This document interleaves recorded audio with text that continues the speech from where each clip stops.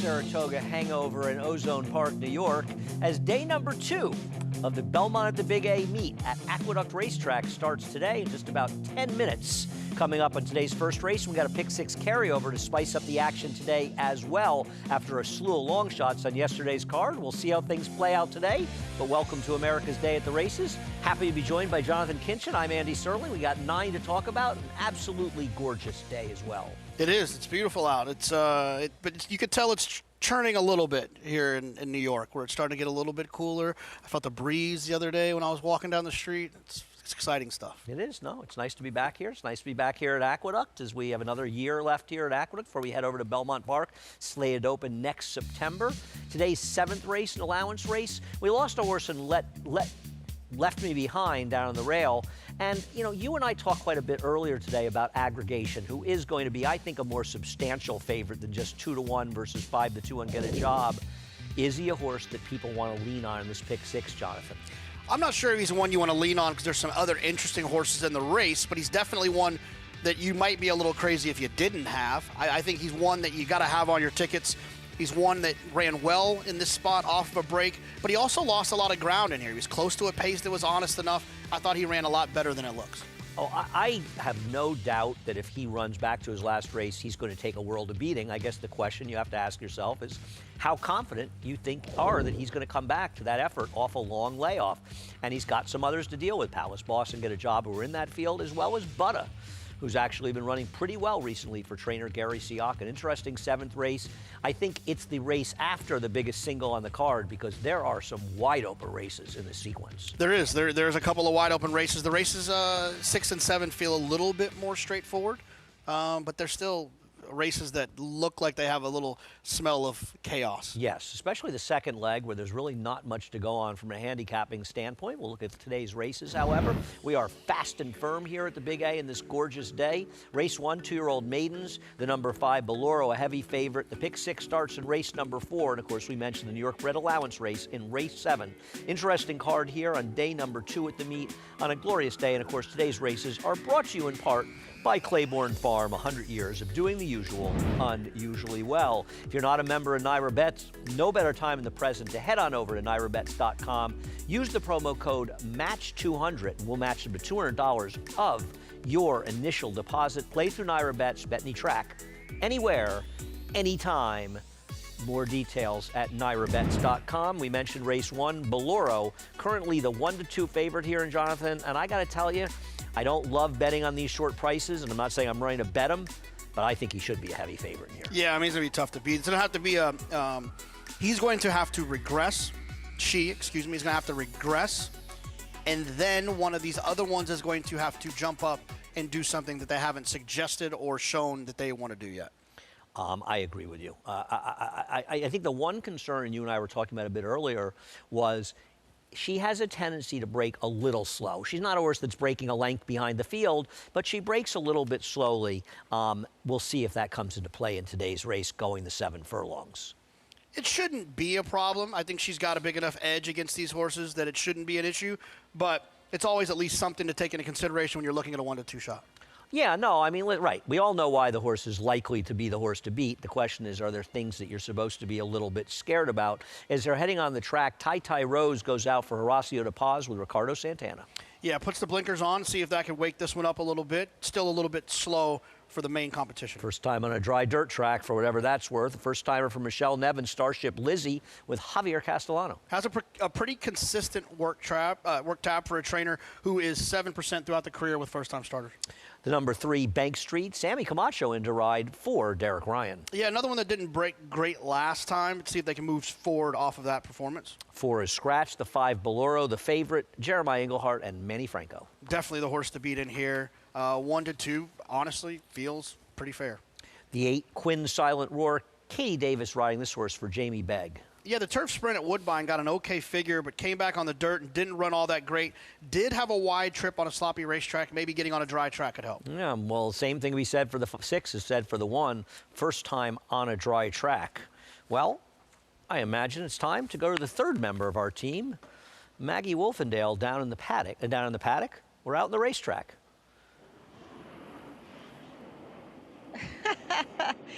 Oh, Andy, really would have loved to have gotten a chance to watch these horses gallop towards me, so I'm going to try to do that and extend my time here as they go past my cameraman, Aaron, as I speak. But your favorite in here at 2 to 5, that is number 5, Belloro. She looks fabulous. But she has. And the thing is that Jeremiah Englehart is usually so lethal with his first time starting 2-year-olds that you generally expect them to win at first asking. This is her third go around. So let's take a look at some of the others in here as we'll jump to the inside with number 1, Tai Rose. As you heard Andy say, this will be her first try on a fast main track. She has gotten a spirited warm up. Ricardo Santana taking her away from the pony as she wants to do a little bit more than he is willing to allow her to. She's come back to him nicely here, but big bounding stride for her. And I didn't really think she looked like a turf horse first time out. A lot of times you'll see trainers do that because it's just a much more forgiving and easier surface for them to get the experience on. She looks great and by far the most fit that I have seen her. So I think she is definitely a viable alternative to your favorite. Now, number 3 in here, Bank Street. I remember trying her first time out as she was entered for the turf, though I believe she got in on the AEs and Derek Ryan opting to leave her in that day when it was taken off. Now, she kind of got away a bit slowly. She kind of got shuffled back, and so she just was green. She was chasing. She was having to be hustled. It was just not a great experience overall, so therefore she didn't run that well. She looks good enough here, and I do like her getting the 7 furlongs. She truly looks like a 7 furlong type. I just don't. I liked her in the paddock. I like her less watching her out on the racetrack. She's just very quiet and not showing me a lot of energy, not really kind of moving under herself as I would have hoped that she was here for me to, fully endorse her as one to go up against your 1 to 2 favorite. The board would suggest that as well, as she's at 8 to 1. Now, Michelle Nevin, usually you want her after they have a start, but Starship Lizzie, she sold for $45,000 after working 21-1 at the June sale at OBS. She did take a little while to switch her leads, and in that workout video, she actually looked somewhat big. Well, here today, she's actually not. She does cover a bit of ground, at least from what she showed me in that sales breeze. And she's gotten a lovely warm up here with Javier Castellano aboard. She's been very, very professional. I mean, she's acting like she has done this before, which I always think is a feather in one's cap. And fairly fit. She's about 90% there, well muscled, great conditioning to her. So maybe she needs one overall to kind of just fully develop physically, but I think she'll make a good account of herself in this field. But guys, I really think it's between your favorite with a little Tai Rose to back up, because I'll say this about Tai Rose, Andy, too. I think the 7 furlongs makes her a lot more logical here because she has such a laid back disposition that it lends itself well to getting a bit more ground. Thanks, Mag. And I think it's also fair to suggest a daughter of Union Rags is probably only going to get a little bit better as the distances progress. And I think it's worth mentioning, with Belloro, got to get the 7 furlongs. And I think that's a reasonable question here. It is. I would say that in a race where she has so much more experience than the other ones, you'd like to hope that she'll also bring along a little bit of fitness, having run in 2 races. So while if all things were equal, from a pedigree standpoint, she might not be able to be her best at 7. I feel like she could be her best at 7 versus these who don't have any experience. That's fair, right. I don't think Jeremiah is thinking this is a horse that wants to go 7 to a mile going forward. It's the race that came up, and the experience should help. Listen, I was going to try to beat this horse with the 4 probable angle. That's not going to work out with that horse not playing today. And, I probably should have shown the start as well. I didn't because we were showing both of them. I thought the horse ran well last time, and if it wasn't for the break, I'm not sure this horse wouldn't have been very close to winning. Yeah, but I will say this, though. Maggie brings up a good point. When you have a trainer like Jeremiah who does so well with first-time starters, you start to ask yourself, well, why is it taking so long? Well, it gets back. It's funny. I was rereading Andy Byers Picking Winners relatively recently, and I was amazed at how many things in that book, which I read in 1976, I still, or I should say 75 actually, I still use. And one of the things he talks about is every time a favorite loses, a short price loses, it's like a black mark against them. Because when horses are in favorite in races, whether you like them or I like them, they're kind of supposed to win. And when they continuously fail at short prices, it's a knock on them. And while this horse wasn't favored last time, he's been in 2 races that she could have won, and she's failed both times. And that's a bit of a concern, especially when you're talking about a 3 to 5. We're not trying to beat her, but she does have some flaws. Well, I mean, I think at a base level, just like if a horse is 2 to 1 in a race, that race is a worse race than if the horse would have been 8 to 1 in the race. Right. Right. The 8 to 1 race is a tougher race.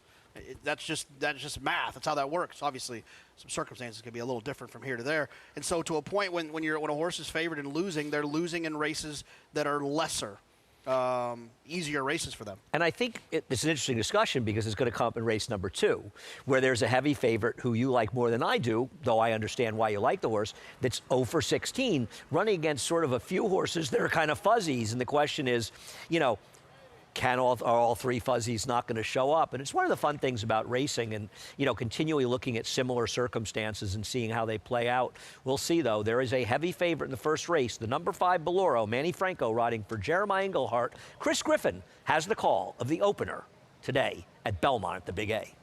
On Quinn's Silent Roar.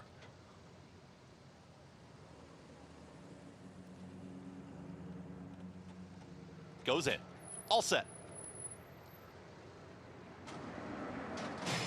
And they're off.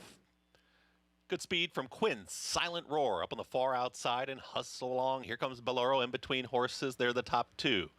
Down towards the inside will be Bank Street, who's going to stalk from 3rd. Now switches towards the outside in the 2 path. Is followed intently here by Tai Rose, who got off the rail, has worked to the outside.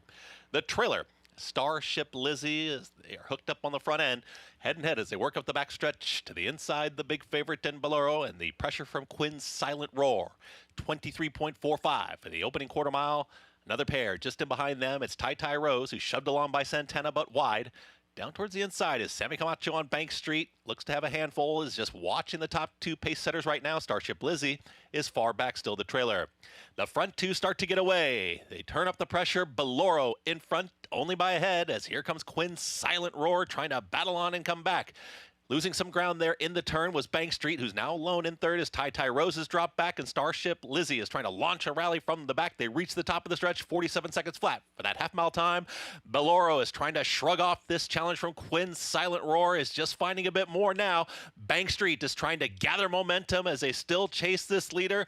1/8 of a mile to go. Boloro trying to put him away. Bank Street with every shot. Here comes Bank Street with a late lunge inside the final 16th. The margin is closing, but here comes the wire. Boloro, Bank Street, Boloro, Bank Street, Boloro holds on. Boloro over the oncoming strides of Bank Street and Quinn's Silent Roar with Starship Lizzie in 1 minute 26.54 seconds.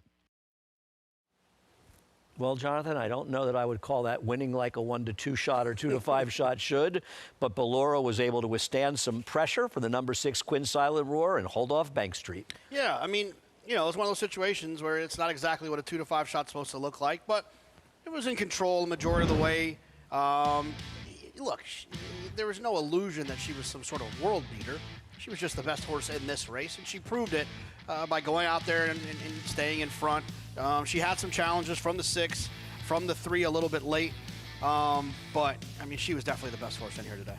Yep, she got it done. She held off Bank Street, but Bank Street, was getting a good trip sitting behind the 2. And given the final time of this race, that was at least a reasonably honest pace.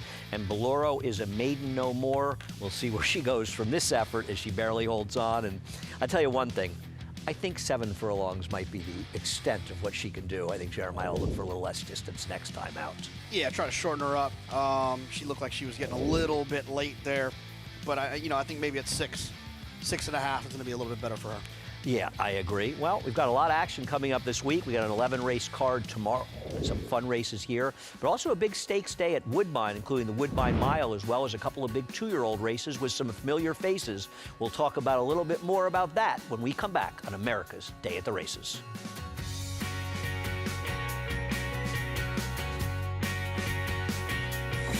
You bet with Naira Bets. Bet any track, anywhere, anytime. Download the Naira Bets app to play today and get a $200 deposit bonus. Watch live horse racing, get expert picks, Boost your bankroll with weekly promotions and hone your handicapping skills with exclusive tips and tutorials. Download the Naira Bets app now. Sign up now to claim your $200 deposit match bonus. You bet with Naira Bets.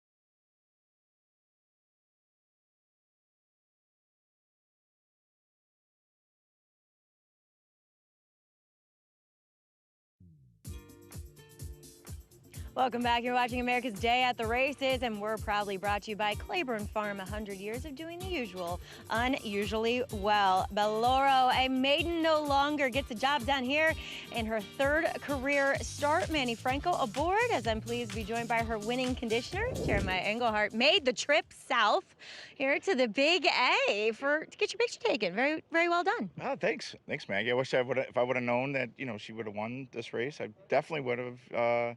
Maybe dressed up a little bit more. Suit and tie. Suit and tie, Yeah. but no, it's Aqueduct, so a little bit more business casual. So, we're here. So. Aqueduct fashion advice from Maya. Yeah, well, you don't want my fashion advice about 20 years ago at Aqueduct.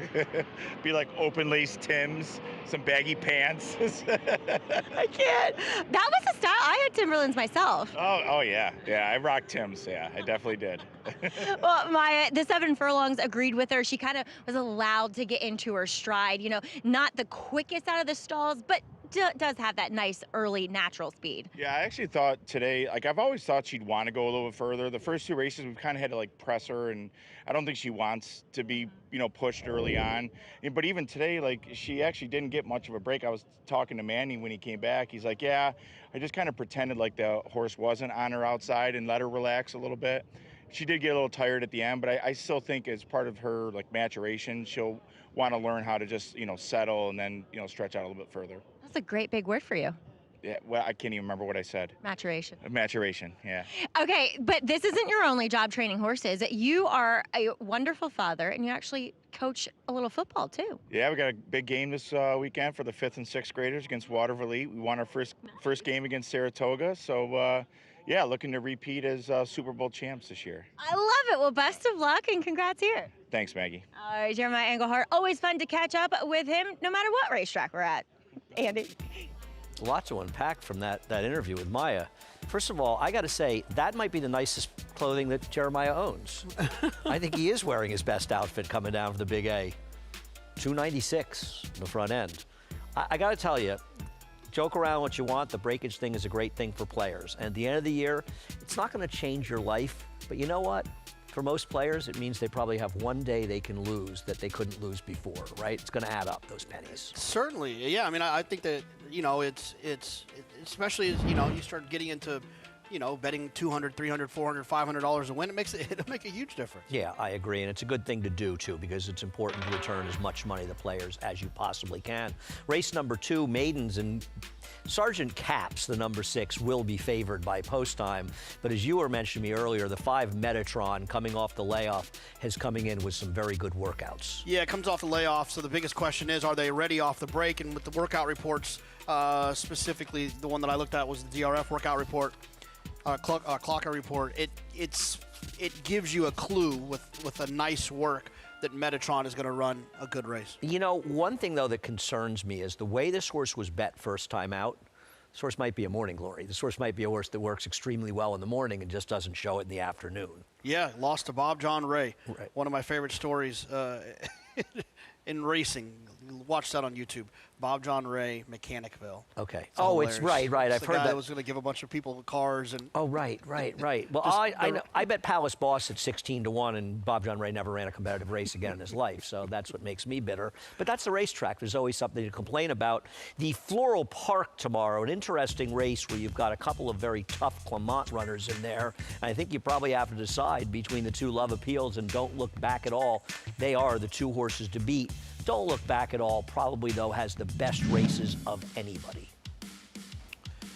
And this is the Smart and Fancy, where you're going to see she's not going to break well. She sort of bobbles and stumbles. Unfortunately, because it's a head-on of the start, I guess she broke about a length or so slow. Thought Manny did a great job after that.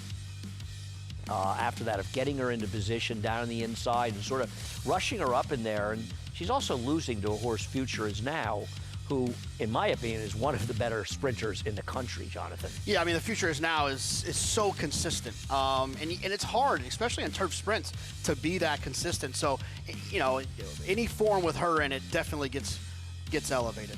I mean, she's one of these horses that had the trouble at the start, but got a delicious trip thereafter. But I think overall, she probably is the horse to beat, though I am scared of her stablemate, Love Appeals. Love Appeals may not be quite as sexy as this one and didn't lose to a horse like Future Is Now, but I thought her last race was a sign she's getting back into form, and maybe she does some of her better running in the fall. Yeah, I mean, I think with a horse like Love Appeals, you know, you try to look to understand where and why they run well. And you make a good point about getting back into the fall. Maybe there's something about this time of the year that she just appreciates. I thought her race last time at Monmouth was really good. She did get a great trip in there, which is a little bit of a concern. I don't love playing horses off of great trips. But maybe you know, like you said, last November was one of her better races where she won that Autumn Days. And I guess unless you think that, you know, Patricia Ann actually has a lot of turf pedigree on the dam side. She tries the grass the first time. Luna Luska, the 3-year-old, she's a little bit interesting coming in here, but she's going to have to show she can strut her stuff in a fast-paced 6-furlong race against some pretty battle-hardened veterans. Yeah, I mean, one of the things about being here at Aqueduct is our turf sprinter at 6 furlongs. So a lot of times the assumption that just because one ran well at 5.5, or maybe it's 5 somewhere else, it's a big difference, I think, in these turf sprints. I completely agree with you. I mean, you got to be careful about distance, and sometimes it's a matter of pace. But I think there's a world of difference between 5 furlongs and 6 furlongs. But I think she's an interesting horse in this race. And we'll take a look at the Woodbine Mile, which is a Group 1. And I want to show Notable Speech, who has yet to win this year, was 3rd in last year's Breeders' Cup Mile. I wanted to show his last race, a race we showed on FS2 in the Prix Jacques Morat, because you see this horse in the back of the field, and the rider was searching for room. When he finally finds room down on the inside late, this horse, Jonathan, puts in one of the most thrilling runs at an end of a race. He lost, but even here, he's just completely blocked. Imagine how frustrating this was, A, for the rider, the connections, and people that bet this horse, because look at the run this horse puts in when he finally is going to get clear right in here. And he's not putting in this run in some listed stake, right? It's a grade 1. I mean, it's flying. And the thing about Notable Speech is, I thought last year, outside of Cogburn, which I was wrong about, I thought he was the most likely winner, notable speech last year in the mile. I think he's just a different type of animal compared to ours. And I think this is I would be shocked if he finds a way to get beat in here. I guess One Stripe, that first-time horse from South Africa, is at least a little bit interesting. But, man, what this horse has done, that race, that trip, he looks like he's going to be tough. And Charlie Appleby has had massive success over the years, shipping into Woodbine, the 2-year-old races as well as the mile, and I don't disagree. He's got this field as mercy. Good luck to getting 8-5 on him. We'll be showing these stakes on America's Day at the races tomorrow. All of the races, and of course the Natalma and the Summer for the 2-year-olds. We'll see some familiar names in there, including Deep Thinking, who's running the Natalma, who is very, very impressive, breaking her maiden at Saratoga. Yeah, no, it's those races are going to be a lot of fun, and they've been productive as well. You know, I think Pizza Bianca, if I'm not mistaken, was a juvenile winner that ran well there. There's been a few. There was a pretty good horse running now named She Feels Pretty that Pretty, won there one, in a huge effort a couple of years ago for Cherie DeVoe. And I think that was the race that sort of woke everybody up to just how good she is, a horse that's never run a losing race, even though she hasn't gotten the money in every start. But looking forward to those races. We'll be showing them on America's Day at the races tomorrow, along with our 11 race card will be on tomorrow. I want to say maybe it's 12:30 to 6:30 tomorrow. A lot more to come. Carlos David, will hear more about him when we come back on America's Day at the races.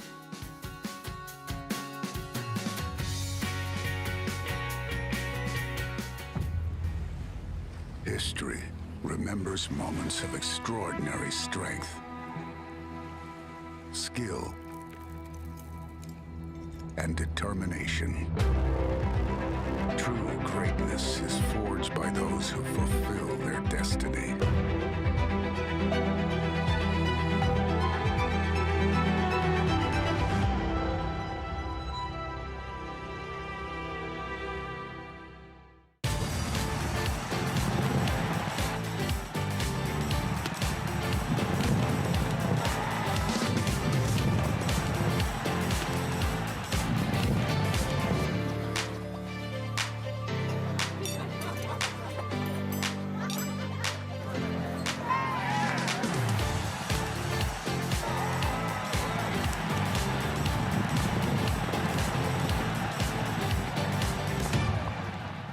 The brilliance of the legendary Arrowgate and the speed and stamina of the sire of sires, Uncle Mo. Introducing Petulante, the first son of Arrowgate to stand in New York after winning handily at first asking. Petulante! He's got a kick here, and he's going to prove much the best. He won or placed in all 7 of his lifetime starts, including the Grade 3 Salvatore Mile. Petulante, Nimbus class, Petulante! Petulante, now standing in New York. For information, visit IHDVStallions.com today. Saturday on FS2 Live from Dublin, Ireland, a winning pair of Breeders' Cup Challenge races with the Royal Bahrain Irish Champion Stakes and the Coolmore America Justify Matron Stakes. Coverage begins Saturday, 9 a.m. Eastern on FS2. RaceLens is the most in-depth product in horse racing, with unique features found nowhere else. True odds, predictive analysis, and pace projection. RaceLens. It will change the way you follow horse racing and take your game to the next level. Coming to America was always the goal. Coming to the States and, you know, find a better life. I was 16, right off the plane. I was staying with my my aunt and my uncle in New York. My first thought wasn't being a trainer, just, you know, I want to ride horse, I want to be a jockey. We started from the bottom, you know, walking hots with Billy. Working for Billy Ma, you know, right off coming to America. You know, it's a tough teacher, but a good one. I would say he taught us well. After 10 years, you had to make a decision, either galloping or try to stay, you know, and train on my own. I mean, that's the next step, right? And it just kind of comes to you. There was no really, like, a plan. I don't know where somebody called me. He didn't want to train horses, and he sent them my way, and here I am. Winning big races and big events, a bigger track, that's your goal. You want to compete with the best. Yeah, I'm definitely living the American dream. I wouldn't do anything else. I mean, I wouldn't change a thing. This is what I love to do, and, you know, it's in my blood, it's my passion. Yeah, it's definitely the American dream.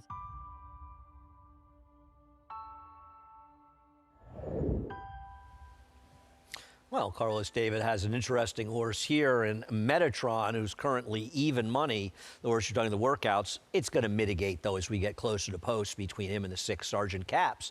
But, John, this is the discussion we had earlier. Sergeant Caps is 0 for 16, but he's coming off a race that would make him very hard to beat in this race. Yeah, we talked about this a little bit, too, earlier on this show. Sergeant Caps is 0 for 16. But look at the prices of his last few races. 7 to 1, 8 to 1, 24 to 1, 11 to 1, 104 to 1, 25 to 1. So it's not as if he's getting beat in races where he's supposed to win.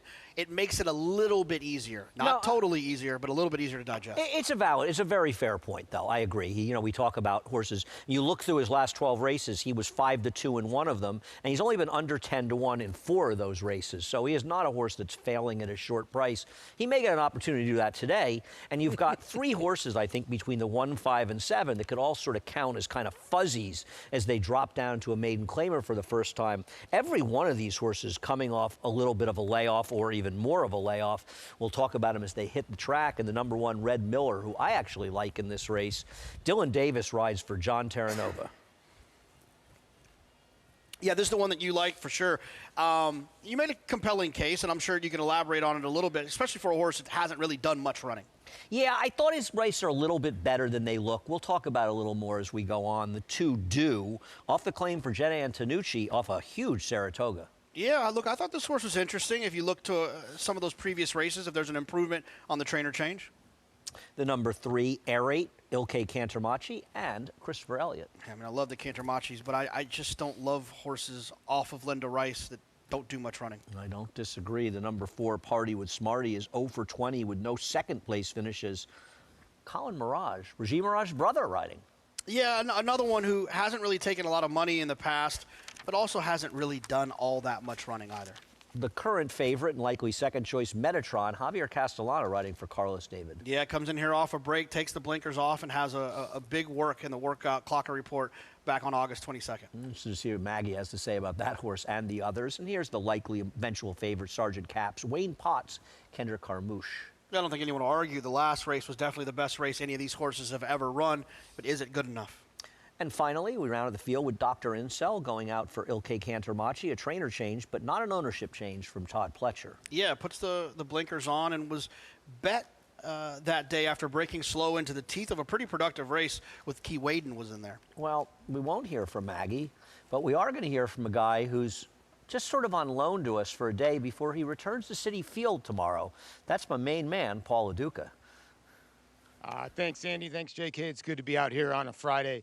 It's absolutely beautiful here in South Ozone Park. And race number 2 here, listen, like you guys said, the 6 is the horse to beat. Any of those races would put him in the winner's circle. But I'll start with the number 2 here, the Do, the gray frosted gelding. Off Gary Contessa. This horse actually drew Jose Ortiz last time. So the money actually was placed a little bit on him at Saratoga, and he didn't run that bad. 4th in the field of 5. He's kind of horse that maybe with the trainer change will show a little bit more speed today. And I think you're getting an honest price if you like now down to 5 to 1. Now the 6th horse in here, like we were talking, Sergeant Caps, is this finally the field that he can conquer here with 7 seconds and thirds, 4 seconds and 3/3 in here, claimed out of that last race. I think that last race would win this, and right now you're getting 2 to 1. I think the 7, Dr. Incel, is very interesting. Blinkers go on, and first-time gelding. I know you like the 1, Andy. I landed on the 5. I didn't think that we'd get 3 to 2, but I'll tell you what, he absolutely looked the part. Now, he's a 4-year-old against some of these 3-year-olds in here. There's a 5-year-old actually in here with Party for Smarty. But the 5 is just physically, he's just a physical standout. He's just so much bigger than these horses, so much muscular than these horses. I think the 7 furlongs is just fine. You can see why they started him at a mile and then went to a mile and 16th. This could be a starting point, but the way he looked in the paddock, I just can't get over it. I thought it was 5-2 or 5-6, Andy. Well, Paulie's already precluded me from winning. That's so much for being nice to him. Let's talk about the 5, Metatron here, the horse with the good works, a horse who was bet off the board in his debut on the dirt and did no running. He is a real wild card here. Yeah, but you make the good point that, if he's under 2 to 1 in a maiden race here, then there's obviously he was trading well leading into that race, and he got beaten 10 lengths. Then he sees all this time off. He tried the turf after that. You know, you're 9-5. I don't like kind of betting that I think things might happen or I hope they might happen. He certainly could run off the screen here. 8-5. That's too short. I approach this race differently than you, which is I'm going to try to beat the 6. It's a barn, Sergeant Caps for Wayne Potts, that has not been doing particularly well over the last 6 months, year or so, coming off a tough Saratoga. And I want one of the fuzzies. I landed on Red Miller, who's going to be the best price of them by post time. John Terranova, trainer, I have great respect for him. He and his wife, Tanya, they do a super job. They do not have good numbers, maiden special weight to maiden claimer, just 1 for 15. Hit the Bid Racing, kind of an interesting group. People in that group that I used to trade, that I worked on the American Stock Exchange when I was down there. This horse got bet first time out. I thought ran well enough, and I think if you watch the second start, this horse actually ran better than it looks, was ultimately eased in that race. I think this horse might be a little better than it looks, and I didn't mind taking a shot with this one at a price. Yeah, I mean, the 5 and the 6 are you know, you got the trainer change for the 6 that I think, like you mentioned, the stats aren't great for Wayne Potts, so people could question that. You also have the long layoff, and you're playing based off of a workout for the 5. Mm-hmm. So there's got to be some alternatives. And you know, Red Miller, like I said, has done no running, but did at least run well enough first time out at Tampa after taking some money in there, and is one that could maybe jump up. And isn't Dr. Incel in some ways the more interesting of all of them, and is somehow 8-1, which maybe is a bad sign? This horse ran against Key Waden first time out, broke in the back, jumped up right at the start, was a length and a half, 2 lengths slow, and just sort of didn't really run. But even at 9-1 for Todd in there, I don't know. I mean, isn't this horse capable of maybe being okay? Yeah, I mean, the one thing, if the 5 or the 6 don't run, I mean, I really wouldn't be shocked if anyone won, including the 3 and the 4. I wouldn't be shocked if one of those horses won. I think Party with Smarty would kind of surprise me a little bit. And I think a Party with Smarty, a lot of people that play the pick 6 are going to be very glad this race wasn't in the sequence. Yeah, exactly. You know, and I tell you something, the betting makes this race even more intriguing, because now I am really curious to see what Metatron does. Because if he doesn't win or run exceptionally well in here, don't you feel like he's a horse that you sort of never want to bet on? Oh yeah, if he doesn't win here today off of those works, then what's ever gonna push you in a direction where you trust him again? I wouldn't see it. Betting his debut, and the interesting thing about it is, okay, he got bet early. You expected him sort of to drift up to 5-2 or 3-1. He drifted up, and the 6 I think may have even briefly been the favor. They're same price, and he's come right back down. So they bet him early, and they're betting him late. Yeah, I mean he's getting a lot of money. And you know, it's been a consistent tab. He had that 1B+, but he also had a pretty consistent tab.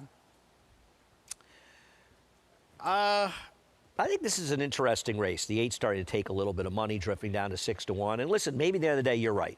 Maybe the 6 will just prove that he's better than these horses. But there are at least, I look at the 1 and 5 and 7 all as sort of fuzzies in here. And I like to fool around with fuzzies. So that's why I did that. What's a fuzzy? A fuzzy is a horse that you can't really pick based on its merits, but is sort of ubiquitous in the sense that you look at, like, you don't know who the 7 is. You don't know who the 5 is. You don't know who the 1 is. Horses with limited starts that haven't done much running, but they're all dropping from maiden specials to maiden claimers. 2 of them off relatively long layoffs, trainer changes involved.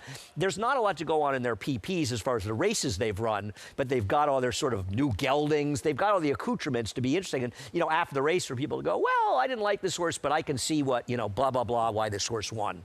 We'll see. Experience versus layoffs and fuzzies. Chris Griffin has the call of race number 2. Party with Smarty. Goes in. 3 out. Metatron. Metatron. Javier Castellano steps forward. Sergeant Caps.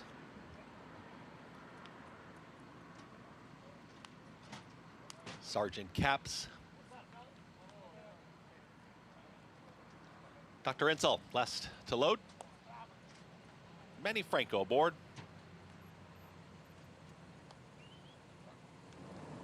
Steps forward and goes in. All set. And they're off. very even beginning to the far outside. Dr. Insol's asked for speed, but they are bunched up here as they quickly come out of the chute. There in the early mix is Sergeant Caps with plenty of company, as here comes the Purple Silks. That's going to be due in between horses at the rail. Red Miller. Red Miller with a nose in front. Pressure to the outside from Dew. 3 wide is going to be Sergeant Caps. Just in behind them is Metatron. Is drafting in behind the top trio. Dr. Insol's wide is trying to cross over and will. The 2 at the back, Party with Smarty with the trailer. Air Raid. 22.78 for that pressured opening quarter mile. It's Red Miller to the inside of the gray. That's Dew, who's now a half length back as they work into the far turn. Dylan Davis lets Red Miller now try to sprint away from the field, but a 3 wide run coming from Kender Carmouche and Sergeant Caps. Sergeant Caps is now rallying on. Metatron is following that move. 46 seconds flat for a half-mile time. That's the leading 4. Far back to the rest, it's Dr. Insel, Party with Smarty, and Air Raid. They reach the top of the stretch. Red Miller's going to hug the rail. Dew is still in between horses. There's Sergeant Caps out of the racetrack. Metatron with every shot to run him down, but it's just kind of grinding away as Red Miller battles on. Sergeant Caps is trying to dispatch that long shot. Red Miller, who still just keeps fighting towards the inside. A 16th left to go. Red Miller a neck in front. Sergeant Caps still trying to push on by. Red Miller gets the victory. Red Miller over Sergeant Caps, Metatron, and Air Raid with Party with Smarty. And 1 minute 24.33 seconds. Well, Dylan Davis knew what he had to do from the rail with the horse, and he sent him to the front. It was an honest pace. The number 6, the favorite, had a stalking trip, but Red Miller able to wire this field. That was great. That was a great pick, Andy. This, like you said, you look down, that thing was fuzzy on paper. It's just one of those situations when you have horses that are being bet that are untrustworthy. I think it opens up the door for horses like this, and that's exactly what happened. And even though the 6 has lost at bigger prices, he's got a little bit of the losing type with that trip. And you're going to have to also ask yourself, why do they keep betting on the 5? Because he could not have gotten a better trip. Megatron had really never made a menacing move. No, he was. You know, the 6 ran well enough to get beat. Yep. You know, obviously, he's 0 for 17 now, and he's proven to be untrustworthy in most situations. But he ran fine, right? The 5 didn't do much running at all. I mean, I think there's a chance this is a reasonably fast race for this level, and maybe the 5 actually ran okay in here. Because, you know, you think about the first race, this was over 2 seconds faster. And, yeah, maybe the first winner only ran a 50 buyer, but that would put this buyer into the low 70s, which is a pretty solid number for this group. So probably Sergeant Caps ran his race. Metatron's just not that good, and he couldn't get it done. But Dylan Davis persevering on the inside, and we've seen Speed win the first 2 races, this one at 11-1. A lot more to come, and I got to tell you something, Jonathan. There was so much happening in Saratoga this summer. I'm not sure that Ted Naffy's performance in the Hopeful has kind of gotten the coverage that it should have gotten, because this was almost an awe-inspiring performance by a horse that looks like he could be a force going forward.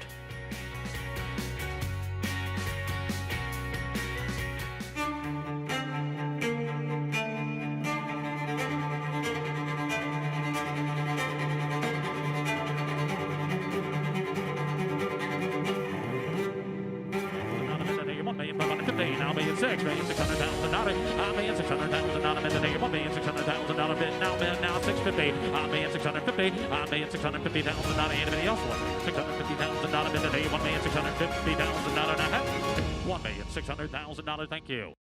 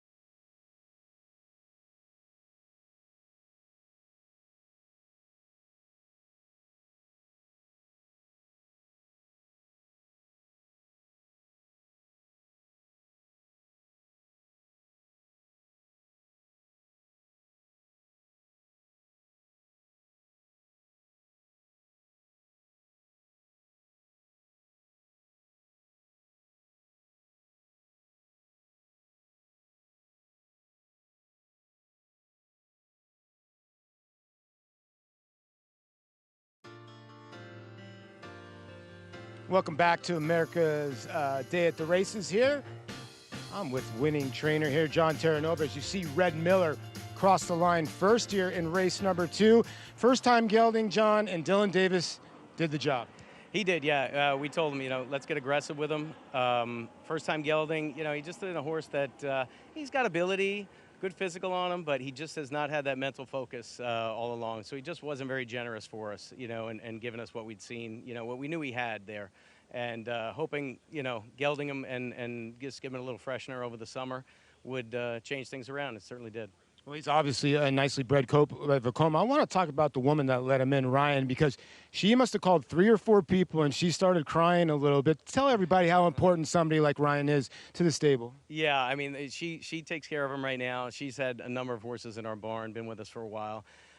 Some of the grooms and especially her are very emotional and love their horses. They're with them all the time, and just like a very proud moment for them to, win with one, and especially when they come back good, everything's good and everything like that, keeping them healthy. But they're with them so much, and they're like their kids at times, So very, very rewarding for her. Well, congratulations. But the last thing, anything to the name, Red Miller? Red Miller. What was he from? So he said best friends when they were growing up. A guy named Red Miller took him to the track. Is Red still with us? No. Okay, so Red got Red Miller home. Congratulations, Johnny. All right, thanks, Paul. You bet. All right, guys. Thanks a lot, Paul, and thanks a lot, John. Always nice to hear from John, and always good to hear from a fellow deadhead. And I got to tell you, this horse was game in victory here in a race that ran pretty well.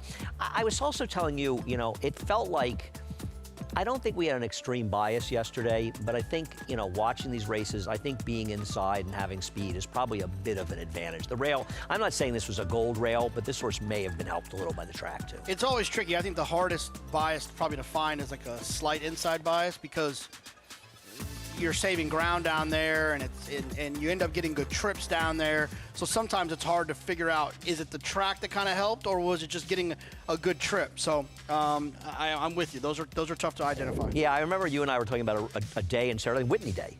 And you and I were talking about whether it was a dead rail or not, and I was saying that one aberrant race in the middle of the card, I couldn't say it was a dead rail, but if you took that race out, I would definitely agree with you. And it's something, people have to follow, and sometimes in my track trends, I'll say it's worth following, which means I'm not sure, but take a look and see what happens going forward. Anyway, we move on to race number 3 as we inch closer and closer to the Pick 6 carryover on today's card. That's 35,000 plus, and that'll start in race number 4. We've also got a Pick 5 that begins in this race as well. But let's head back. What are we doing? Wait, we look at the field first? We look at the entry, which right now is 2-1, even money on the morning line. I think you're right. They'll probably go there. But, I want to get back to Ted Noffey, of course, named for Ned Toffee at Spendthrift. That performance, it's almost like because it was like the second to last race of a very, very long meet in Saratoga. I don't think this race has gotten the attention it deserves. He was sensational. Todd had a bunch of really good 2-year-olds. We got to see a lot of good 2-year-olds. It's Our Time, obviously, was outstanding in the maiden, but this was something else. Beating a bunch of established horses that run big races, and man, he ran away from them. Look at him accelerate the last 16th, right? I remember watching this race in the box and just seeing him go by, and it's like almost in awe of how powerful he looked down the stretch. And you don't want to get, fall too in love with these horses. It's early in their careers, but what I loved about this was how much he improved from his debut. His debut was good. This race was a lot better than good. Yeah, I mean, this Breeders' Cup Juvenile. Yeah. Look, the Champagne, the Breeders' Futurity, they're all going to be good races, but the Juvenile, whoever kind of rises to the cream of that, this could be one of the better juveniles we've seen in some time. And I think every one of us, because we work with Tom, he's a friend of ours, and we all have relationships with him. We're rooting for Tom to do well, and he had some really good maiden breakers, but this guy can run. I wonder if he'll come to the Champagne or if Spendthrift will run him in Kentucky. Probably Kentucky, but you never really know. The one thing I will say about the Champagne versus the Breeders' Futurity, I'm not crazy. I much prefer the one-turn mile than the small or short run to the first turn, short stretch, mile and a 16th in the Breeders' Fraternity. Well, the one thing also you could say about the two races is where post isn't going to be that relevant in the one-turn miles. Some people don't like drawing inside. I would rather draw the rail going a mile around one turn here than draw post 11 going a mile and a 16th at Keeneland. And, you know, you have to be careful because good horses get mired outside and they lose because of the draw. And I think that's more dangerous at Keeneland, just a little bit more. Yeah, I think maybe, funny you say that, I think Classic Empire won from the 11 I think and you're then right. came back and won, but he was a pretty darn good 2-year-old. He won and Not This Time was second. Yeah. Man, I tell you what, don't you wish Not This Time had stayed sound? Had a Derby future. I wish Classic Empire had been able to have a complete year because those were sensationally good horses. But I agree. I mean, I know we promote what happens, but I don't think we're lying and saying we saw some very good 2-year-olds this summer. Sensational. Yeah, I mean, that's honestly one of the best summers I think we've had in quite some time of just like real superstar types, you know, and there were some really, really good ones. And there's also some pretty good horses in California, including Brandt, who won the Grade 1 Del Mar Futurity at the end of the meet. Of course, a horse that is named for Peter Brandt as well. Lots to look forward to this fall. Looking forward to those preps, as well as looking forward to hearing more from Fernando Abreu and his brother, Jorge Abreu, as America's Day at the Races continues.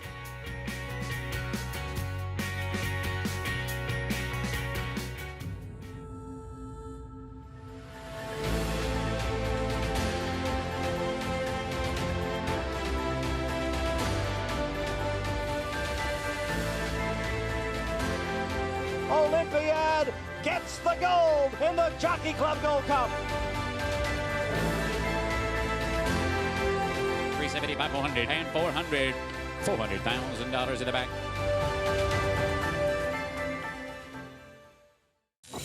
You bet with Naira Bets. Bet any track, anywhere, anytime. Download the Naira Bets app to play today and get a $200 deposit bonus. Watch live horse racing. Get expert picks.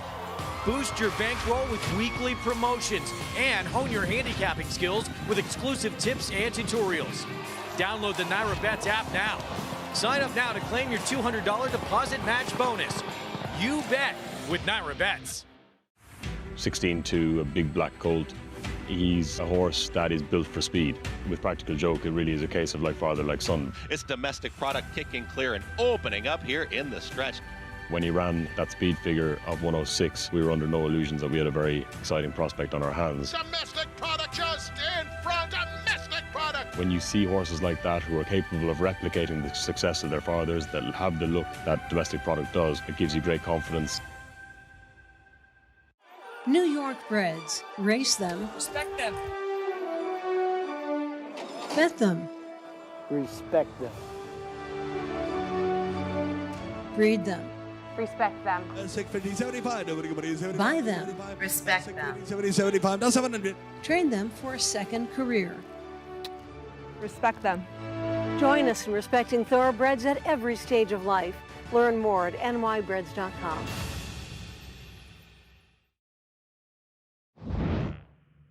So Jorge and Fernando, really happy to have you guys sitting down here. Two brothers, two trainers. Jorge, let's start with you. You've had multiple Grade 1 winner in Scottish Lassie. Can you explain just what she means to you and what she's done for the stable? Well, she means everything for me right now. It's very important for this business because you're only as good as your horse and as good as your last race. And by this filly winning of Grade 1 in Saratoga, it was great and opened a lot of doors to me.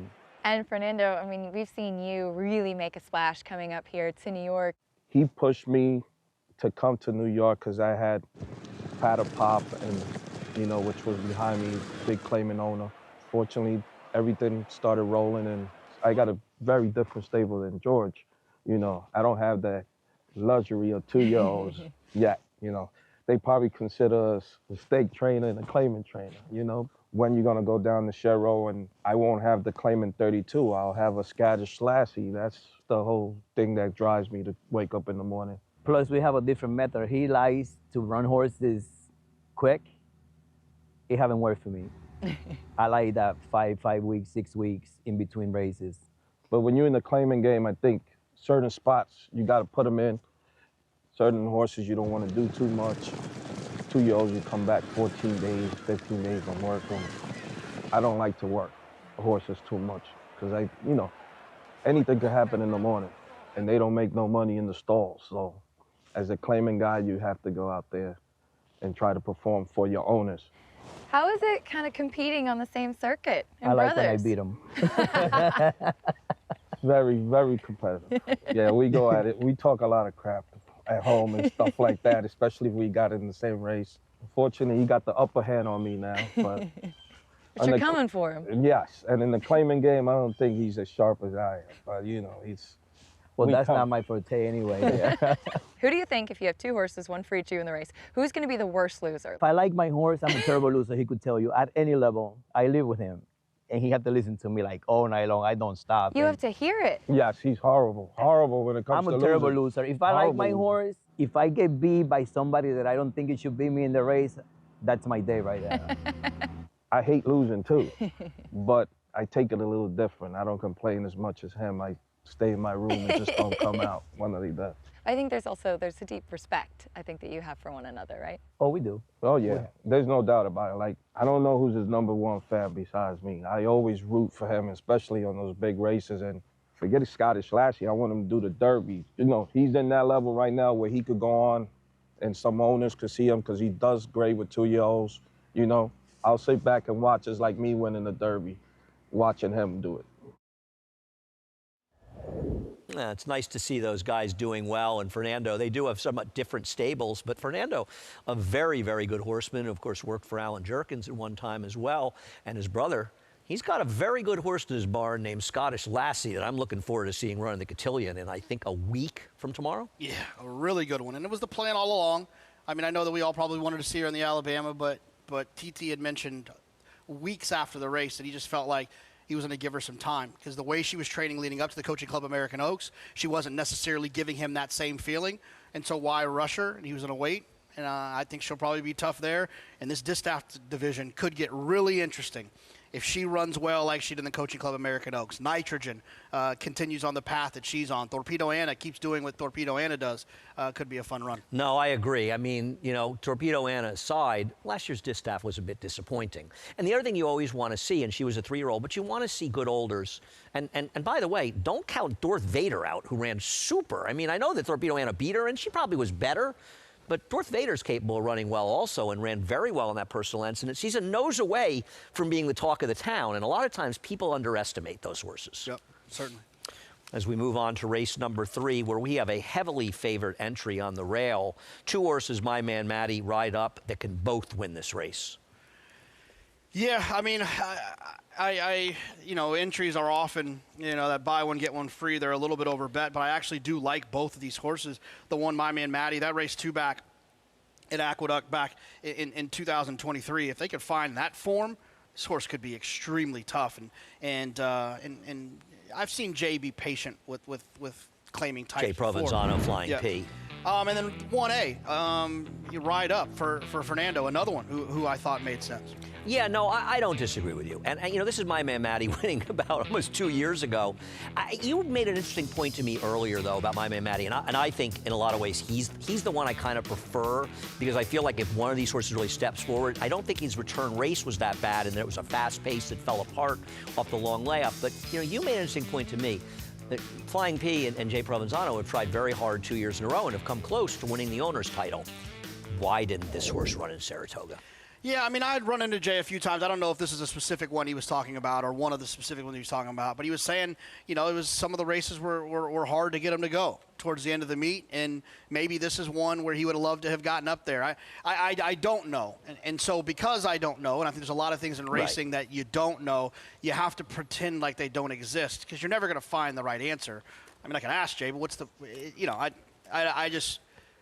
I think one of these 2 horses is very likely to win. It's a very valid point. It's like guessing about why is this jockey riding this horse instead of another one. You don't know when they committed to ride. You don't know these stories. I think it's a very fair. I guess what I would say is it's part of the discussion because they're a short price in here.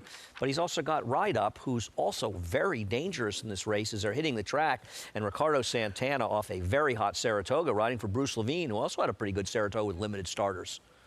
Yeah, I mean, Ricardo's meet was outstanding, and he shows up here. And he rode a lot of horses for Jay Provenzano as well. I think Jay you could almost argue he rides Ricardo first call. Well, he's got the speed with the 1 and a horse that can stalk a little with the 1A who went by, Joel Rosario. The 2 heavyweights champs for Romero Mirage, he's got to be forward here. Yeah, I mean, 3 races back, he had blistering fast pace figures. See if he can find that from this inside draw.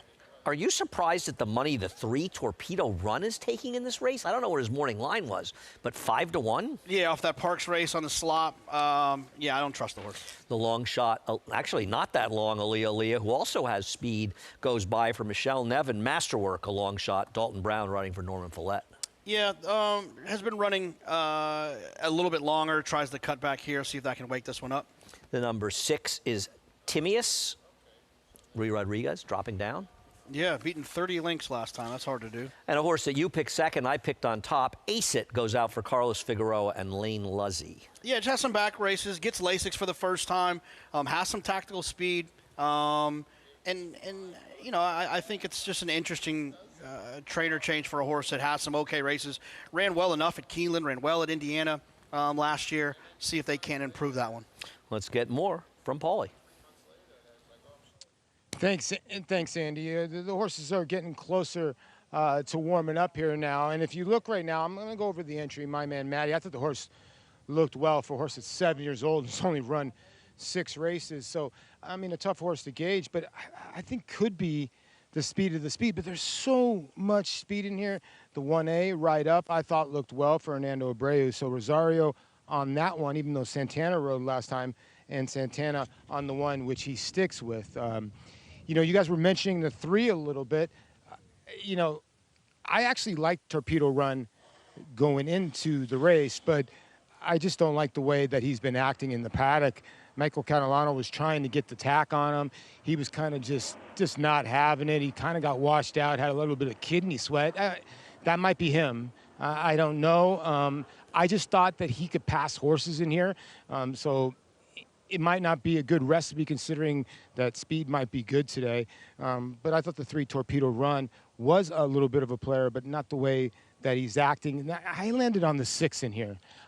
This horse looked tremendous in the paddock for Rudy Rodriguez. You know, it was at the $30,000 level. It's really the only big horse here cutting back in distance. Caught a 1 1/8 track and 2 sloppy tracks, last 2. Ruben Silvera does get aboard. Last time Ruben got aboard, this horse ran second. I was talking to Ruben a little bit. He was telling me where he was at Parks, a little bit of everywhere. And he said to me, he goes, hopefully the speed backs up. Looks like the speed's been okay, but I should have some run here late. So, you know, at 6 to 5, the entry, I get it. They're the ones to beat. I'll take a little bit of a shot with the 6 horse here. I'm not going to pronounce that for Rudy Rodriguez. The horse dropping in class in here, Andy. I'm going to go with Timaeus on the 6, but then again, I get him wrong all the time. This entry is going to be hard to beat, and I think this is one where Pick 6 players would like the entry, you know, this race to have been in there. Whether obviously lose, they won't be happy, but there aren't that many short prices on this sequence. As far as the 7 horse Ace It, and I know you didn't pick on top, but I think you saw the same things I did. This horse kept some very, very strong company and was competitive in a lot of races as a 2-year-old. It's interesting, this was a $2,500 yearler weanling purchase actually for Jimmy Chapman, and now it's been privately sold, so you don't know what they paid dropping down. And this is a horse that feels like for Carlos Figueroa, who's had some success with limited starters, could be ready off the layoff and be a thorn in the side of the favored entry. No, I mean, look, I like the horse to the outside. I mean, I think he can certainly win. You know, he's got a tough foe in the entry, in both of them, I think. But at 5 to 1, you know, I like to say I'll pay to find out. At 5 to 1, I'll pay to find out if this horse is going to improve for Carlos Figueroa. Yeah, I just found him a little interesting. I have absolutely no knocks. I think the entry could run 1-2 in this race. I really do. And I think either one of these horses might be the horses to beat if they were in here by themselves. No, certainly. Like I said, I mean, I think both of them are very likely. In different styles, too, which I think helps quite a bit. Can we talk a little heavyweight champs who was 5 to 2 morning line, is 5 to 1, and probably an overlay? He drops down. He was in a very tough race last time that featured a fast pace, but doesn't he feel like another horse that could be involved in a relatively quick pace here? If he can somehow find that previous form. He's got to find that old form, though. Right. But speed always dangerous in these types of races. I think it's hard to see the one not being the main speed. Also because not only is it his running style, but it helps his entry mate to be aggressive in here as well. So you've got an entry, and I think you want to both use them their strengths. And man, my man Matty is fast. I mean, I just think he's too fast for these horses early. He may not wire the field, but he's quick. Yeah, I mean, I think the biggest question is how well is he going to run off the long break? But, you know, we talked about this earlier, too. He's got a nice, pretty consistent work tab, right? All the way since June. Of a champion. Please hold your applause. The power of Juddmonte.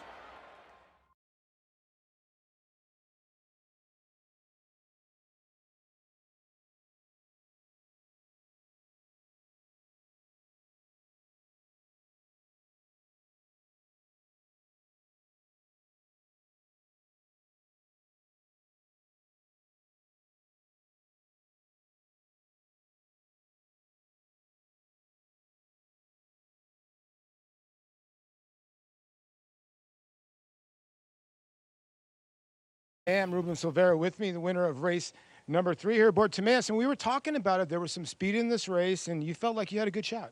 You know what? I tried very good, so because my horse, he coming long, so now it's the short distance. So I try put in the clear because he don't like too much dirt in the face. So I try, you know, play in the break. So I try put in the clear, you know. I waiting for the stretch, you know. So. Yeah, you can't call Rudy because supposedly he's on vacation right now? Yeah, he's on vacation. Yeah, maybe come back tomorrow. So let's talk about your journey so far. Parks, and then you rode at Del Mar. You were telling me you like the air at Del Mar. No, I like the action. I like stay busy, you know, 7 days a week. You know, I feel bad when you don't have nothing. So, you know, I try in action every time. Congratulations, Ruben. It's a good ride on Timaeus here. Gets the job done here, as you see, in the shadow of the wire, Andy. Thank you. Thanks, Paulie. Thanks, Ruben, coming off a nice summer at Del Mar. We missed him, but you know what? He made a wise choice going out there and getting it done. It'll be interesting to see what he does going forward, but he's a rider that you can count on to give a strong ride. He's an aggressive rider, and he was able to nail the favorite, my man Matty, who, frankly, Jonathan, ran too well to lose. Yeah, he did. He ran really well. He did all the dirty work, but Timaeus in the cutback found a horse getting a little tired late, and Timaeus still had a little bit left, at least enough to win by a couple inches. I'm happy to see Rudy get a win after what was somewhat of a tough, unlucky Saratoga meet where he didn't win that much, but had a lot of seconds and thirds, and I know how frustrating that can be for anybody in this game. Race number 4, 2 9-to-5 shots right now, and Jonathan, what I thought was a very tough race. The number 8, Regazzo Diabolico, coming out, a long shot, but a horse that may have added some speed to the race. That's a late scratch, right? We didn't have that earlier. Yeah, I didn't see that one earlier either, but yeah, it definitely doesn't impact that horse wasn't going to win, in my opinion, but he could have did have affected some the race. Pace. Yeah, sure. See how things play out as we are seeing forward runners do well on today's track. And this, of course, kicks off the pick 6, $35,000 carryover. Sierra Leone lost amid the shuffle of the Jockey Club Gold Cup was how well he ran a defeat in there as he's coming back off a big summer, and he looks to be the one maybe with the best chance to upset Sovereignty in the Breeders' Cup.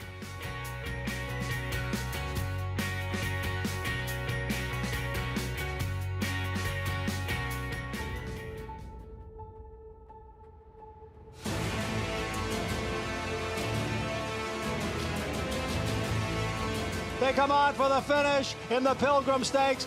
Annapolis by a head. It is Annapolis in front. It is Annapolis to win the Coolmore Turf Mile.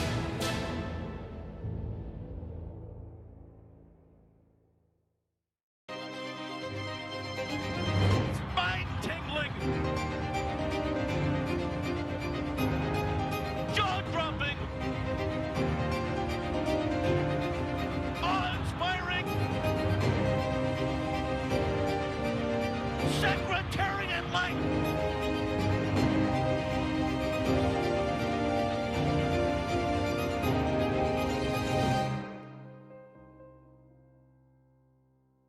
Ladies and gentlemen, it's post time for the Whitney. The field turns for home. Fierceness is the one to catch. He has a 3-length lead. Sierra Leone down the center of the track is coming with powerful strides, and Highland Falls is in there too, but it's Sierra Leone who takes the lead from last to first. Highland Falls trying his best.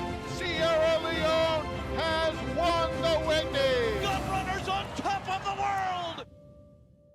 Racetrack Television Network brings you every race, from every track, on every screen, every day. With monthly packages starting as low as $5, RTN gives you great value and access to more live HD streaming and race replays than anyone. Visit RTN.tv today to sign up and watch on almost any device, including Roku and Amazon Fire. RTN has packages that start at $5 per month.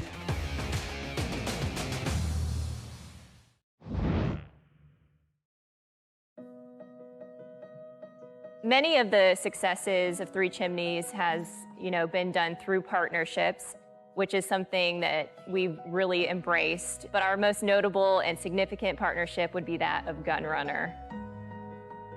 He won his first 2 races, started at Churchill Downs, and then went on and took several of the Derby prep races. He took the Risen Star, the Louisiana Derby, and ran 3rd in the Kentucky Derby. He won the Grade 1 Clark as a 3-year-old. And then his 4-year-old campaign was absolutely brilliant. He won 4 Grade 1s that year, including the Stephen Foster, the Whitney, the Woodward, topped it off with the Breeders' Cup Classic win. And the next year, before retiring stud, he captured the Pegasus World Cup. Watching Gun Runner in the Whitney win the race, and towards the very end of it, we all found out that he had a shoe in his tail dangling behind him while he was winning this race. It really goes to show you that he looks past the problems and goes for the finish line. It's been quite amazing what Gun Runner's accomplished so far as a stallion. To come out with this 2-year-old crop, you have a champion 2-year-old filly who won the Breeders' Cup. You also have Goodnight, who was a Grade 1 winner at 2 in the Hopeful. And then the next year, they just keep coming out running, and it's, different horses. You have an Arkansas Derby winner, you have a Preakness winner, a Pennsylvania Derby winner with Cyberknife and Early Voting, Taba, even a Cotillion Stakes winner with Society, and to have 6 first crop Grade 1 winners is very significant. And in the 2022 Haskell, Gun Runner finished 1-2 in that race with Cyberknife and Taba. So it's very exciting. He's got this wonderful, he knows how special he is attitude about it, and it really kind of makes us feel like we're real special too. So that helps the morale of the group. Three Chimneys being a part of Gun Runner's race career, and then getting him to see him come here, stand as a stallion, and experience the success that he's had. It's really come full circle. It feels very prestigious to be able to say that we manage Gun Runner.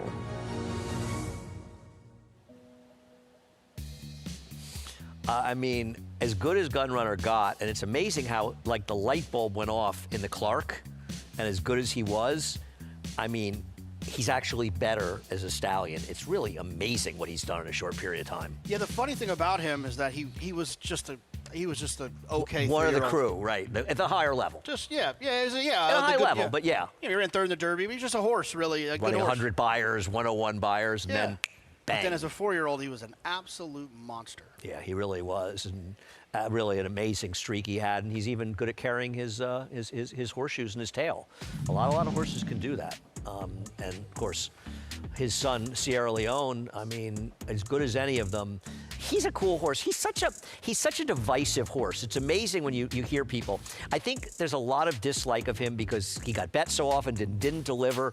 But I defy anyone to tell me when he has not run a good race. He always runs well. That's the thing about him. I think the thing about him is that he was always getting a lot of attention. And I think the other thing about him is there was a lot of moments where it felt like, oh, this is the time it's going to play right into his hands, and then it didn't. So I think that annoyed people a few times because there was a couple of those situations. Travers. But man, he's a really consistent horse. And I thought he was unlucky not to win the other day. I mean, obviously a lot of stuff went on in that race. A lot of people were unlucky in there. Yeah, a lot of people were unlucky. You're right. But he definitely deserves to continue to be in the conversation at the top of that division. I think Sovereignty might have something to say about it when it's all said and done, but man, what a race that's going to be. No, I agree. It's not, in some ways it actually reminds me a little of the Breeders' Cup in 2006, where you had Invasor, who was the top older horse, and he was running against Bernardini, and I think Bernardini is a very good comparison to Sovereignty. I think a lot of people are forgetting how good Bernardini was. And those two of those met in the Breeders' Cup Classic. Bernardini, a big favorite, probably moved too soon in that race, but losing eventually to Invasor. I think it's a little similar to that. Yeah, I mean, I will say this, though, for certain, and I talked about this the other day randomly. We are very, very lucky that Sierra Leone and Fierceness came back. Mindframe, too. Mindframe as well, because both of those horses especially, Mindframe probably had a little bit more to prove. Sierra Leone and Fierceness could have been whisked off the stud. And the fact that they weren't for sporting reasons has allowed us to have one of the best older horse divisions that we might have and having one of the best classics with that handicap division with these 3-year-olds now coming into the picture. I completely agree between Peter Brandt and the connections that own Sierra Leone, Mike Rapoli with Fierceness. They came back because they wanted to race these horses. And, you know, you think about last year, the only discussion were the 3-year-olds. Now, they were very good in the Breeders' Cup Classic because there were no over horses to really discuss. Yeah. And this year, that's what you want. I mean, listen, I'm old. I remember when the 3-year-olds battled older horses all throughout the fall at Belmont Park. Now, mostly they go to the Breeders' Cup, but you want those kind of matchups, the good horses. And I guess the scary thing with Sovereignty is he has more room to improve. What happens when he even gets better from his Travers in a more competitive race in the Breeders' Cup? It might be hard for a horse like Sierra Leone. And you know who else we shouldn't leave out? Forever Young. I think he's getting ready to make his return as a 4-year-old. I mean, I think his performance in last year's Breeders' Cup doesn't get the credit it deserves because he may have been too close to the pace. Yeah, no, absolutely, and that's the style that he definitely doesn't like. Fierceness was obviously close to that pace too, but Fierceness is more comfortable up there. Right. No, I can't wait for it. I know you and I are both hanging out to the Breeders' Cup at Del Mar again this summer. And a funny board here where Dreamlike, the 2-to-1 favorite off the claim for Linda Rice, but the pick 6 sequence coming up. Already today they bet about double the carryover of 35,000. And let's talk about potential singles. And you were talking about earlier with me, the 6th and 7th races offer the best opportunity to at least go small. Yeah, I mean, I think sounds like a plan. In race 6, the 5-horse for Ratio de Paz feels like you can get a little bit skinny. And then in the 7th, I thought the 2 aggregation.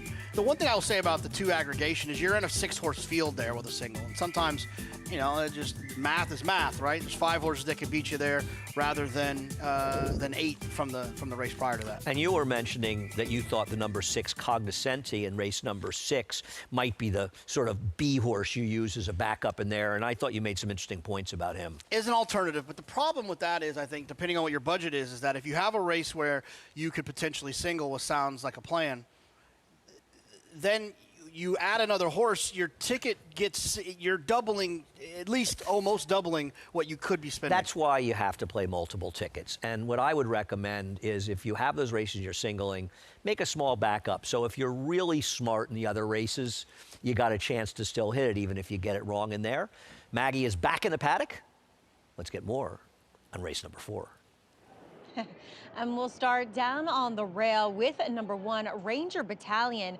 And I think you have to come to a conclusion with this horse of, is it the wet tracks or is it Linda Rice that has moved him up considerably off the claim? Now, I did note when he made that first start off the claim back in July that he had really kind of filled out, developed nicely, grown a bit under Linda's tutelage. And it's kind of natural maturation as well, as he is a 3-year-old, let's not forget.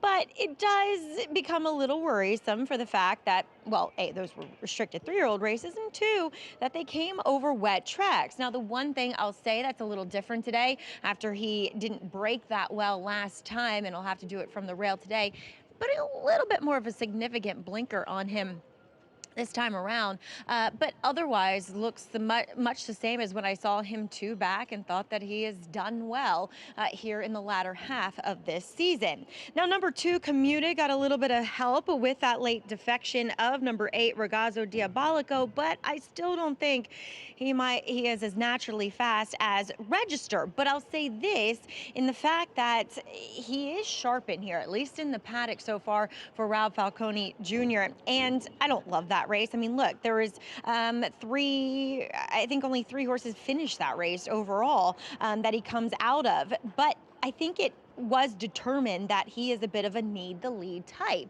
And talking with Rob after that race, he can be a little bit of a cheeky fellow. And when you're one that wants to maybe not, run to your full ability, that the best thing to do is to put a horse like that on the lead, and that's what they determined. So we'll see. Ricardo Santana up again here, and how aggressive he'll be might have some bearing on how this race plays out, Andy. Thank you, Maggie. I gotta say, I think this is I think the first two, the second race, they're tough for different reasons. You just don't have anything really go on the second race. I feel like Commuted had the run of this race in a 4-horse field up front, and of the two, I prefer Dreamlike. But man, Dreamlike's a tough horse to trust, Jonathan. Yeah, I just don't trust him, and I didn't think he would be this short. My excuse for not trusting Dreamlike is I always feel like he's overbet, but I'm no genius. I did not think he was going to be this short. That whole argument sounds a lot smarter than it was when I created it, looking at this race. I just went with Commuted because I thought he'd be in front of him, and when I'm feeling like there's a horse, or I went with Commuted in second. Right. But why I picked him over Dreamlike is because when I feel like there's a tie between two horses, give me the one who's going to be where the other one has not been yet. And you're getting a much better price. I think the one horse that we agree on that can win this race, but you and I are both trying to beat, and maybe that makes him a cinch, is the one Ranger Battalion who gets to a fast track. When it comes to Ranger Battalion, you look down on paper, he's just not as good as he looks like he is on paper. And even though he had this sort of mediocre start there, the race played out in a way where the bad start didn't really hinder him. When you're a deeper closer and you're in a race that falls apart, breaking a length slow isn't really that big a deal. And he got a pretty delicious trip thereafter, after getting an incredibly good trip in his race 2 back. July 12th, the day where every single dirt winner spent a significant portion of the race on the rail, which he did before angling out in the stretch. Yeah, so it's hard to trust him in that regard, right? It's like, and here's the thing about horses like this. These horses win all the time. All the time they win. I would not be shocked. I'm not going to, oh my gosh, this is the craziest thing that's ever happened if this horse wins. I'm just saying that I believe he loses more than his price suggests he does. Well, I think that's fair. I also wonder if sometimes these horses don't necessarily bring their Saratoga races down south. That things worked out for him upstate, and now they come down a little different. I would be inclined to try to beat him. Of the horses taking money, I would use the number 3 over him. I'm going to try Register, who's an even bigger price for Katie Davis, so I'm hoping gets an aggressive ride. I know you like the 6 House United as your top pick in this race. We'll talk more after the post parade as Ranger Battalion coming out for Linda Rice and Dylan Davis. Yeah, like I said, the horse can certainly win, but when you look down on paper, I just don't believe this horse is as good as his form suggests. The 2 is Commuted, Ricardo Santana riding for Rob Falcone. He had an aggressive ride last time. We'll see if Ricardo duplicates that here. Linda with another one, this one with Flavian Pratt, Dreamlike. It's almost funny, this horse ran second once upon a time to Saudi Crown in the Pennsylvania Derby. And they're both still running. The 4 Register goes out for David Donk and Katie Davis. Yeah, I got no problem with this one. I know you like this one. It's definitely one that could pick up the pieces. I'm curious if you like the horse at 5-1. 5-1 is sort of on the edge of what I would take. I was hoping for more. The 5 Hot Spun, he could blow up some pick 6s with Christopher Elliott. Yeah, he sure could. House United, your pick, Manny Franco riding for Rob Atras. Yeah, I just think this horse's last 3 dirt races are pretty darn good. The 7 Swaggish, Wayne Potts and Kendrick. Yeah, I wouldn't be surprised with this one, the speed. We'll see what happens. Kendrick could really spice this thing up from the outside post. I'm hoping that Katie's aggressive. I hope that Register's the fastest of the speeds, but you don't really know how things are going to play out because Ricardo could try to be aggressive with Commuted. I thought Register might have the best speed of anybody, but here's your choice, the 6 House United. Yeah, if you look at House United, he's one of those horses where, he ran in the mile at Saratoga, which, you could make whatever excuse you want. Sometimes they'll like that configuration. Sometimes they won't. I use the excuse when I need it, and I ignore it when I don't. You know what I mean? So there's an opportunity for him to take a step forward off of that effort, but I thought he ran well there. His race 2 back, I thought he ran well. There's been a couple of horses that have run back and run well out of there. That starter allowance going 9 furlongs. And I just think he's probably better going the mile in his 9 furlong race, running as well as he did in that 9 furlong race, suggests to me how good of form he's actually in. And I don't disagree. I think he's been running well. Indy Magic, who beat him last time, just ran huge in that race. A big performance off a win for him, and I don't disagree. House United makes a lot of sense. I mean, the thing about him is, you look at his dirt races, they're incredibly consistent. He's always running right around an 80 buyer. And an 80 buyer may be good enough to win this race, and I think his consistency makes him, that's why he's the favorite. He's maybe the most logical horse in the race. Yeah, I mean, I think he leaves the least amount of questions to be answered. Yep. The rest of them, and that, you know, I guess at a short price, that's okay. The 3, on the other hand, who's basically flipping back and forth between favoritism, he's got a lot of questions to answer. Is he going to improve from Linda? Is he? There's a lot of questions that Dreamlike still has to answer at a short price. And claiming from Todd Pletcher, not always the easiest thing to do, Maggie. No, that is for sure, Andy. And I do like the appearance of Dreamlike, but boy, has that good form from when he was a 3-year-old eluded him as of late. And furthermore, I just feel like I want horses that are at least going to be forward in here. And he is one that generally doesn't have that much speed, though, you know, I think last time he was just drawn into the race because it was such a short field. Now, number 6, however, House United, who we heard JK saying that he liked, I thought he had a little bit of trouble last time out. He had to check when he was entering the backstretch at that weird kind of dog-legged turn that you make up at Saratoga out of the Wilson chute, and had a bit of a wide bid, and he eventually just followed the winner. I do like this true 1-turn mile configuration for him. I think it fits him. He comes in here sharp. He has gotten full of himself out on the racetrack, which is good to see, and wondering if he will be a little bit more forwardly placed than what we saw from him last time when he was, you know, he wasn't too far back, but it was a compact field and it was a slow pace. So wondering what Manny Franco opts to do with him, but I think they're all going to be chasing number 4 in here, Register, who gets back on a fast track for the first time in a long time. And he might be a little slower on paper, but there is a 93 buyer speed figure horse in there somewhere. Will it ever be shown here again? It was here at Aqueduct. It was at a 1-turn mile. So I'm going to hope that he and Katie Davis can recreate some of their old magic together. He looks fabulous on the track, in the paddock. Really liked what I'm seeing from him. And then the horse that I wasn't really expecting to like, that caught my eye in the warm-up, is on the outside with number 7, Swaggish, who I thought ran well last time out. He was hustled for a forward position, going that kind of cutting back to that 1.5-turn mile, I should say, at Saratoga. He was chasing. He was the first one to make the move, and the eventual winner was the favorite that day. He just really framed up beautifully with Kendrick Carmouche aboard, who does stick around, and I always kind of like to see that with Kendrick. So we'll see how much he uses him early, but at least he gets that nice outside position, and hopefully will be stalking Register, who, Andy, I know you and I are hoping he just takes him gate to wire. I think it is their big host. You know, a horse like the 4, people might look at it, and right now there's a closing in on 4 times the pool in the pick 6, which I think reflects just how difficult this sequence may be. With Register, people might look and say, well, he's a wet track horse. No, he's a horse that happens to have been on 4 straight sloppy sealed tracks, muddy sealed tracks. He hasn't had a chance to be in a dry track. He's run figures on dry tracks as fast as any of them, and the best figure he ever ran when he won by a nose, breaking his maiden, was on a dry track about 2.5 years ago. Yeah, I just have a hard time with, like, the idea that horses can run well on 3 different racetracks, sloppy, muddy, sloppy, muddy, sloppy, and that they, all of a sudden they get on a fast straight track and they're not going to like it. Yeah, I think when you want to play that game about horses wanting to run really well on the slop, that's fine. Maybe horses do enjoy it. But this idea that they only like that and they won't like a dry track, it seems a little silly. There are very few horses that can really only run on wet. And there are some horses that don't love a wet track, that run well on dry tracks, but those horses, I think, for the most part, are closers.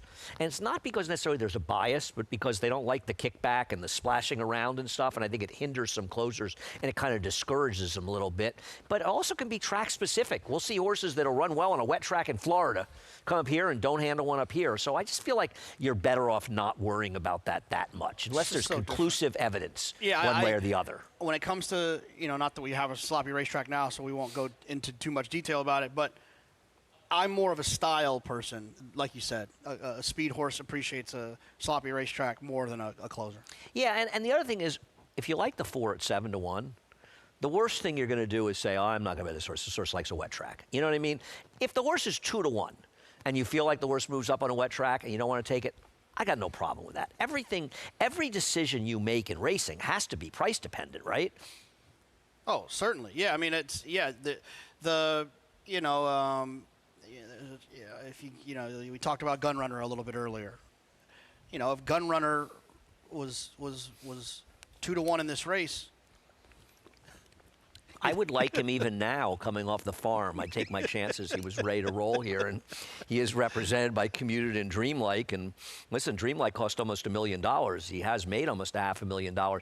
Horses like Dreamlike are very frustrating for the connections, obviously, because he had huge ability and it just never worked out. And a lot of it's to do with issues. But you're talking about a horse that's run some very big speed figures in his career, but it's a tough game, and even the most talented horses, just for whatever issues or things, don't necessarily go on with it. Few horses left to load.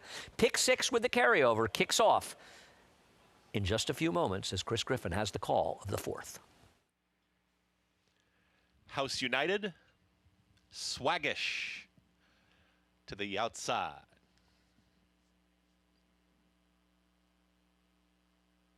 Swaggish goes in. All set. Pick 6. And they're off. Register breaks right out on top and towards the inside. Here comes Commuted to challenge that early leader. It's Commuted now with a head in front. Register towards the outside. These two hook up early. Just off of them, Blue Silks is House United. At the rail, Ranger Battalion. Dylan Davis, they're going to track in 4th as they're well spread out as they come out of the chute. Swaggish is traveling in tandem with Dreamlike, and the trailer, Hot Spun. The leader is Commuted. It's mild pressure now to the outside from Kitty Davis on Register. Moving in closer, here comes House United. Manny Franco on the move, 23 seconds flat for the opening quarter mile. Ranger Battalion is trying to cut into the margin, just on that ground-saving journey towards the inside. They're in 5th. Here comes Swaggish, who's now coming to the frame. Kendrick Harmouche, they're in 5th, just about 3 off the lead, almost 3.5 with Hot Spun. At the back with Dreamlike in less than a half mile to go. 46.31 for that half mile time. Commuted is still there. Here comes the run from Register, challenging towards the outside. House United is on the move 3 wide. Ranger Battalion nowhere to go at the rail yet, is following Commuted's path, and they are still well into the far turn, approaching a quarter mile left to go. Commuted, Ricardo Santana Jr., front end speed once again as they reach the top of the stretch. Here to the outside, House United. The rail opens for Ranger Battalion. They try to pounce on this leader, Commuted, who's now sticking his neck out. Commuted with the oncoming challengers. House United center of the racetrack. Ranger Battalion continues to drive there at the rail. Less than a furlong to go. Here at the rail, Ranger Battalion, Commuted still there. House United, 3 of them across the racetrack, trying to join latest Dreamlike. House United, Commuted, right there down to these two. Got tight. Photo finish. The photos between House United and Commuted got real tight there for Ranger Battalion. Dreamlike ran on.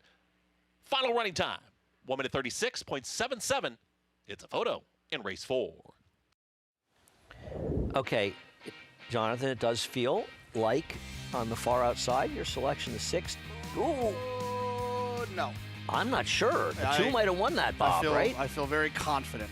Really? The 2 won that, Bob. Ooh, wow. You know what? He deserved to win. Sure did. He did the dirty all work. the dirty work. I mean, the 6 could not have gotten an easier trip and a better ride from Manny.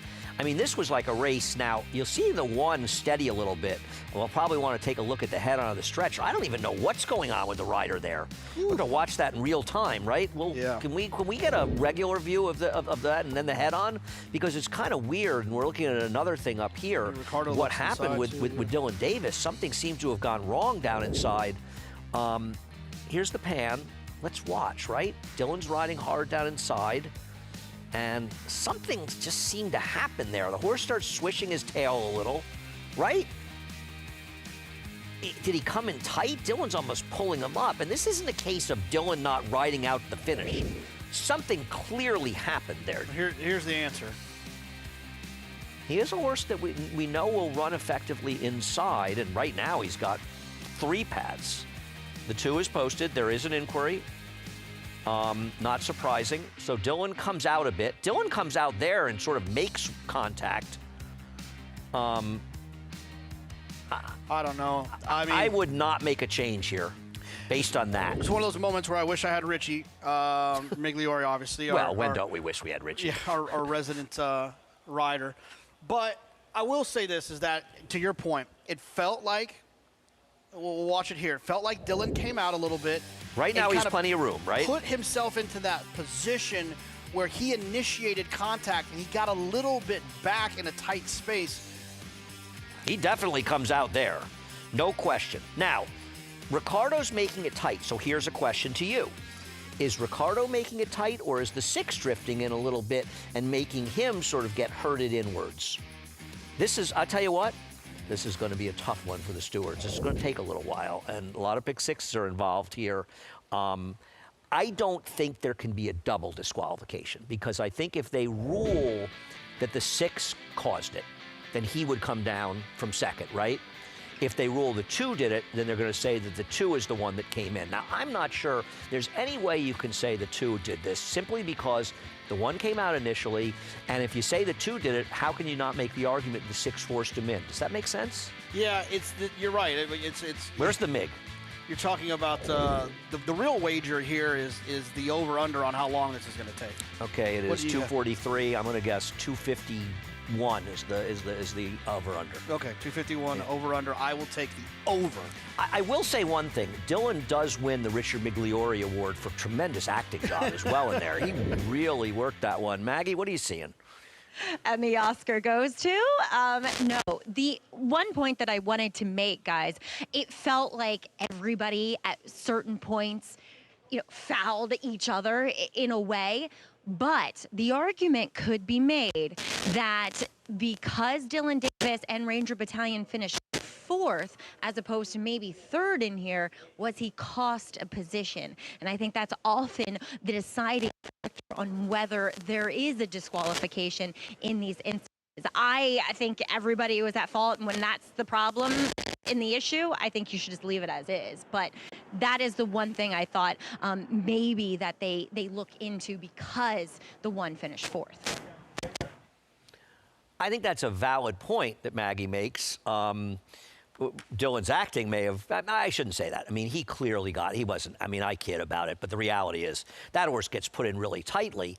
I guess part of my problem here with this is, Jonathan, and maybe this is incidental, and I can understand somebody saying it is, man, that horse had a long time to get through on the rail and was hanging down in there. Yeah, he was. Yeah, you're right. He had plenty of opportunity to try to go through there.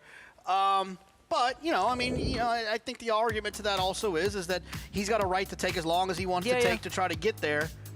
I just think they were all 3 in very tight, and that to find one person to blame here would seem to be a mistake. I agree with that 100%. I think you're absolutely right. I think that's a perfect way to look at it. I think something happened. Yeah, well, if you're on the 2, you're going to say, I came in because the 6 was coming. You know what I mean? That's going to be your argument a little bit, right? Yeah, but if I was, I've never been on the phone to make this argument. There's Ricardo and Jay Provenzano right there. Jay loves an inquiry, by the way. Nobody loves an inquiry more than Jay. I would make the argument, if I was Ricardo, that Dylan went into a spot that he probably didn't necessarily fit in. Well, he tried to force the first. Would you agree that the first potential foul, or the first thing, was Dylan coming out a bit on the 1 into the 2? Would you say that's fair? 100%. So if that's the case, he's already trying to create more room for himself. So he's kind of at fault for instigating in this situation. I think the right call here, there's so many variables, is to just leave them all up. The one thing I will say is when we look at the head-on here again, look at Ricardo in the 2 and focus on what path he's in, Yep. he never really comes over that much. Well, Dylan comes out into him here and instigates the contact. You can find the tractor path there. I mean, he comes in a little bit, but man. But isn't the 6 coming in a little on him on the outside too? So, I mean, it just seems like there's so many moving parts in here that I wouldn't change anything. It's a very anxious moment for someone who made a large pick 6 wager. Well, let's hope that most people have the 2 and 6, and they're not really worried about it. Well, I guess they could worry about a double DQ, but that to me would be crazy. But it's the racetrack. We've seen some crazy things. And I tell you what, Dreamlike appeared in the scene late, and he would be such a beneficiary because obviously the 1 was probably going to be closer at the end, and so he would be an incredibly fortunate recipient. Production meeting in the middle of the show. You know what would be fun? If you get those little small microphones and put them on the riders immediately after there's an inquiry. Just listen to what they say. As long as you've got like a 5-second delay and somebody's standing on the beeper button. I definitely wouldn't want to mic up Jay for this because I want to see. I want to see their reactions if we can of what happens when the decision is made one way or the other. Listen, we're all horse players. We've been around a while, and inquiries are agonizing, Maggie. They are, especially when you're involved. No matter if you're connections, if you're wagering on the race, it is agony. You're so right about that, Andy. But, talking with Ricardo Santana and Jay Provenzano, Ricardo saying, Manny's kind of pushing me from the outside and Dylan's first pushing me from the inside. And I think Jonathan's, observation is spot on. At the end of the day, Commuted is the one who basically stays in the same lane throughout. And I feel like, it's that intangible, but he deserves to win, right? He ran the best race. He set the pace. He fought between horses, which is such a tough position to be in. I know they're taking a long time, which isn't ever a good sign. It usually feels like there's a change in order when it takes this long. But because there were so many things going on, I feel like they have to take this amount of time. So this is a tough call, but I agree with what Ricardo said. He got it from either side, and at the end of the day, there's onus that can be put on. Oh, we have a change. House United got disqualified and put below Ranger Battalion in here, Andy, because, like I said, I think they found that he cost him a position. I think this is probably the right decision overall, because we saw Commuted had not deviated from his path, Andy.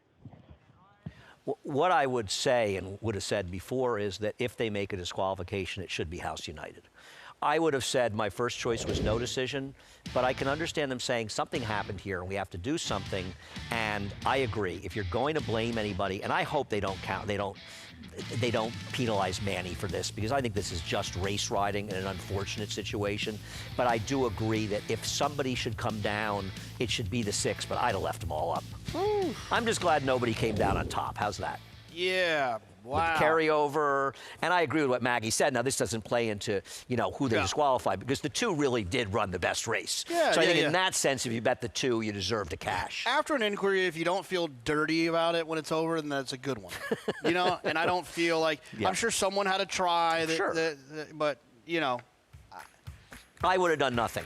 Yeah. And what Maggie said about taking more time, I'm going to disagree a little bit. I think these stewards, and I really think, with Cody coming in for the Jockey Club and Victor Escobar working for us, they're taking more time in general, because we've seen some long ones that have stayed up, and I think they're just making sure that they're on the right page and doing this, and I respect the decisions they've made.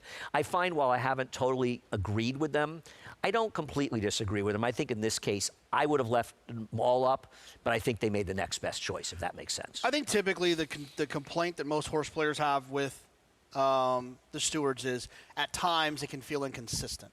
But I do feel like what they've done this year has been a little bit more consistent. So while you might not agree with it, I think the predictability of it makes people feel better. It's like when one happens on a Wednesday and then the Sunday the same thing happens and they don't change it, that is what can kind of make horse players a little crazy. And that came up when we did the Stewards review today, which, by the way, is available on YouTube, is taking that horse down, Fredo, in the Turf at Saratoga. It was a very similar circumstance to what happened in the Hall of Fame.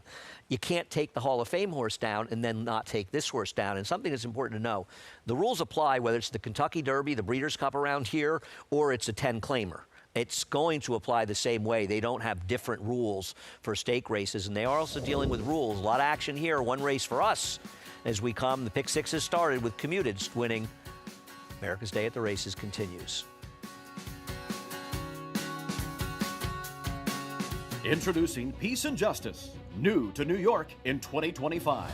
A proven sire with over 200 wins, 16% wins per starts, and one of only 2 New York-based stallions to have a graded stakes winner at Saratoga in 2024. Now, with 3 different racing surfaces coming to New York, and with New York breds running for equal purses as open company, Peace and Justice is the sure choice for 2025.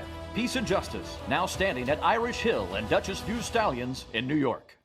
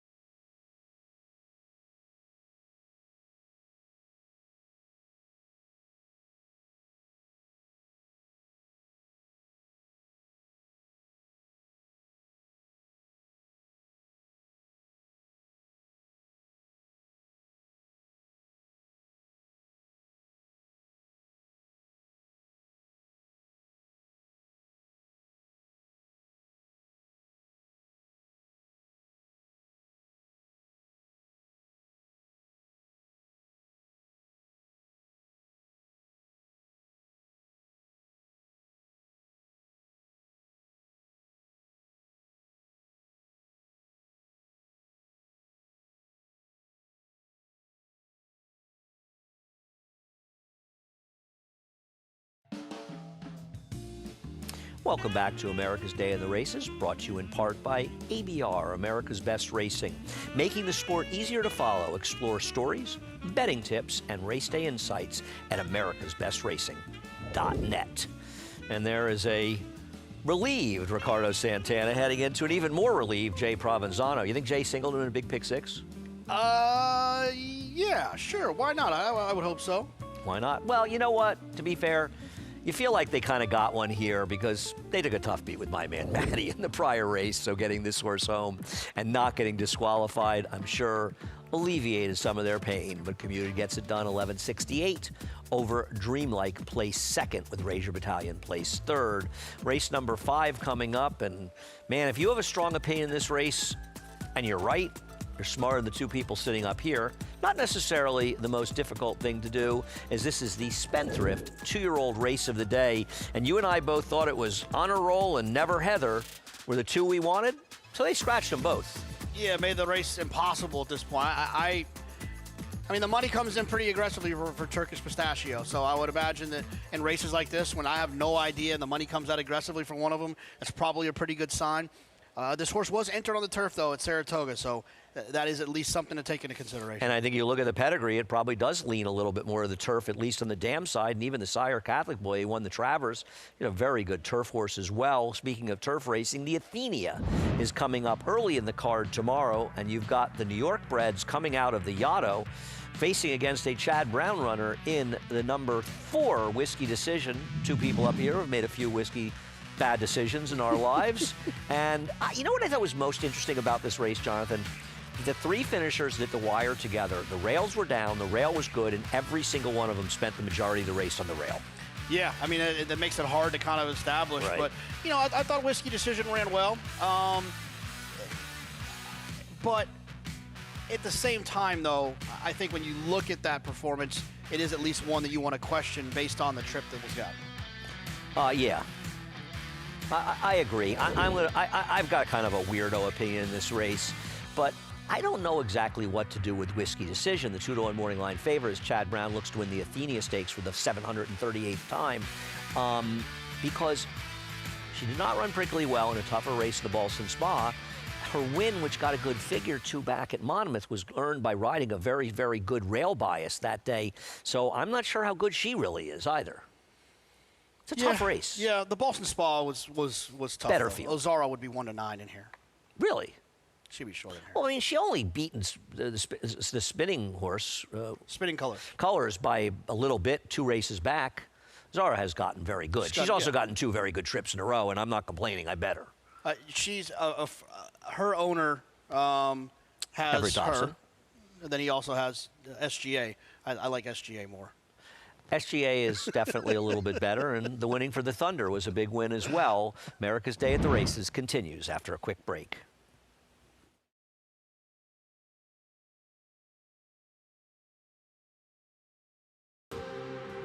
But it's all Pinehurst. Grade 1 winner at 2. Very impressive in the runaway Delmore Futurity. Graded stakes winner at 3. Pinehurst so gutsy. The highest earning son of Twirling Candy. Pinehurst last at home to win it for the United States. Bred on the same cross as Gunrunner.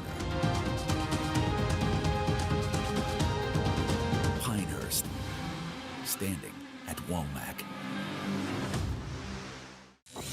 You bet with Naira Bets. Bet any track, anywhere, anytime. Download the Naira Bets app to play today and get a $200 deposit bonus. Watch live horse racing, get expert picks, boost your bankroll with weekly promotions, and hone your handicapping skills with exclusive tips and tutorials. Download the Naira Bets app now. Sign up now to claim your $200 deposit match bonus. You bet with Naira Bets.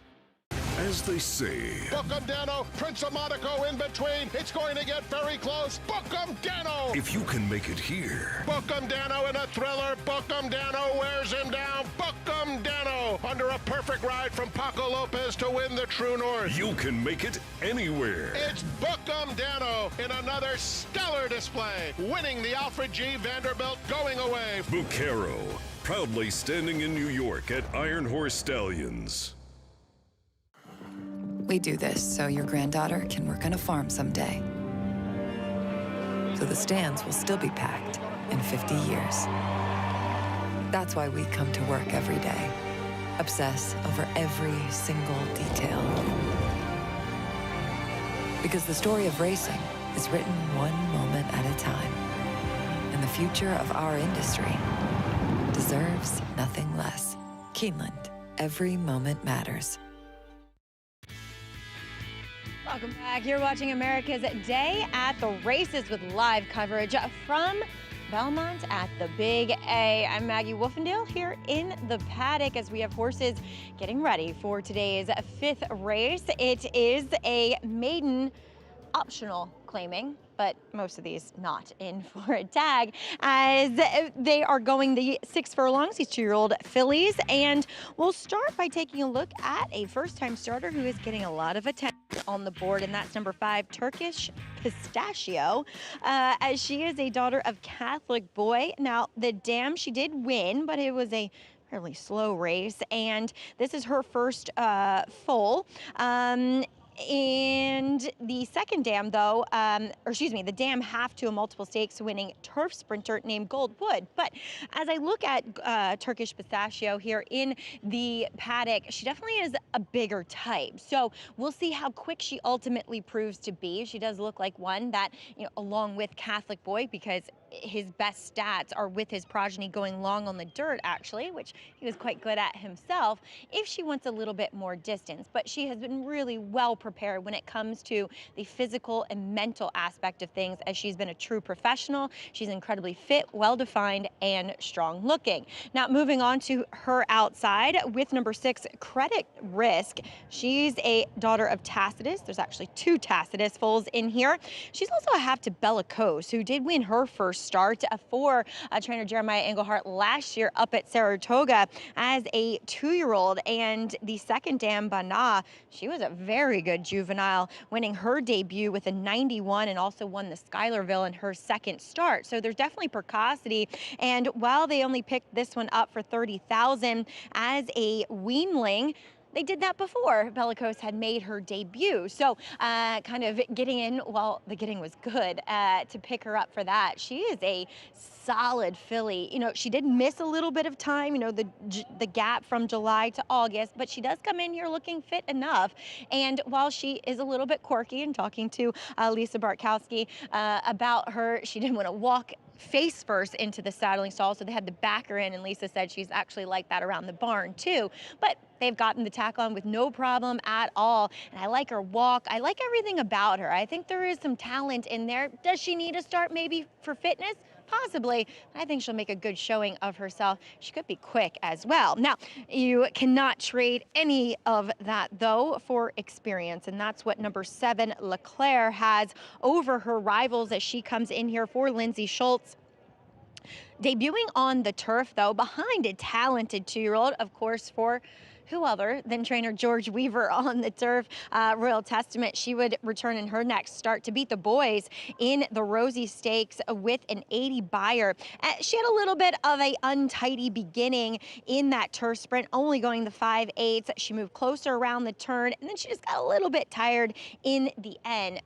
I would say a useful debut, though, because she looks incredibly fit here, is very calm and composed in the paddock, and I have no problems with her getting to the dirt. If anything, she does look a little bit more dirt meant. Overall, I know there is some more synthetic and turf on the bottom side, but Bo Liam has shown that he can get one to win on the main track. So, Andy, they are heading out here. I'm hoping it's still Andy with 5 minutes to post here for this maiden. Looking forward to it. Thanks, Maggie. Thanks, Maggie. You know, Greg and Paulie just showed up by the set. So, listen, Jonathan and I are very happy to leave if these guys want to take over right now. You're good with that, Jonathan? Yeah. You guys ready? Yeah. Okay. Maggie clearly wants us to leave. So, what she says goes. I got to tell you something. This is... I mean, maybe the 5, there's a story out and the horse can run, but this is a tough race. Yeah, it's one of those races that, like, makes everything harder than it has to be. You know, it's and it was going to be so much easier if the 8 would have run. I would have just singled the 8, used the 2 as a B, and moved right on. I like the 2 on a roll. I thought this horse's 2-year-old sales work was pretty good, but they're gone. The 1, Golden Miracle, going to be maybe the longest shot in the board, going out for Jose Jimenez and Christopher Elliott. Yeah, I mean, there's not a lot to work with here in terms of whether or not this horse is going to run well or not. Like you mentioned, the longest shot on the board, the famous all but 1, if I was playing. I picked the horse second. The number 3 is Full of Tact, not named for me. Gustavo Rodriguez and Eric Cancel. Yeah, homebred for Gustavo, who doesn't have a lot of success with first-time starters.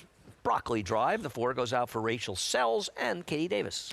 Yeah, it's another one who's got a pretty consistent work tab. Started off at Finger Lakes and then ended the work tab down at Saratoga. Heavy favorite, Junior Alvarado, and Carlos David goes by. And here's my top choice, the 6, Credit Risk, a guess with for Lisa Bartkowski and Carlos Santana. The horse was entered 4 times at Saratoga, July 17th, 19th, 31st, and 1st. I think at least a couple of them were MTOs or also eligibles at least. But the horse has been ready, I think yes. is the point I was trying to make. Good point. The 7, Leclerc, the one with experience, albeit on the turf. It was on the turf, but like you mentioned, experience goes a long way. We saw that a lot this summer. Just the reminder that the next fastest horse in the world runs into a horse with experience. Sometimes the horse with experience gets the edge. The list of really good horses that have lost their debuts to horses of inferior quality that had experience is very long.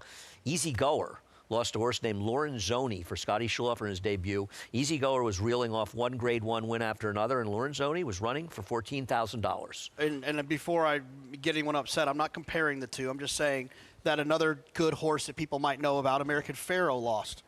I wasn't comparing him to Easy Goer. He did lose to a horse, I recall that. Did he win or run second in the Breeders' Cup I Turf Sprint? believe it was Ohm who did run second to Obviously in the Breeders' Cup Turf Sprint, if I'm not mistaken. That was a weird race. American Pharaoh ran 6th. I feel like Gary Stevens rode Ohm, too.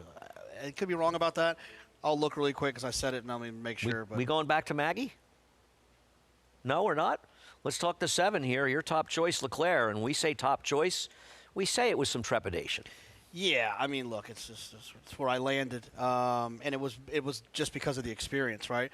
And I was right about Gary Stevens riding Ohm. Thank goodness, I thought I was wrong with that. Yeah, it's in a race like this, when if you're not guessing a little bit, you're lying to me. I went with the horse that I know has had some experience, who's got to run around there, that's been in a gate before, that does have a little bit of foundation, and the horse was 12-1.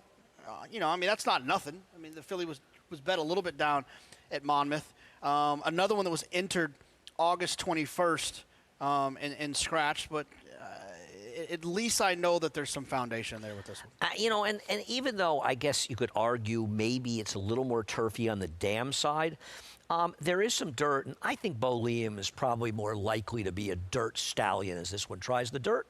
What are you thinking, Mag?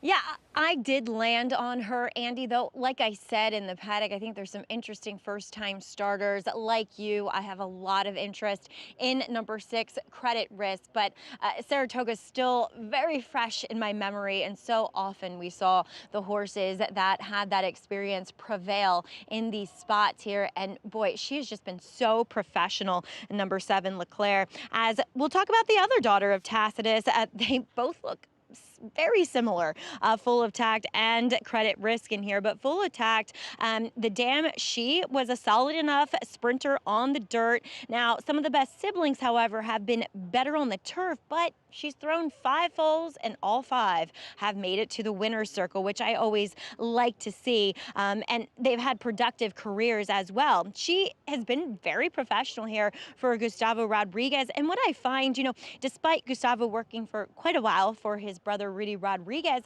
it always feels like when trainers start their careers, now obviously there's outliers, such trainers like Todd Pletcher have always been good with first-time starting juveniles, but it often takes a little while for them to kind of perfect the science of getting them ready to win first time out, especially when you start your careers in the claiming ranks. When you're not given a barn full of young horses to develop, you're kind of, playing the claiming game, you're patching horses up and trying to find different ways to make them successful.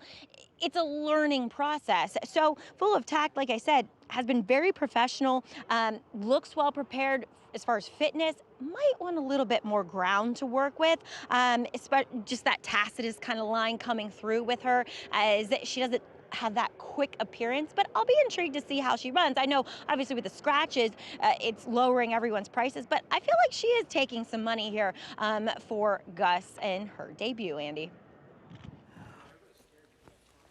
Thanks, Maggie, as the horses are heading into the gate for race number 5, and good luck in whatever wagers you're involved in, and certainly rooting for you if you're alive in this pick 6, I gotta tell surviving the inquiry in the first leg. I got to tell you, since this is an impossible race to handicap and the pick 6 is already in, I'm really excited to see what Paul does tomorrow in this alumni game. I am. I'm definitely betting on her. You can't, Paulie. There's some issue with batting, shoulder problem.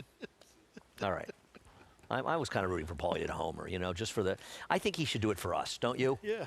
Like when the little kid says you should hit a homer for me. I think, Paulie, you should hit a home run just for your friends here at NYRA, your co-workers. They're heading into the gate for race number 5. Chris Griffin with the call. Broccoli Drive. Stepping forward. Turkish Pistachio.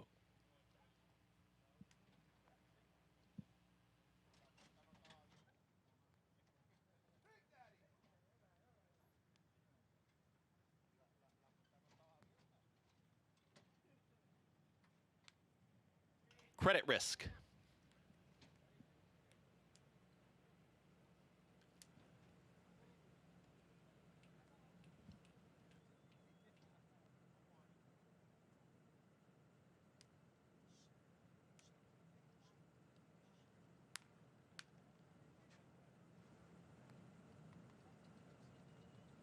Here's Credit Risk, a little reluctant, moving forward.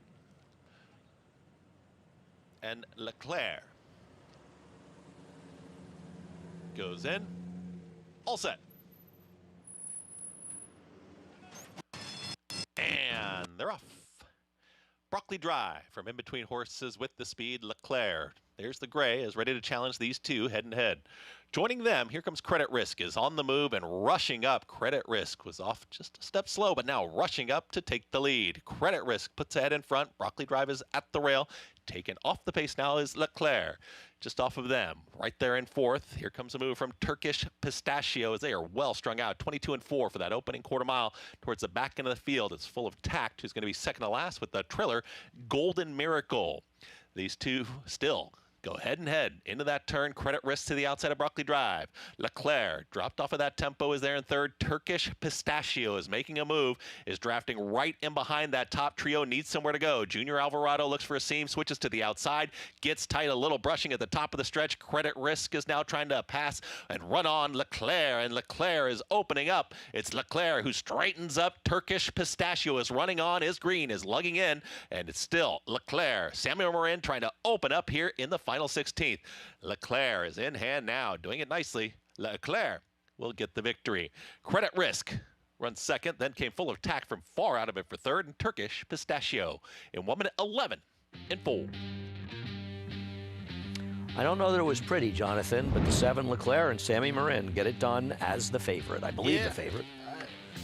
Yes. It's experience. I don't have anything more clever to say than that. I think that, you know, these horses learn a lot in their first starts. I think their trainers learn a lot about them in their first starts, and the opportunity to improve off of those starts, whether it be a switch from grass to turf or grass to dirt, or whether it be a distance change. That was the difference here. I think a really great part of that, extension to that, and I agree with you, is the 6. Didn't break very well, rushed up, was green, lugging in, lugging out. And a horse like the 6, you feel like, with the advantage of one race, might have been much more professional and probably would have won the race. Yeah, I mean, the horse obviously showed some ability. I guess the 5 taking all that money was the disappointing horse at 9 to 5. A little bit of bumping at the top here. I think he came out more into the 7 than anything else, and he didn't really cause much of a disruption in here. Fortunately, we won't have to sit through another inquiry in all likelihood. But Leclerc got the right trip and got it done under Sammy Marin.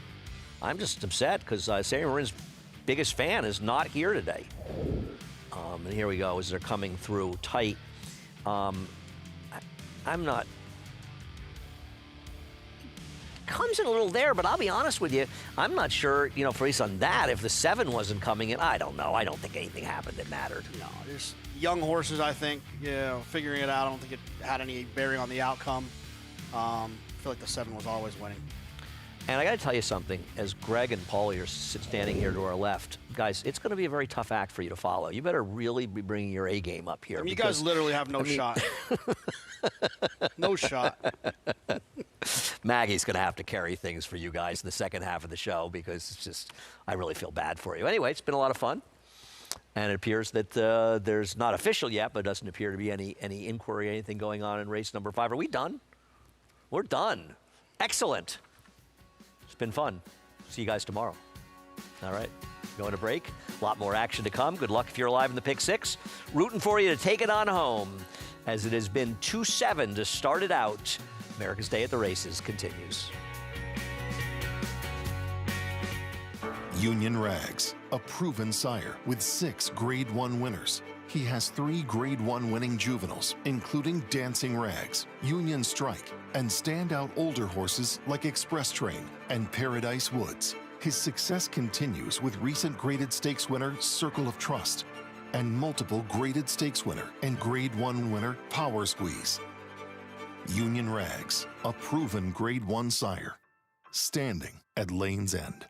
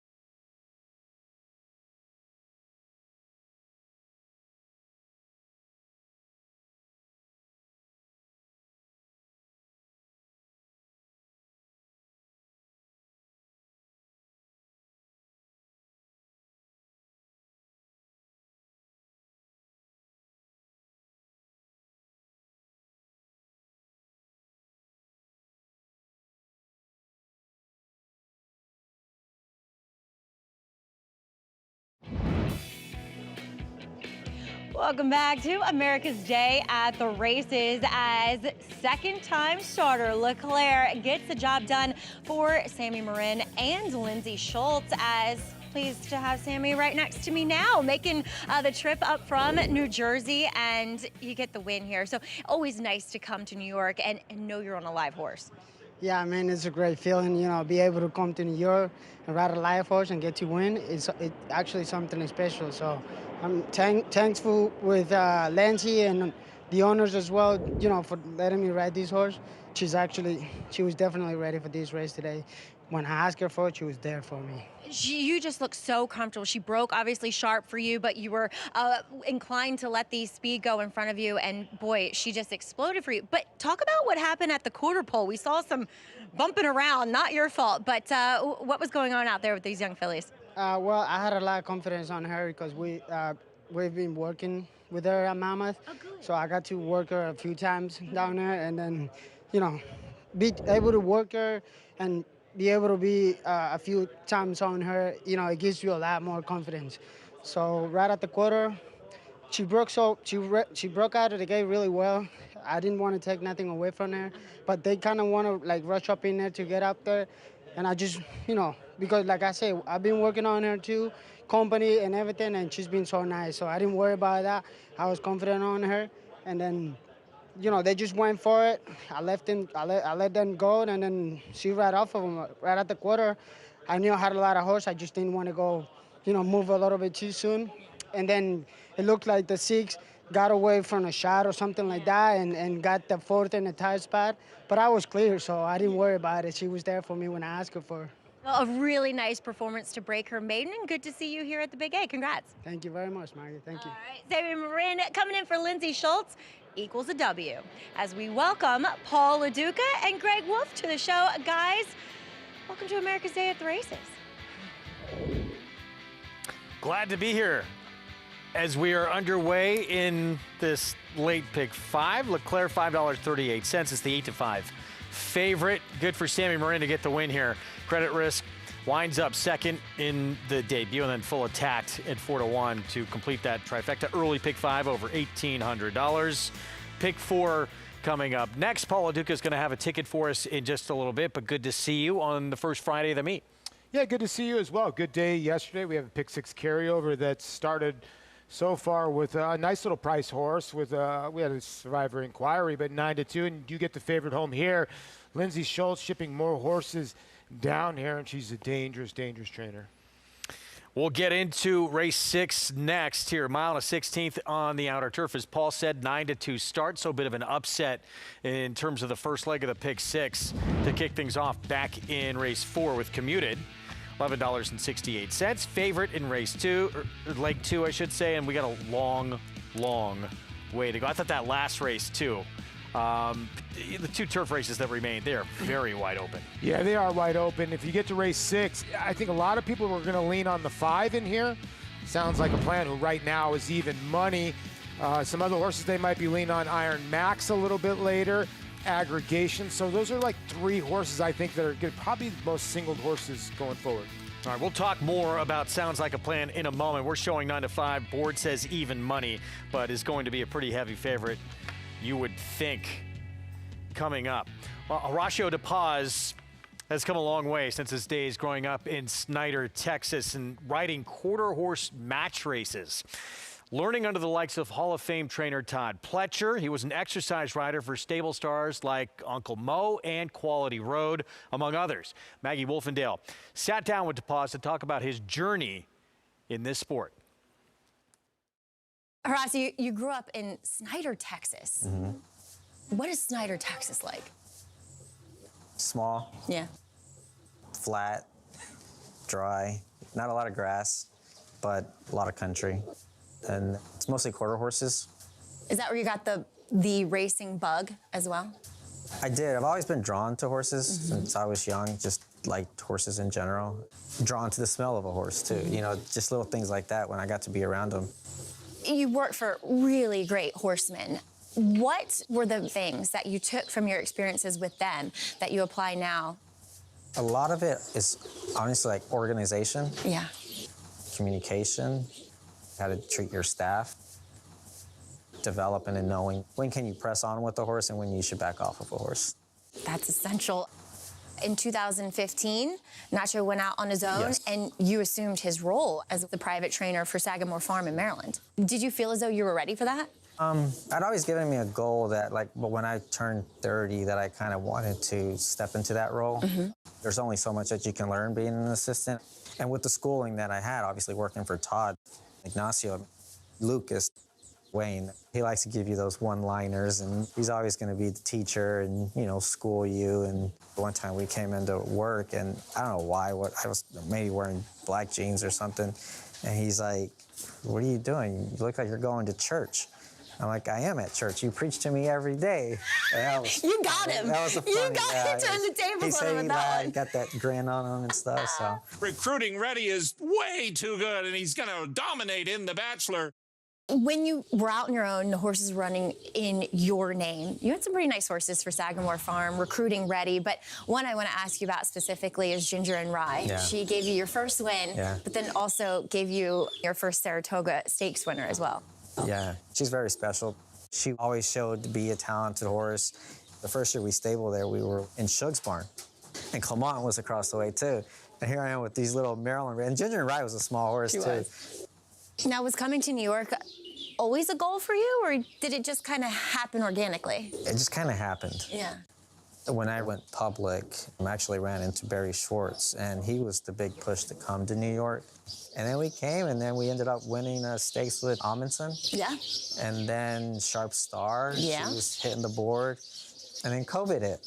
And I was like, oh, this is a good decision. So, we stuck through it. Barry kept sending horses, and, very thankful for him. You mentioned that it was a goal for you that once you were 30 to have horses in your own name, to be a trainer. What's 40? What's your 40-year goal? I was hoping I'd just stay 30. It's gone by. Don't we all? It's gone by quick. I think at this point, obviously, just trying to grow our business and the clientele. And like I said, when I came here with Barry, we had 4 horses. And this summer, we got up to 45 here at Belmont. This is not an easy lifestyle. It's 24/7. Why do you get up and do it every morning? Honestly, you love the process of trying to come up with that nice horse. And they're all projects, and you're all trying to figure out their quirks. I mean, every once in a while, my mom was, "Okay, you still gonna go to college?" And I'm like, "No, I don't think I'm gonna go to college now." So. It's off the cards, Mom. Yeah. So Horacio De Paz, he's going to have the heavy favorite here coming up in this 6th race. Was the private trainer for Sagamore. Yeah. Sagamore decided to scale back on their numbers a bit, and now has gone out publicly on his own, but very talented. Yeah, very good trainer. Obviously learned from a lot of good people. I mean, he's mentioning some really good names there, obviously, with his father. And then you go with D. Wayne Lucas, and there you see his charge in here. Sounds like a plan. Going to get Lasix for the first time, a colt by Twirling Candy. That's been pretty good, pretty consistent, and right now is your favorite. But Horacio's done some good work, and I think he's done really good work with a lot of New York breds since he's come up here. Even money. Sounds like a plan for Horacio De Paz. Ricardo Santana Jr. knows this 3-year-old well. Back on board for the 3rd straight start. Had the maiden breaking win on him last year as well as a 2-year-old. We'll have race 6 start of the pick 4 when we come back.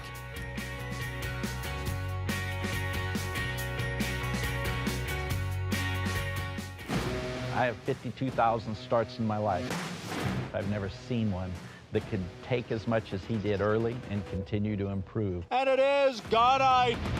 He's strong, he's attractive. And he's going to win the hopeful. He's extremely smooth and fluid. Gunite is a tough customer here as they come on for the finish. How sound he is. Gunite got the jump. Consistent mentally, physically. He will defeat Elite Power in the Forgo. Complete package.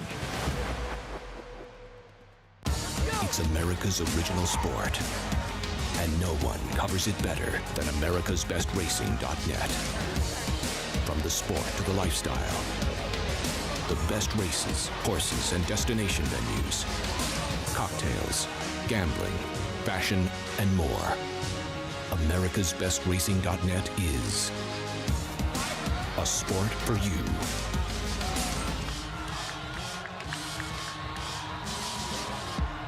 McMahon of Saratoga Thoroughbreds, home to 4-time leading New York sire Central Banker, sire of champion New York bred Bank Frenzy. Bank Frenzy, a hard-fought winner of the Commentator. And multiple stakes winner Sunday Girl. Clear winner in the John Hettinger Sunday Girl. Also standing into mischief's Grade 1 Sun Provocateur and top young stallion Solomini, sire of Mike Lee Stakes winner Doc Sullivan at McMahon of Saratoga Thoroughbreds, celebrating over 50 years of equine excellence. Dynamic pricing wins the Just a Game. King of Gosford. Sel Cordovez will win the Sword Dancer. Program trading and naval power. What a thriller. Fauna. In Italian to win it. Starlust. Domestic spending. Ocean Road. Big Am. Victoria Road. It will be McCulloch. Back with you on our Fox Sports 2 coverage. Opening Friday of this meet, Belmont at the Big A here on America's Day at the Races. It's brought to you in part where you can play it all. Naira Bet. Bet any track, anywhere, anytime. SPA 200, that code to use at sign up for new members as we look at race 6, where Horacio de Paz, who we just told you about, will send out this one, the favorite, heavy favorite. Sounds like a plan. Ricardo Santana Jr. will ride even money right now. Let's go to Maggie Wolfendale. And Greg, I really think he deserves to be the favorite in here. And it was funny watching that piece back. And Ginger and Rye, who gave Horacio his first stakes winner at Saratoga, who was aboard? None other than Ricardo Santana, as their relationship spans several years with a lot of success, as he'll be back aboard. Sounds like a plan here today.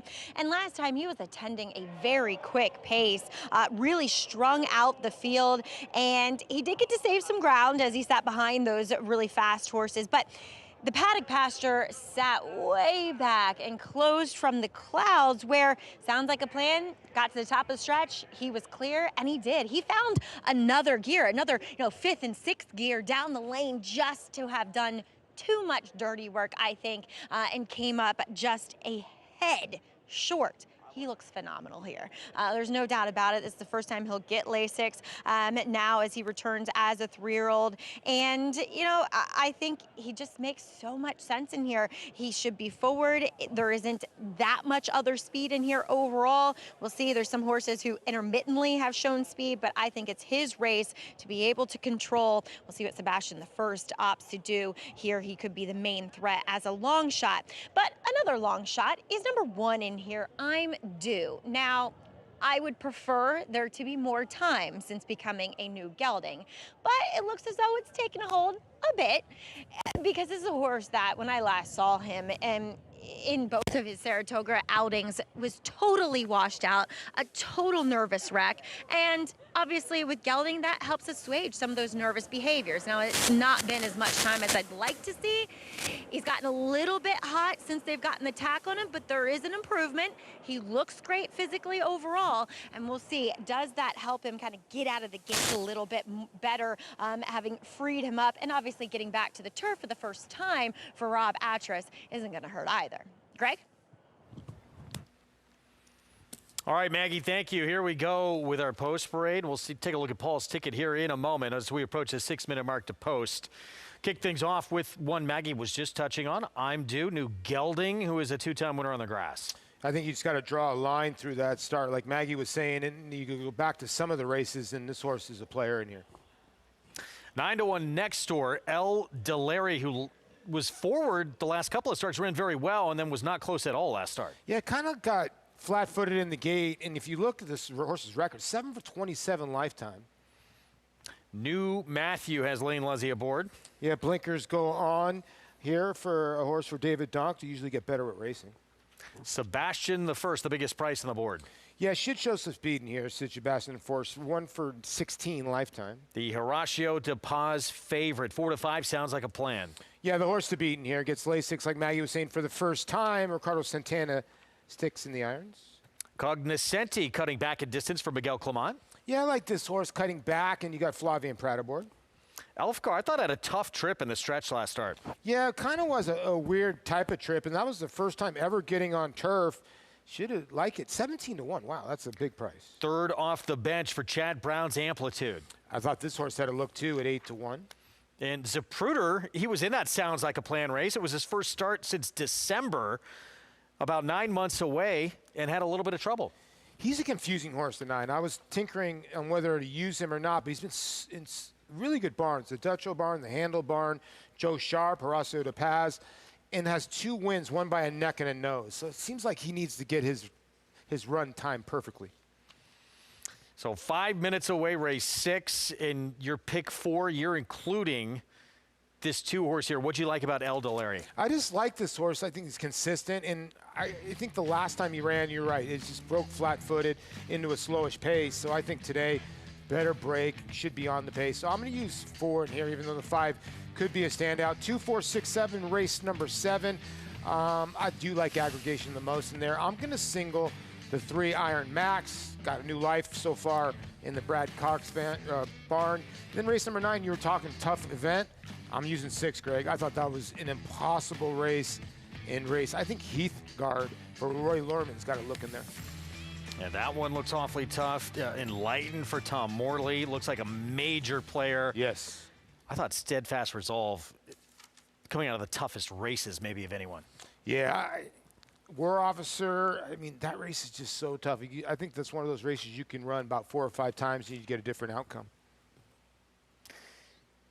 So even money here. Many, obviously, you look at the board here, have singled in this spot. You and I, though, felt is a little more wide open. Yeah, you know, the 5 at even money, you want to start to pick 5. Do you want to single? Horse was 4-1, 6-1 in the last 2 starts. Now, was a 5-horse field, and then the last time, did this horse move too soon? Because it seems like at Saratoga, whoever made the last move kind of was your winner, right? And it looks like he's going to win. It was a big effort. Just gets effort. Run down. Yeah. But the numbers didn't come back saying it's a whole lot faster than some of the others in this field, did it? No, not at all. And he gets run down by a horse from way out of it in the 6th. So it's just a really tough beat. And you're wondering now with that tough beat and then another tough beat, 2 back where he's able to carve out fractions, maybe the Lasix does help, but I don't know if that equates to 4-5. Odds on. Sounds like a plan. Ricardo Santana Jr. again back aboard. Let's go back to Maggie. Now, I think that last race does show that possibly Sounds Like a Plan can be effective when he doesn't get the lead. Granted, like I said, it was a torrid pace out in front of him, so it was kind of almost like he had the lead in a weird way, if you want to kind of say that.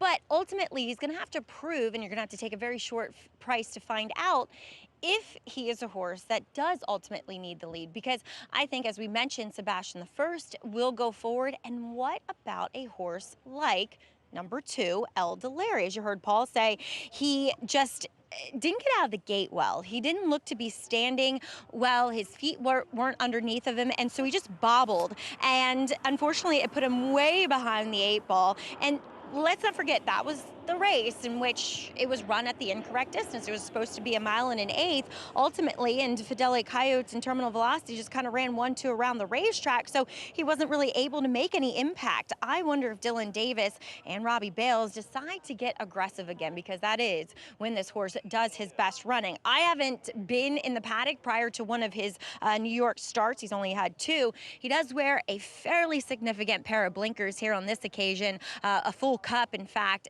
Does carry quite a good bit of weight. He looks like he's a good doer.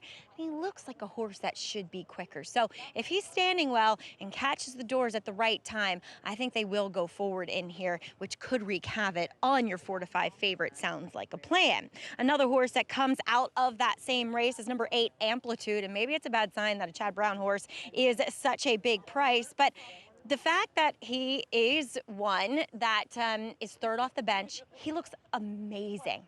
I hadn't seen him since he's come back now as a 4-year-old, but he has grown up considerably. He's mentally, he's grown up literally, physically too, and I just think he looks so good, so strong. And if there's some pace to develop, I think it could set up favorably for him. As a big price to his inside is number 7, Elfgar. And it's kind of one of those weird trips, right?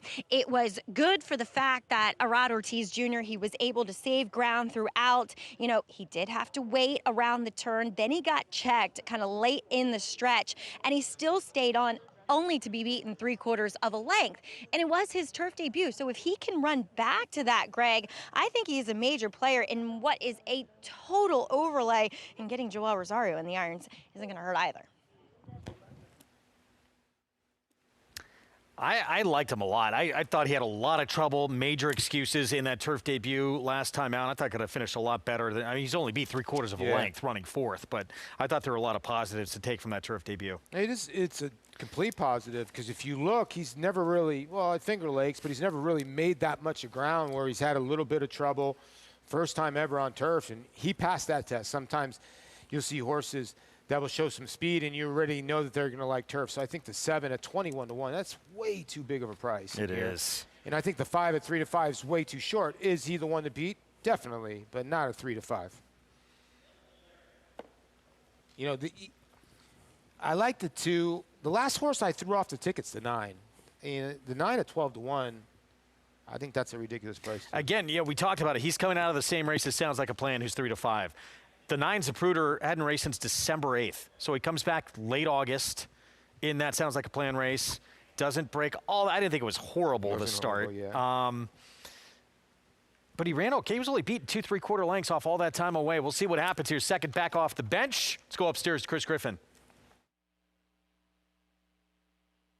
And they're off.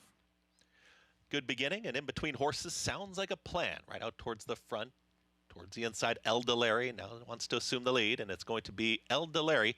Moderate tempo early, takes him to that first turn. Stalking will be Sounds Like a Plan, as just off of that pace setter, taken back was I'm Due. He's going to watch the action from 3rd. Then comes Elfgar, well-placed 4th, is in front of Sebastian the First, who's now in 5th. Then Amplitude, the 3 towards the back, they drifted out a little bit into the turn. That was New Matthew, who drifted out Cognoscenti, and Zapruder, the trailer. They worked to the backstretch 23 and 4 for that opening quarter mile. Nice and easy for El Delary on the lead. Sounds Like a Plan. No excuses is stalking, a half length back. And right there in 3rd, a big long shot, and I'm Due. That's the top trio as they work up the backstretch here, and Sebastian the First is right there in 4th. Elfgar is trying to keep up here from 5th for Rosario. Amplitude is switching towards the outside, wants to get forward towards the back end. Cognoscenti, Zapruder, and the trailer is now New Matthew. They work into the far turn, 48 seconds flat for that half-mile time. The top duo, they're still there. El Delary, Sounds Like a Plan, is ready to pounce, and here comes Sounds Like a Plan. It's just a neck back in 2nd. I'm Due is following that top duo, still in 3rd. Sebastian the First is now shoved along here from 4th. They reach the top of the lane. The rest with a lot of running to do. Sounds Like a Plan and El Delary, they start to sprint away from the field, and El Delary is proving a stubborn foe towards the inside. As Sounds Like a Plan with every shot to push on by. It Sounds Like a Plan. El Delary still there, nose and nose. Now Sounds Like a Plan asserts a touch. El Delary keeps fighting back. Give it to Sounds Like a Plan. A hard-fought victory over El Delary. Amplitude, and I'm Due in 1 minute 40.67 seconds. Sounds Like a Plan. Ricardo Santana Jr. had him in perfect position from the get-go. They ran a fast time here in 140 and change, 140 flat. It was a good ride here by Dylan Davis on the 2. He was able to go pretty reasonable fractions, 112, but you could tell that Ricardo always had the 5 in striking position, and these 2 just ran on with it. 2 as game as can be, but 3-5, your favorite gets home. So odds-on winner. Looked like El Delary was going to put up quite a fight here. Did until the very end. Keep your eyes on the inside here. We're being told Dylan Davis on... Oh, excuse me, Ricardo Santana Jr. on the 5. Sounds Like a Plan actually drops his crop. Can't see if you see it. He's trying to go left-handed, but they're in tight. I wonder where he drops it. Oh, when he switched right over, it dropped right there. You can see he's just going straight right-handed there. If we get a tighter look, we can show it. When he tried to switch the horse over to his right, a little tighter look, he lost the stick, but it didn't lose the race. 5-2-8-1. In striking position throughout. El Delary, much better break this time. Tried to control in the front end. Comes up short. And 3-5. I still thought that was awfully short, but gets the job done. Yeah, one more look here, tight on the outside horse here, Ricardo Santana Jr. He's trying to get it. Well, the 5's kind of leaning in, right? He's trying. There you see the stick go away right there. The 5 was leaning in, so now Ricardo's got no way of really striking the 5 or using the crop left-handed. So now he's just going to use what they call tossing the salad, and just uses the reins basically to get this horse home. And the 2 was fighting El Doleri. They both ran well in here. In the end, 3-5 favorite with the win. Ricardo Santana Jr., who had such a tremendous Saratoga summer, really a breakthrough meet for him this summer upstate at Saratoga. And he's carrying it forward here as we're back at Belmont of the Big A. Sounds like a plan. Odds-on winner to kick off this pick 4. Again, 5-2, 8-1. Going to look ahead of the weekend when we return. And the Floral Park coming up later this weekend. 6 furlongs on the grass. Miguel Clement with a trio of runners he'll send out, including Love Appeals and Don't Look Back at All. Stay with us. You bet with Naira Bets. Bet any track, anywhere, anytime. Download the Naira Bets app to play today and get a $200 deposit bonus. Watch live horse racing. Get expert picks. Boost your bankroll with weekly promotions and hone your handicapping skills with exclusive tips and tutorials. Download the Naira Bets app now. Sign up now to claim your $200 deposit match bonus. You bet with Naira Bets.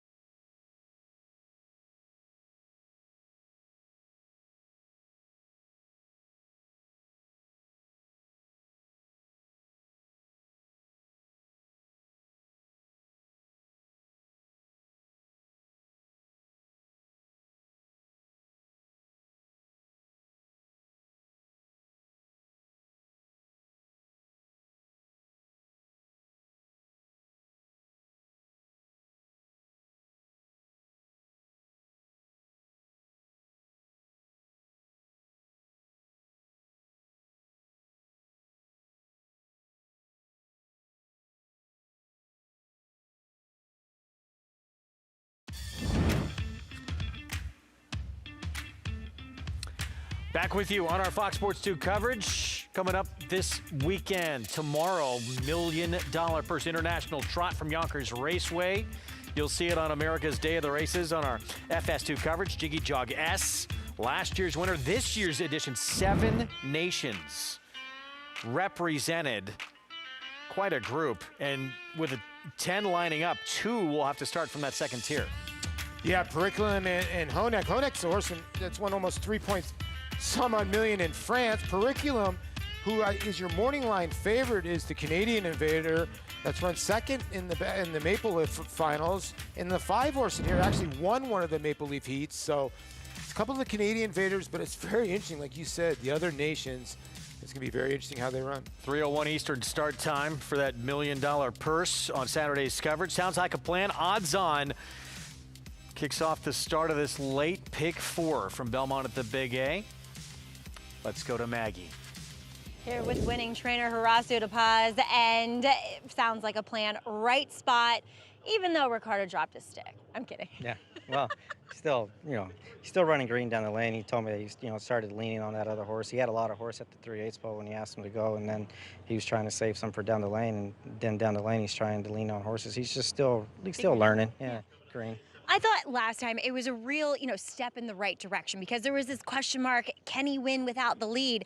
And he showed, granted off of a fast pace, but that he has gears, that he can quicken even when he sits behind horses. Yeah, and that's kind of been the frustrating part because in the mornings he's such a kind horse, to train, breeze, you do whatever you want. He's pretty push button. And then in the races it seems like it's, 0 to 60 very quickly. And then once he locks onto that bit, he's on it. And, 2 races prior, like he's made 3 moves throughout the race and comes up short in the last part. So it's and Ricardo knows him. He's warms him up lightly, doesn't get him too stirred up, and he sits quiet on him. Well, you've had a busy day. It's not over yet. In the next race, you'll send out Palace Boss. Now, you can tell me I'm wrong, but I feel like he's a true kind of 9 furlong horse, but tough to get those races to go. Yeah, this is the race that was, next in the book, so might as well run him. Like you said, those races don't come often, and he's one that likes Aqueduct, so. That's true. So we'll see. I like him when they like Saratoga. He didn't run bad at Saratoga. He's just, tough group, and it's just taking him a little while, but hopefully he'll get into that 2-turn later on. Excellent. Well, best of luck with him, but congrats. This sounds like a planned popular victory. All right, thank you. All right, Horacio De Paz getting the job done with his main guy, Ricardo Santana Jr., Greg. It's been a nice horse for De Paz. Stakes placed on a couple of occasions, including against Open Company, and now gets through this state-bred A other than condition. It's a good win. I mean, these 2 horses were well clear of the 3rd place finisher. Elder Larry ran his heart out. It just sounds like a plan. Kind of always had his number. You're looking at it and you're going, well, he won by about a head, and 3 to 5 shots he won by a head. That's probably a little bit more measured. It never looked like the 2 was going to come back on him in mid-stretch, but good job by Ricardo to, even though he lost the stick, to keep on going. 348 on top, Elder Larry 444 to place, and that double comes back $5.94. All right, need some help if you want this pick 6 to pay something going forward. Next race coming up, I would think we're going to see aggregation. The 2 is a pretty, I would think, heavy favorite in here, although Butta's opened up as the top choice early on. I would expect that to change. Butta coming off a neck defeat against George Briggs, who had been moved from, well, it was a race that came off, but a turf horse that stayed in and actually won on the dirt. Race, yeah, it was a good race last time by Butta, just losing by a neck. But I agree with you. I think aggregation will go off as your favorite. And then get a job. The 6 is actually getting played in the multis. Palace Boss, you heard Horacio De Paz kind of lands up here, but I liked his last race from the 1 hole in the Wilton Chute. Now gets here on the 1 turn mile. It's more conventional, I guess. I thought he had a look at 5 to 1, but this is another little tough group. But if aggregation comes here running, he's going to be tough. Ran very big off a long time away, over a year plus off the bench for Chad Brown. We'll see how he fares second back off the bench. Going to break, we talked about the Floral Park. Miguel Clement Barn, 3 he will send out in this race coming up. 6 furlongs, outer turf on our Saturday coverage. And a purse of $150,000 in here. And don't look back at all. Second, beat less than 2 lengths to maybe one of the very best in the division. Future is now last start. And just had a brutal beginning, as you can watch. Stumbled right there, and then, these sprinters are so athletic that he was able to get right back on his feet, or she was, excuse me. But when you run into a horse like Futures now, is just so hot right now. Don't look back at all. Just ran giant in this race. Now you look at, are the 5.5 furlongs or the 6 furlongs going to be okay from here at Aqueduct? He's got 2 wins and 7 starts. You can see he just ran up into a ton of trouble. And the horse that won that race is a nice horse.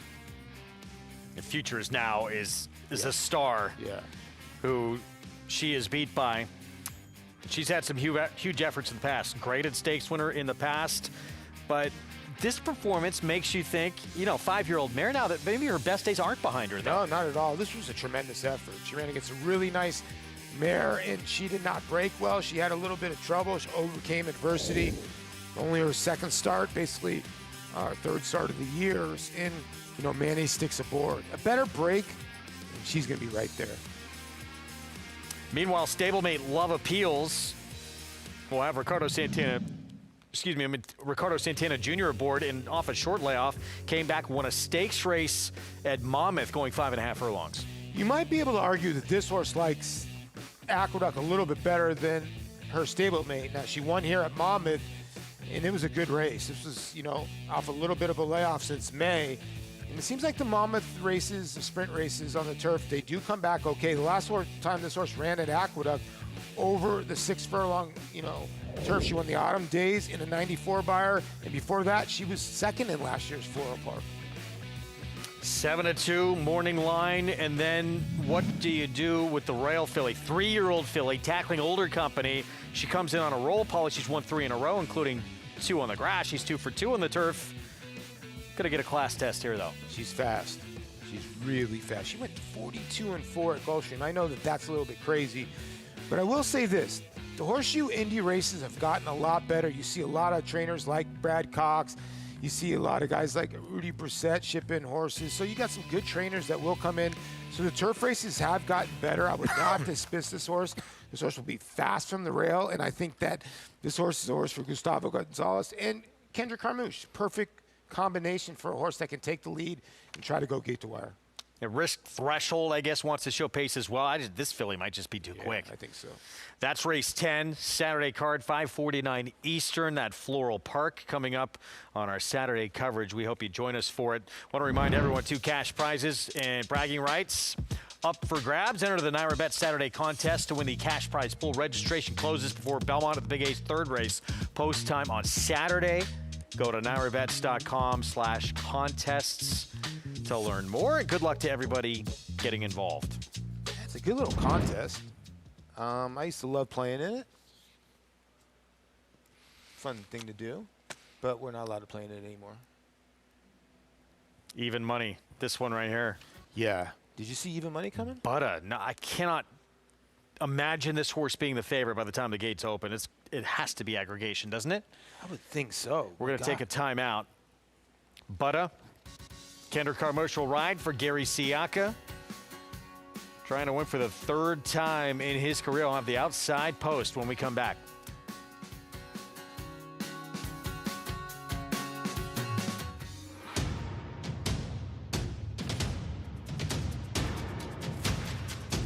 Drain the Clock will win and win by as much as he wants. Drain the Clock will bound home the winner.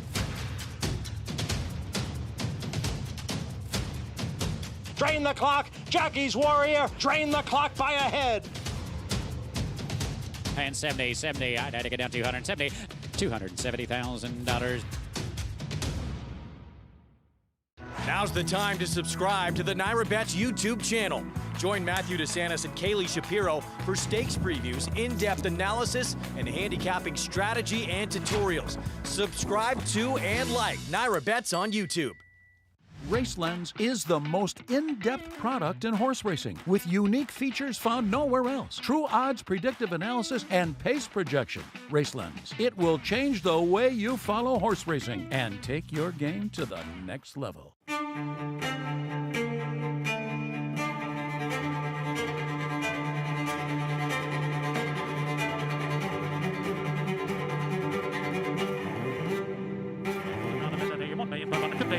$1,600,000, $1,600,000 bid now $650,000, $1,650,000. Anybody else want $650,000 bid today? $1,650,000 $1,600,000. Thank you. Racetrack Television Network brings you every race from every track on every screen every day. With monthly packages starting as low as $5, RTN gives you great value and access to more live HD streaming and race replays than anyone. Visit RTN.tv today to sign up and watch on almost any device, including Roku and Amazon Fire. RTN has packages that start at $5 per month.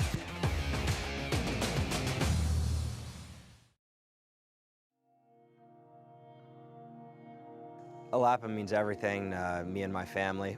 We moved out here about 5 years ago. Since then, every waking day and hour has been spent building this place into what it is now. It's really a spiritual, amazing place where we try to raise the best horses in the world.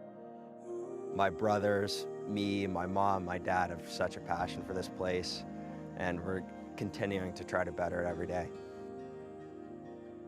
Selling's a huge part of our business. This September, we have a really big, great consignment of horses, backing off of a very successful Saratoga season. It is hugely important and fulfilling for us to be able to help people achieve their dreams of selling a high-dollar horse or buying a high-dollar thoroughbred. It's just so peaceful out here. It's a great environment for these horses. They really stay calm and relaxed out here. I grew up as a kid, you know, watching Curlin, and he was like a superhero to me. So definitely a special opportunity to be able to work with a horse like him.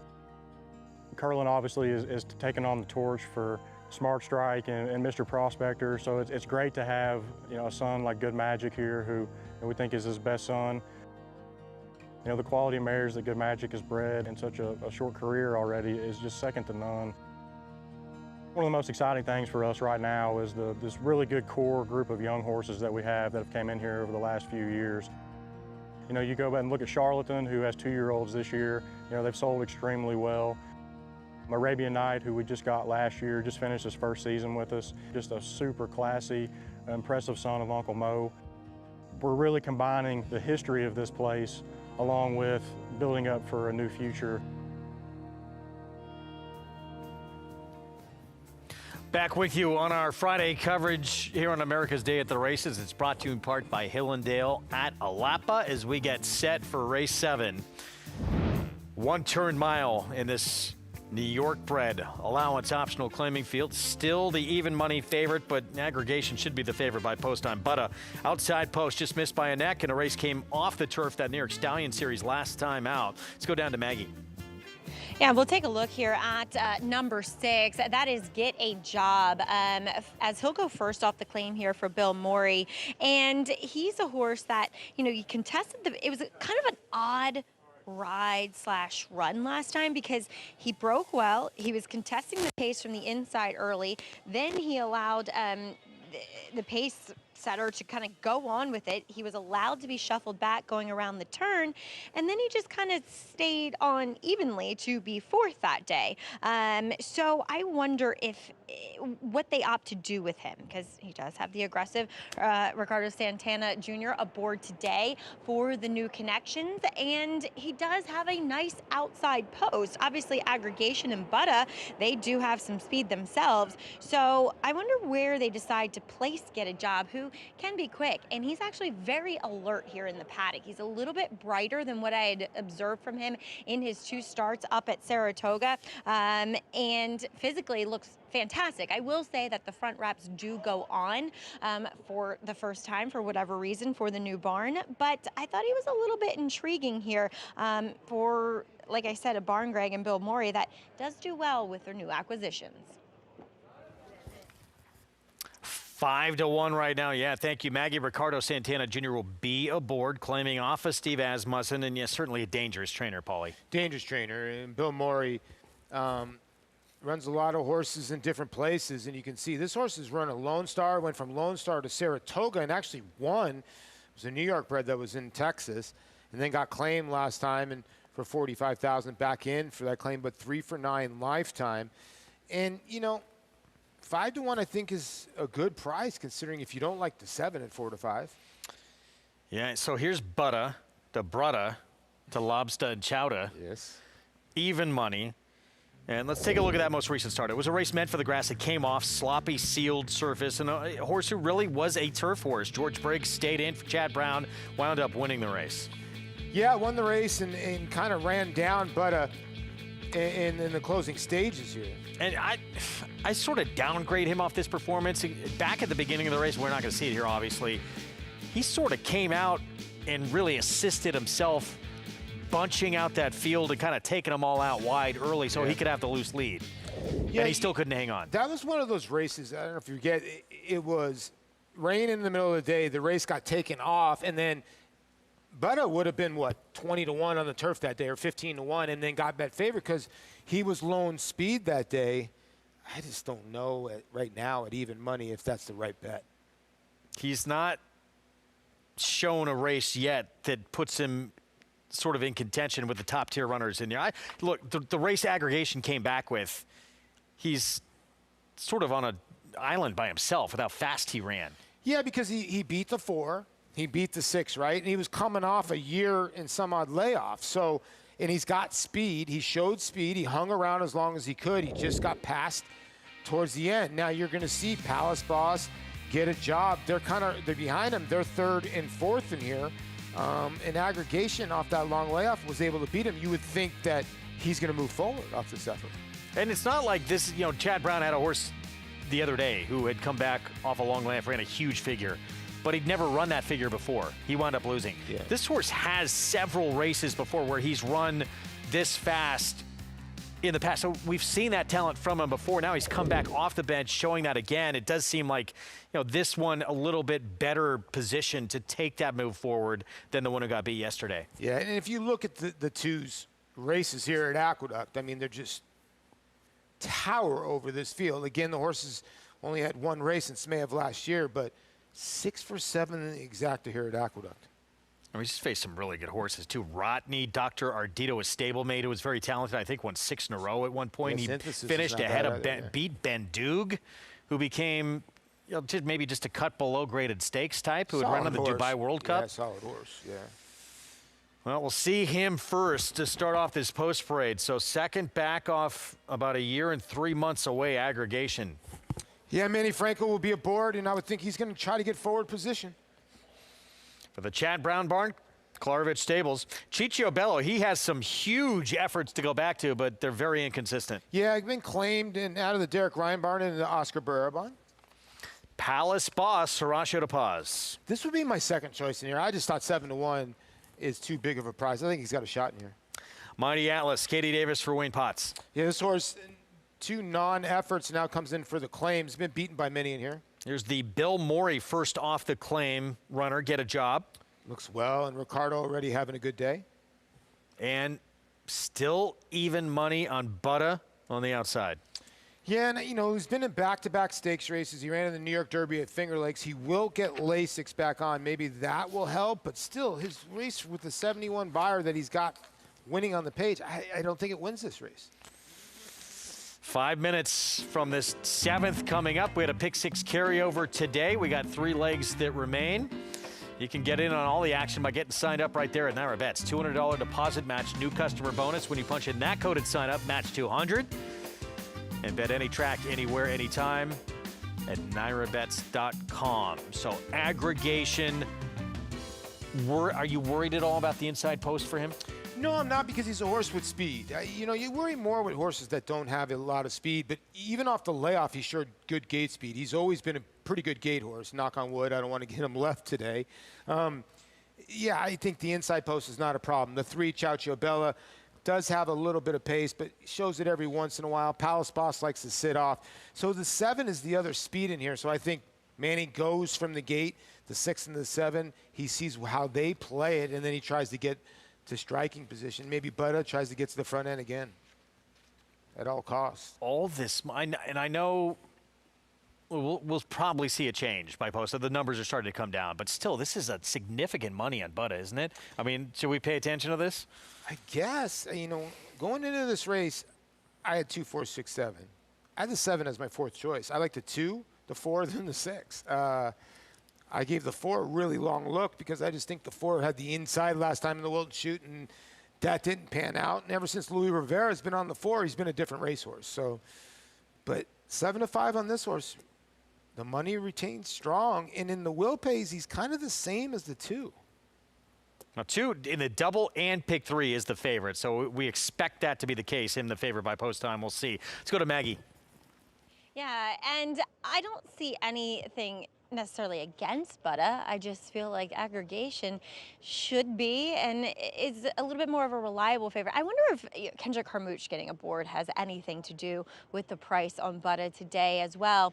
But aggregation, is a tough reader. last time especially, because he's a horse that carries an abundance of weight. No matter if he's running back in 2 weeks or 2 years, he's always going to be that type of horse that just is fairly stocky looking. So it was hard to judge how fit he was. Obviously, he was, 99.9% fit coming back last time out and really ran the best race, I think, of anybody without winning.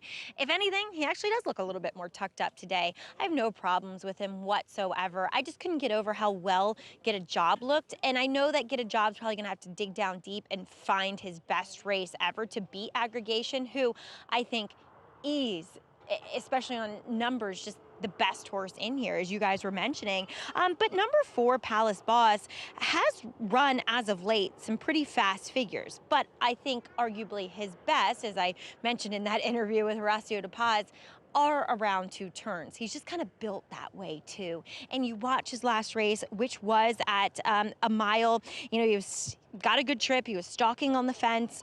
He tipped out, and he just kind of idled a little bit until the winner cut the cord that day, came rambling past him in the middle of the stretch, maybe losing focus a little bit, but still indicating that there's plenty left in the tank. There is a wealth of stamina with this guy. It's just, can he show it going a mile? He looks fantastic again. But like I said, for me, I went with the 6, Greg, but the 2's gonna be awfully tough in here.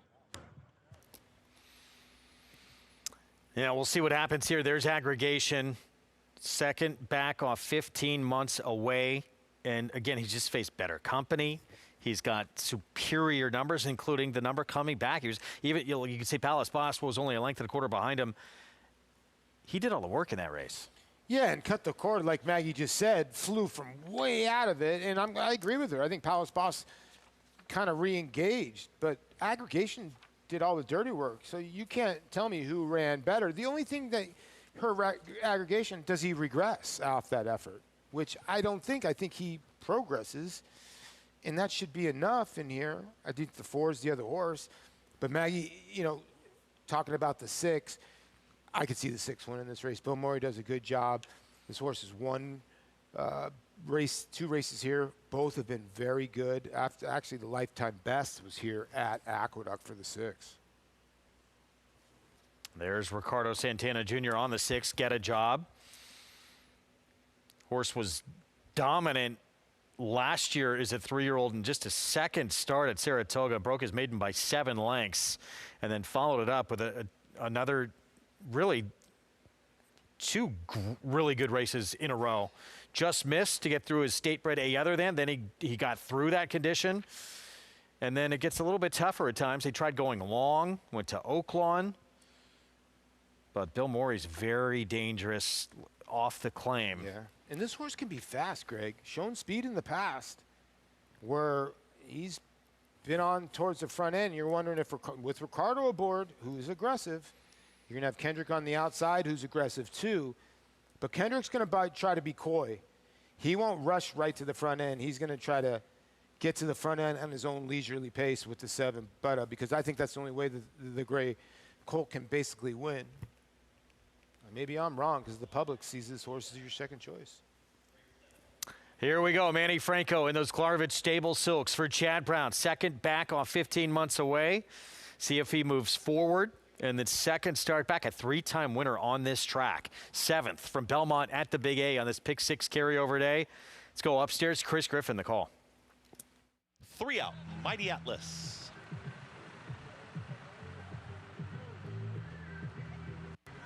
Get a Job.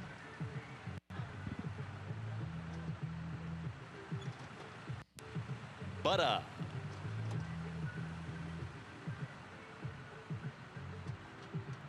Goes in. All set. And they're off. Aggregation broke smoothly towards the inside, is right out to the front with company from Butta and also Get a Job in the early mix. That's the top 3, but it's going to be Aggregation, and Manny Franco is going to show the way as they get set to come out of the chute and hook up with the backstretch. Aggregation followed closely now by Get a Job and Butta. Just off of them in 4th, that's Palace Boss. Towards the back end will be Cicciobello, and far back the trailer is Mighty Atlas. Easy lead right now for the favorite. Aggregation 23.49 for that opening quarter mile, and no pressure right now as Aggregation just moving right along. Butta is trying to keep up from second, to starting to move in closer for Kendrick Harmouche, and At the Rail Get a Job. Lost some ground, is in third. Now Ground Saving Journey is right in behind as Ciccio Bello out wider. That's going to be Palace Boss. Still the trailer. Mighty Atlas, 47 seconds flat for a half-mile time. Aggregation is still there. Butta continues to follow closely, is back to within a half length of the leader. Palace Boss, Luis Rivera Jr. on the move, is shoved along here, is now taken third to the outside of Get a Job. No ground made up yet from Ciccio Bello, and still far back, Mighty Atlas, as Butta is trying to challenge Aggregation. Aggregation gets the cue. Butta is trying to roll on by. Butta is challenging Aggregation, who won't go away. Down at the rail is Get a Job. Ciccio Bello is trying to run on as Butta is sprinting away. Aggregation dropping back. The new danger comes Palace Boss, and Palace Boss is rolling late inside the final 16th. Butta, Palace Boss, Butta, Palace Boss. Butta holds on. Butta over Palace Boss, then came Get a Job and Aggregation in 1 minute 36.48 seconds.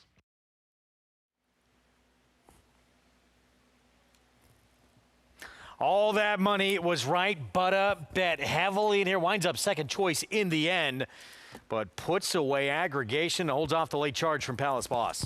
Yeah, and if you go back to this replay, Kendrick had this horse so far out in like the 6 or 7 path, but I think he obviously does this on purpose to try to keep his horses away and engage. This is a horse that needs to be timed perfectly, and like I said, he let the 2 kind of do his thing on the front end, and everybody's thinking, well, Butta can't really lay off the pace. He laid off the pace and stayed kind of outside. You can see he's just staying low. The 4, you're thinking Palace Boss can run down this horse. I thought Luis Rivera made a good move getting to the outside. He just could not run down Butta. The public was dead right here. Yes, they were. All that money for a reason.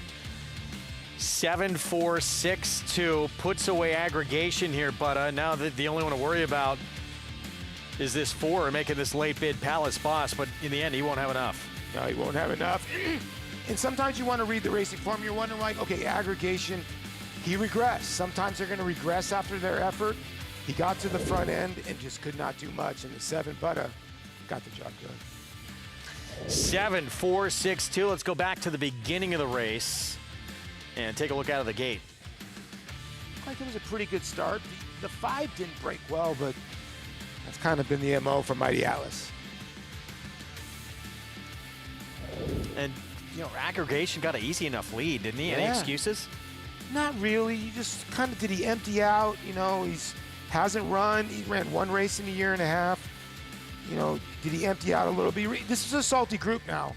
You know, Palace Boss is a nice horse, and Butta obviously ran a really good race. Good ride by Kendrick. Timed it perfect. Well, Maggie, all that money on Butta, it was right as he picks up the 3rd win of his career. Yeah, and Kendrick really delivering a great ride there. I think the guys on the track were showing the start because of number 3, Ciccio Bello, with Christopher Elliott, as he lost his irons at the beginning. Watch him. He is the 3 horse, and he's just going to get away a little awkwardly. He loses his inside left stirrup, and it's going to take him a good 1/8 of a mile to get it back. That's why Christopher looking a little bit odd. He's going to reach down there and try to put it on, and he couldn't quite get it. It's a terrible feeling, that's for sure, but he's finally going to get it back. But all about Butta today. I can imagine a little Eddie F's action for the connections today. They're down here at the Big A, but I'm sure they're celebrating up in Saratoga. Eddie F's racing, indeed, we've had on the show before. Some pretty talented brothers who've done some good things. Lobster, Chowda, and now Butta starting to move on in his career and get his 3rd career win. Beats a good group here. It was a good group. You're right. I mean, Aggregation, Get a Job, Palace Boss. These are nice little New York breds that are like kind of on the fringe a little bit, but Butta, this is a nice win. And he's a 3-year-old colt. It's getting better. Kendrick Harmouche, Gary Siaka, Eddie F's racing, Butta slight upset in here as the 2nd choice on the board. We'll give you the prices when we come back. Kendrick Harmouche again aboard for that victory. What a summer he had upstate. The best Saratoga of his career. We'll tell you more about Louisiana in the house when we come back. and gentlemen, it's post time for the Whitney. The field turns for home. Fierceness is the one to catch. He has a 3-length lead. Sierra Leone down the center of the track is coming with powerful strides. And Highland Falls is in there too. But it's Sierra Leone who takes the lead from Alaska first. Highland Falls trying his best. Sierra Leone has won the Whitney. Gun runners on top of the world.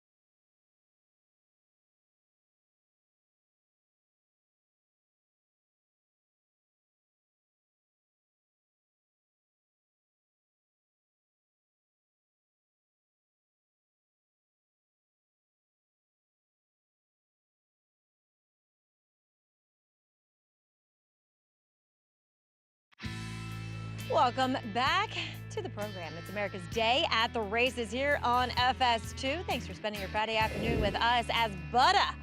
He was slick to the wire. I was trying to come up with something clever to say. Couldn't quite get there. But he delivers. Took a lot of early money, and I'm so pleased to be joined by his connections, Gary Siaka and Eddie Fazzone. And guys, what a family. Eddie, that salty little sis has given you runner after runner. She's been great to me, and John Jaco with that mare out there. Yeah, we've done really well. And we got Todd around the farm. We should see her next year. Hopefully she can be half as good as her brothers. So looking forward to him. They've been so fun to watch. And Gary, I know last time it was kind of a tough defeat, but how good was this win to come back and win? You know, obviously Palace Ball is getting to him in the end, but he was best. Yeah, he had to move a little earlier than he wanted to move, and he just eased up on him there. But Carmouche actually did a great job, just waited, and then came up after Manny, and it was a great race. I mean, but Butta deserved this. It's good to see you in the winner's circle, you know? Good to be here. But Eddie, as I mentioned before the break, you have Eddie F's up in Saratoga. Big celebration, you know, tonight. Everybody watching from there? We always have a celebration, you know. Just every day is a celebration. Eddie F's, Clifton Park, Saratoga. You know, we got great food. Come on out, enjoy it. Maybe lobster rolls will be a little discounted tomorrow. Look forward to look on the webpage and see what we got going on. Can we send some to Aqueduct? Can anytime you want. We bring them down. Epic. Well, congratulations, guys. Job well done. Thank you so much. Thank you. All right. Really cool that this family, they just are runners and they are winners. Lobster, Chowder, Butta. And as you heard Eddie say, Greg, Tauta, hopefully coming next year. I'll keep that train rolling. It's been a talented family. Every time they win, I get hungrier. It's true. I have to make a trip to NEFs. I've not been yet. Yeah, no, heard it's either have I. great. Yeah. $6.82 for the win. And this, again, it's a tough group for the level. So a nice win for Butta. But I'm just surprised, too, how everyone, that he went on 9-2 morning line, goes off at 2-1. Yeah, the word was out. Yeah, the word was out. You know, he was almost 5-2, and there's your pick six follow along after commuted, had to survive a inquiry. It's been Three-horse inquiry, yeah, it's been all favorites since, or second choice with Butta. But it's gotten reasonable, so hopefully you're still alive. With 2 legs still to come, we'll get into the 8th here in just a moment. Race 8 on the turf, mile and the 16th. In this state bred, other than allowance, Iron Max 8-5, and that was a big win last time out for this Brad Cox runner against Open Company. The issue with him is he breaks slow, and he's broken slow in his last 2 starts, but his talent's been able to overcome it. He's just not going to get out of the gate fast. He'll probably be last early, but he'll be rolling late. Well, Kendrick Carmouche just won on Butta. He'll be outside on An. Experienced major player here from that outside post for years. He had paid his dues at Parks, becoming the king in Ben Salem. And those years of hard work paid off. When Kendrick Carmouche finally moved his tack here to New York, he was ready, always confident. Now his skills have put him in the spotlight, having the best summer of his career these past few months upstate New York in the toughest jockey colony in the game at Saratoga. Yeah. I love the morning work. The morning is something that brings peace to my day when I can wake up and say good morning to everybody and just get on horses, you know, in the morning. It's fun that us jocks get to go out and get on these horses because it builds a relationship for the afternoon where we can be even better. Yo, what's up, brother? Every morning I wake up, I gotta go talk to everyone to let them know how much I want it, how much I wanna be successful to their team, wanna be on their team. I love riding for everybody. I wanna ride for everybody. I feel like I can do good for everybody if I only can put the work in to be successful at the end of the day. Mama Linda, how are you, hon? I'm good. I like to always check with the people that I ride for, so, you know, we can have a good vibe going into the afternoon where we can win some races. It's all who want it out of life and who want to do better and who get the opportunity to do better. You know, it always don't go your way because you want it so bad. You know, the opportunity got to come to you where you can achieve your goals and where you can prove to them that you are just as good as anybody else, if not better. Morning. Good morning, my brother. Everything good? You good? My dad was the biggest inspiration for me as I was growing up. He wasn't overbearing about, you have to do this, you have to do this, you have to do this. He was always, son, you know, you gotta learn the horses, you gotta get in tune with the horses. I wrote that one? After that, I just started building from there. Morning. Me, all day. I ride 2 for Linda. Se fue adios. My dad always told me if you can't be good at it, you know? So, you know, anytime I lose, I'll be like, man, if I can't be good, I gotta be good at it, you know? If I can't win, I gotta be even better at it, you know? That's some of the things I think about that my dad always used to tell me, you know? And used to always tell me, never walk with your head down, always keep your head level, because if you keep your head level, you can see what's in front of you. And I can see everything what's in front of me, Dad. You was right, man. I am here, I am there, I am everywhere.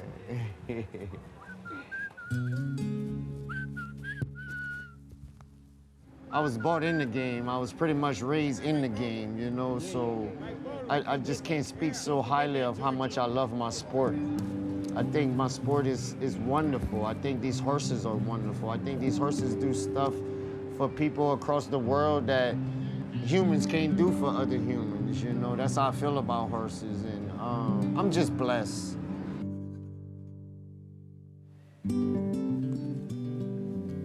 What an incredible Saratoga season Kendrick had, really a breakthrough for him. Best summer of his career upstate, 29 victories at Saratoga. He was 5th in the standings and also 5th in earnings, $3.2 million at Saratoga alone.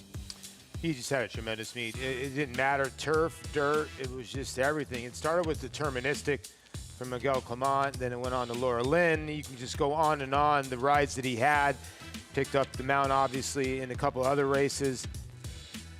Professional, and I think a lot of people are starting to realize that Kendrick is a guy you can lean on and go to in certain situations. I said this at the meet in Saratoga. If you'd have told me Kendrick Carmouche would be, you know, riding horses for grade ones on turf at Saratoga about 5-6 years ago, I'd have said you were crazy.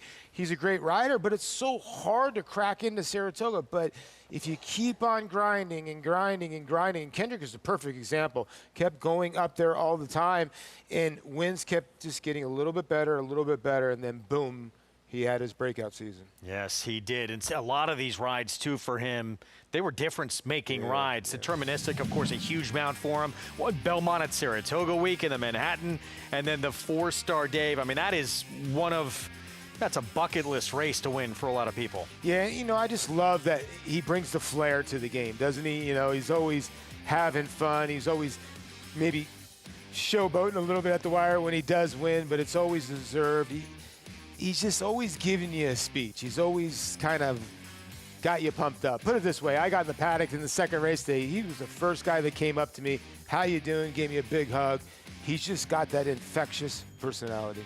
Always smiling, always with a positive attitude. He got this opportunity in the spin-away as well for Todd Pletcher with this pickup mount here on Tommy Joe. She was dominant in this performance, and now it looks like she's one of the favorites.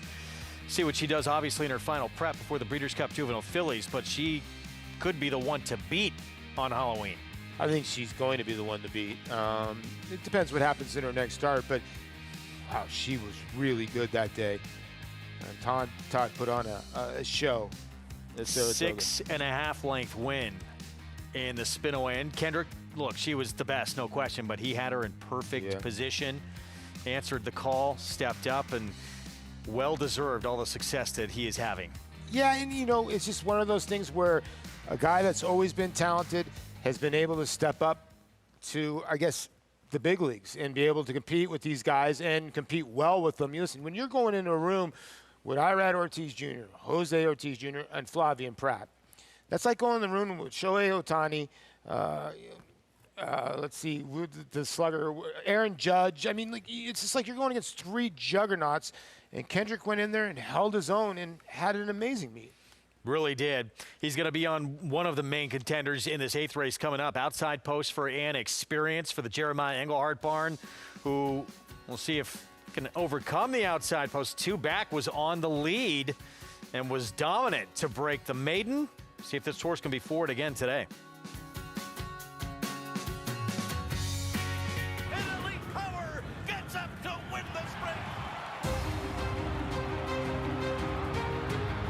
Warrior. Elite Power on the far outside. Jackie's Warrior settles for 3rd today. At the 16th hole, Gunite is 2nd, but Elite Power does it again. 5 on the leading at 870, come down to 900 and 900,000. The power of a champion. Please hold your applause. The power of Juddmonte.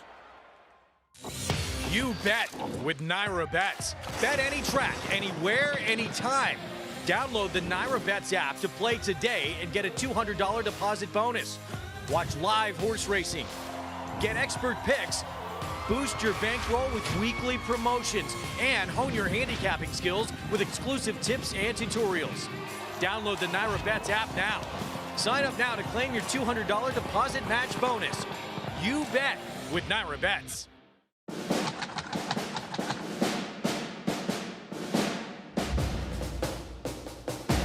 How magnificent was Full Count Felicia? Never in doubt. Coming down to the finish, First World War. Fort Washington on the outside. They're coming down to the line, and Goliad does it. Warfront, standing at Claiborne Farm.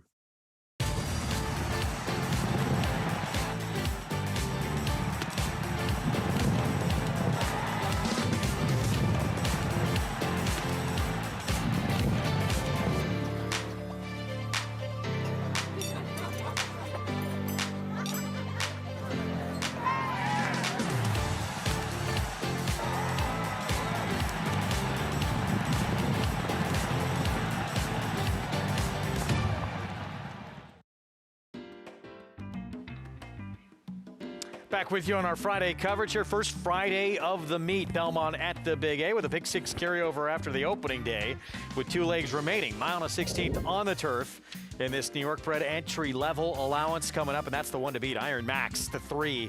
Flavien Prat will ride for one of the top trainers in the sport, Brad Cox, and this 3-year-old on a roll right now will try and win his 3rd in a row coming up. Yeah, great son of Caravaggio out of Alphabet Soup Mare. You know, they tried him on the turf when he was in the Jeremiah Engelhardt barn, and he just did not fire at all. But he was 8 wide that day, and then Millie Green put him on the turf. He got claimed. He's won 2 in a row in the Brad Cox barn. He does his running from way out of it. You know, he just kind of falls out of the gate, so he's going to need some pace to run into, but that hasn't cost him yet. We'll see what happens today. Let's go to Maggie. Yeah, this is the 2nd division of this entry level A other than for the New York breds, and we saw a 3-year-old win the first one. That sounds like a plan. So we'll see if Iron Max can continue the youngsters' winning ways as he does come out of a race in which, as Paul said, yet again, he blew the brake. He's not one that gets out of the gate very well, but it usually doesn't matter. He's usually able to overcome it. We'll see if he can today as we'll check in with another 3-year-old. That's number 5, Real Savvy, as he comes out of that race in which we saw Sounds Like a Plan come out of. Now, like I said, with regards to Sounds Like a Plan, it was a fast pace, and he wanted to go forward, but I think the right decision, was made during the running of the race by Flavien Prat, and that he decided to take him in hand. And boy, did he resent that, though. He was tossing his head about, and furthermore, it was his first start off a long layoff, so therefore he was more than likely a little too fresh, still had to shake off that ring rust. Now, he came in the paddock today here at the Big A. He was a little bit hot, but he's actually fairly settled overall. Maybe he got a little hot and on his toes walking over here, but since he's gotten into the paddock, he has been very calm, very focused overall. And I think, with what looks to be less speed on paper, that they'll probably let this guy go. Just have Joel Rosario put his hands down and let him bound along, because obviously that is what worked best in the past. His 2 turf races as a 2-year-old were awfully good, and if you can put that first one back off the bench behind him, Greg, I think if there's any little bit of routine improvement from those 2 2-year-old races, it puts him right in the mix. Yeah, look, this horse faced some really good Scythian, ultra-talented. Leon Blue came out of that race where he broke his maiden and won his next start. There's been competitive at stakes races after that. I just felt, and he had a little bit of trouble in the comeback. He's better than what we saw coming back.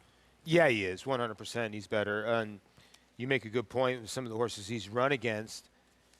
As you see, David Donk giving directions. This is listen, Iron Max at even money. I like this horse, but even money is just, that's way too low. But I get where the public's going.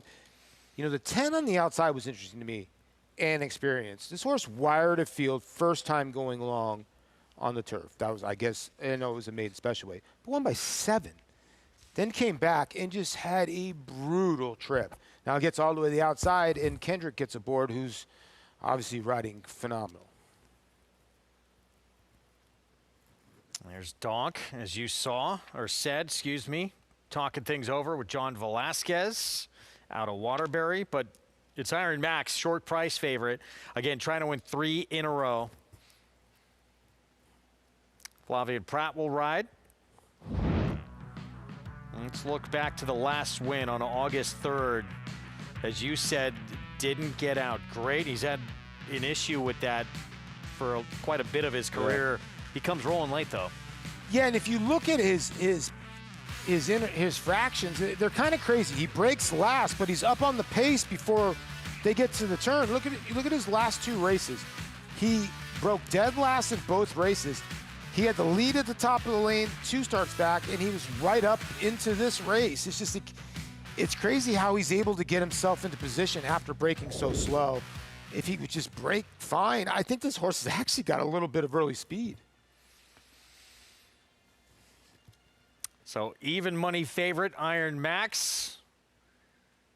See if he can lift off better when the gates open. That's been an issue for him, and not put himself behind the 8 ball from the outset. Here's Mo Creasa to kick things off. Ricardo Santana Jr., Mark Hennig.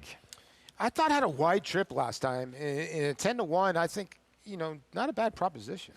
This horse, I thought very interesting, actually. Not that far out of the realm, and he's 68-1. He should show speed, and he's had 2 bad beginnings in his last 2 starts. Here's Iron Max, so Pratt for Brad Cox. Yeah, obviously he's the horse to beat. He's going to be the horse to hold off, too. Next door, Charles J. and Dylan Davis aboard. Yeah, they tried blinkers last time for Joe Lee, who's a very good turf trainer, very good trainer overall. I think this horse can improve. Real Savvy, second start back now as a 3-year-old for Miguel Clement. Should have a better effort. Joel gets in the irons. Out of Waterbury, Donk. We saw him talking to Johnny V. Missed by a nose last start. They're a good combination together, obviously, Donk and Johnny V. This is way too big a price on Royal Brown with as good as he ran last start. He was right behind Sounds Like a Plan. I know, and he's got some early speed, too, and he's been in some big fields. I think that's key. Sounds Like a Plan. We saw Win as an odds-on favorite earlier in the card. Here's the Craftsman for Jimmy Ferraro. Yeah, big long shot. Did win for maiden 52 back. And major player outside, Kendrick Carmouche will look to go back-to-back on An Experience. Yeah, I thought the other horse in here, at 5-1 now, should click down a little bit more, but you look at that race 2 back. I know it was against maiden special weight foes. Very good. Then the last effort, you just got to draw a line through. So back to Iron Max, 6-5 favorite. Again, beat 3/4 of a length win with Amelia Green, as you mentioned, claimed out of that race, and now back-to-back wins since moving to the Brad Cox barn. But things start to get, the more you keep winning, the more difficult things get. Yeah, you have to step up in class. I mean, this horse won a maiden 50, stepped up, and then won a softer event last time out. So this is going to be a little bit more saltier, and at even money, considering this horse won a 2-1 last time, or 2.5-1. Do you really, 4-5? Wow. Short price on one who, the gate has been an issue. Needs potentially a bit of a setup with how far back he's going to be. But here's Charles J. for Joseph Lee. And let's go back to the most recent effort in that Fetalite Coyote race where he finished 3rd, beat less than a length. Yeah, he kind of just at the start, he didn't have the best of breaks. He's another horse that is not a great gate horse, but he comes running at the end. You can see that Joe's kind of fiddled with them, blinkers on, blinkers off, and this day he had the blinkers back on. He's kind of caught in the middle, right? He's the kind of horse that can definitely win this race. I guess 8-1 is the right price. Yeah, underrated trainer, especially as you mentioned on the grass. But this horse is he's a good trainer. Has good races to go to. I keep looking at that 10, man. Yeah, apparently, according to the Jeff Clocker report as well, B+ work coming into this race on dirt, granted. But I put a line through that race last time out, right? I mean, got bumped early on, and the horse broke the maiden on the front end being forward. Got crushed. And when he broke the maiden, he was in the 9 slot. So now he gets the 10 slot today, which keeps him out of trouble. Kendrick will probably keep him out in the middle of the racetrack for at least the start of it if he breaks well. And you're getting 5-1. 2 minutes to post in this 8th. Let's go to Maggie. I think An Experience has to answer a major question. Can he win without the lead? Because getting there, I think, is going to be difficult from that outside post. He does make favorable impression when it comes to the preliminaries here, and I thought he just kind of looked like a 3-year-old against older horses. But I wonder how the speed does develop. I took the 5 here, hoping that they are forward with him, but there's question marks. Like I said, An Experience could go forward here, as well as number 1, Mo Creasa, who, if you remember back at Saratoga, was actually a late scratch on August 14th when he kind of went up and fell over.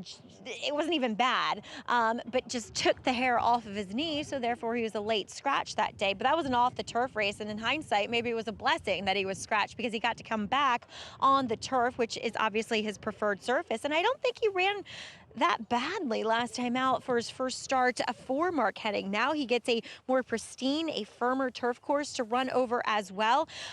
We'll see what he does. I think he's a little interesting. He was actually fairly well behaved for him in the paddock to get the tack on. Obviously, the more quiet surroundings of the Big A aiding him possibly. As we'll move on to number 8, Royal Brown, who's a pretty big price out there.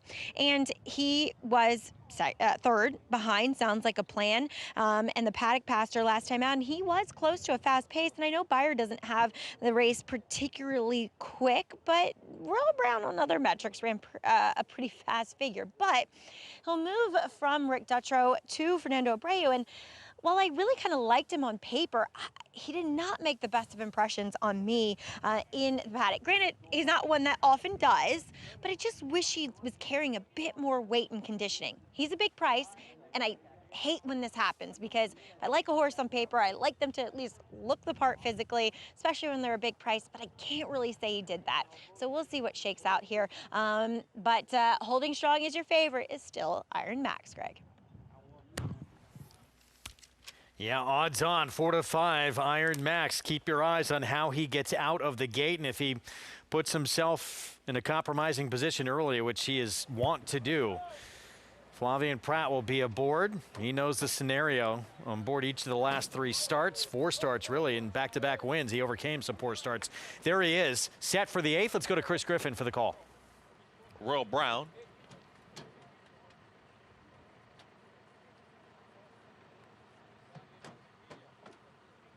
To the outside, the Craftsman and Inexperience.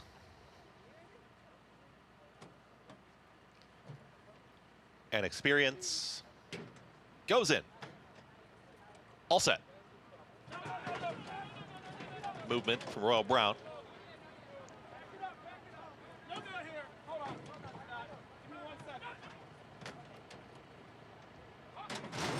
And they're off. Out of Waterbury breaks very well in between horses. Real Savvy now wants to take on the leaders, and from the far outside, Inexperience crosses over, and with a rush, it's Inexperience who's in front, is up by a neck, now a half length. At the rail is Real Savvy. Joel Rosario is fine to sit back now and let Inexperience press on as the lone leader. Real Savvy is trying to switch to the outside and does. Will stalk the pace setter and then stacks up in behind. Royal Brown, red cap, is going to be there in third, is going to be drifted out wide, is in the 3rd position and trying to sneak through at the rail. That's Mo Creasa and Santana Jr.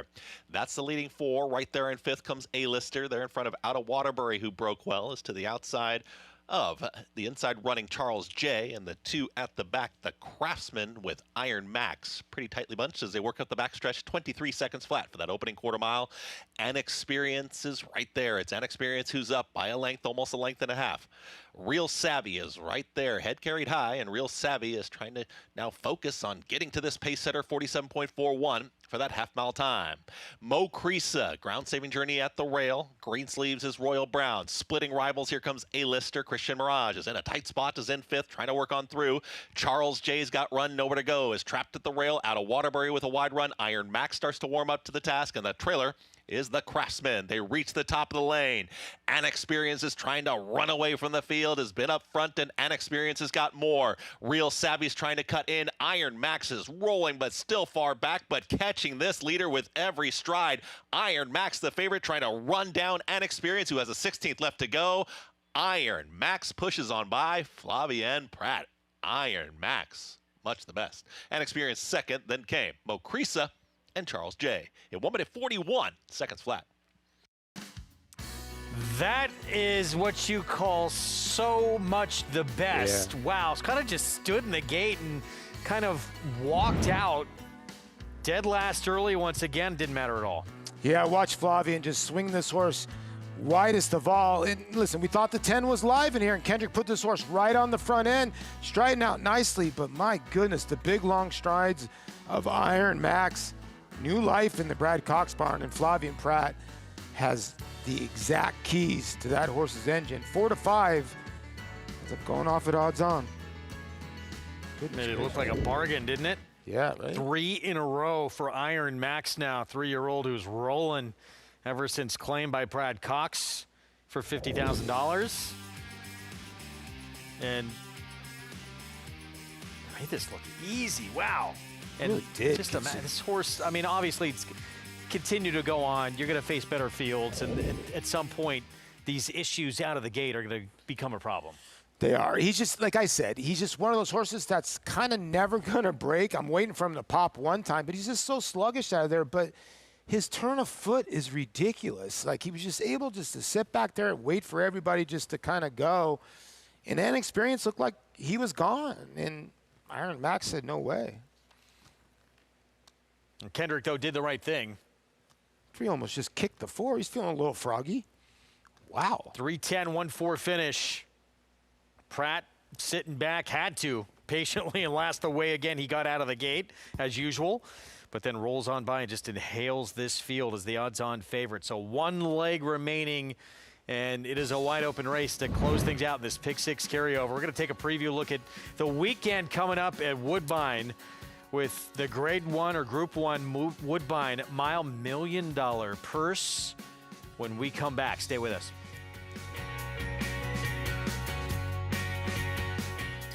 A dynasty in motion, reshaping the sport's greatest tradition, channeling the legends of his line and surpassing them. 4 of the last 6 Derby winners carry his genes. A Golden Son, a Horse of the Year. Another chapter written beneath those iconic spires. Derby dreams fulfilled for the titans of our industry. From authentic to sovereignty, a legacy both real and supreme. Into Mischief.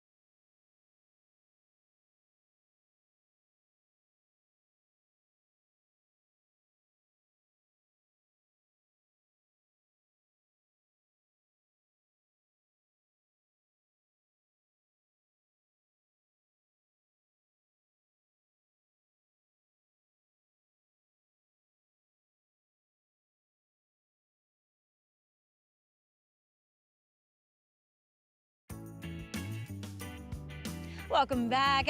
America's Day at the Races continues here as we are brought to you by NyraBets. Bet any track, anywhere, anytime.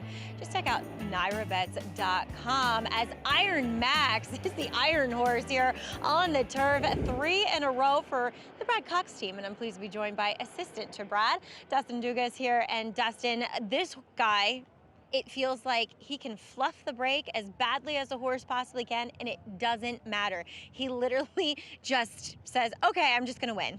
Yeah, no, he does. I was laughing with Flavian afterwards. I was like, man, he broke very well today. He only broke a length slow. So, but no, he does. He definitely botches the break each time, but he just has a rhythm to him, and he he had a bit of a pace today to run into, which was nice, and Flavian was able to wait a little bit longer than he has the last 2 races.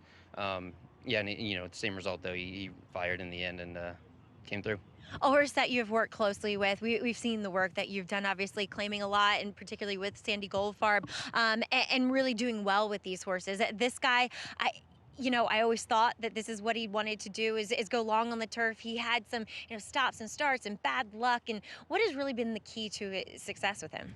Well, I tell you, he's a bit of a handful. He can be a bit colty, but you know, we just work with him and work through things. And we go a lot with the pony and kind of do a lot of babysitting with him, which is kind of what he needs. Kind of has that baby mind to him. So we just kind of work with him, and you know, these nice long gallops. He's got that nice long stride to him, so he kind of really relishes those. And you know, he's just a nice little horse that we just kind of, I think time has kind of been in his favor too.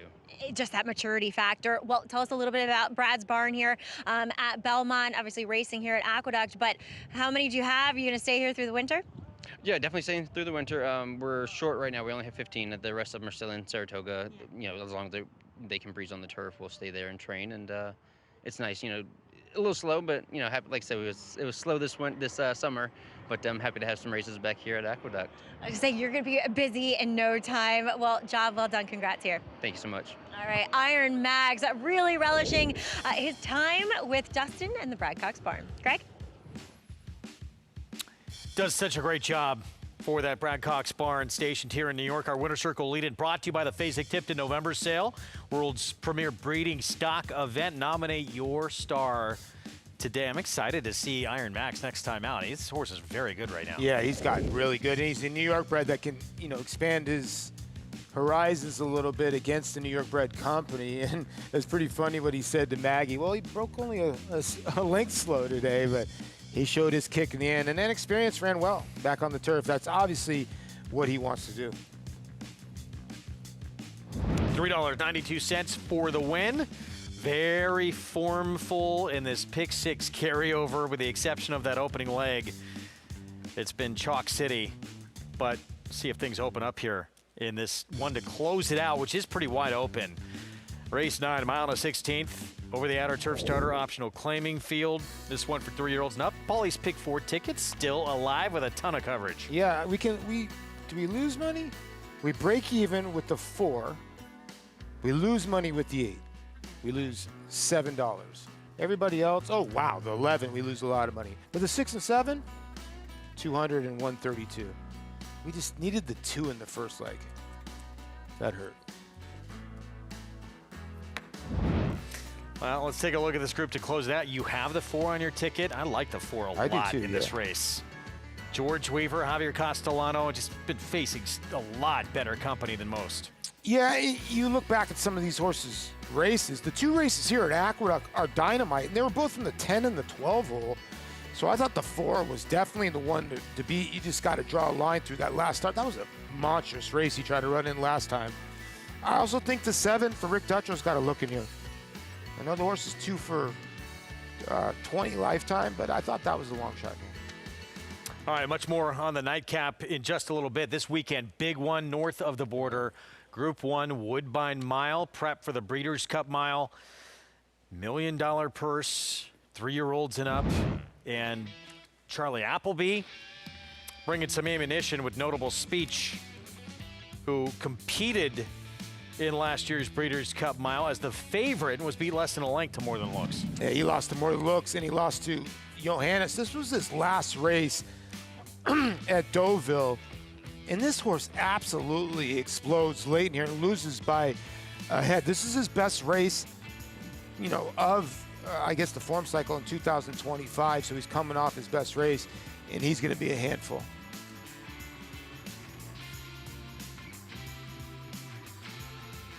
$1.7 million earnings. And again, went to the Breeders' Cup Mile as the favorite last year, and he's coming in. You know, obviously, not quite as sharp this year, but off that performance, it looks like he's getting back to his best. He was flying there late. That's in the Godolphin Blue, so William Buick will be aboard. Now, One Stripe is a South African horse that's 6 for 9 lifetime.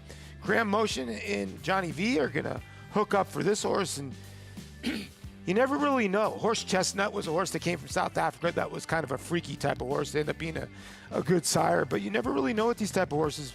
Got good credentials, though.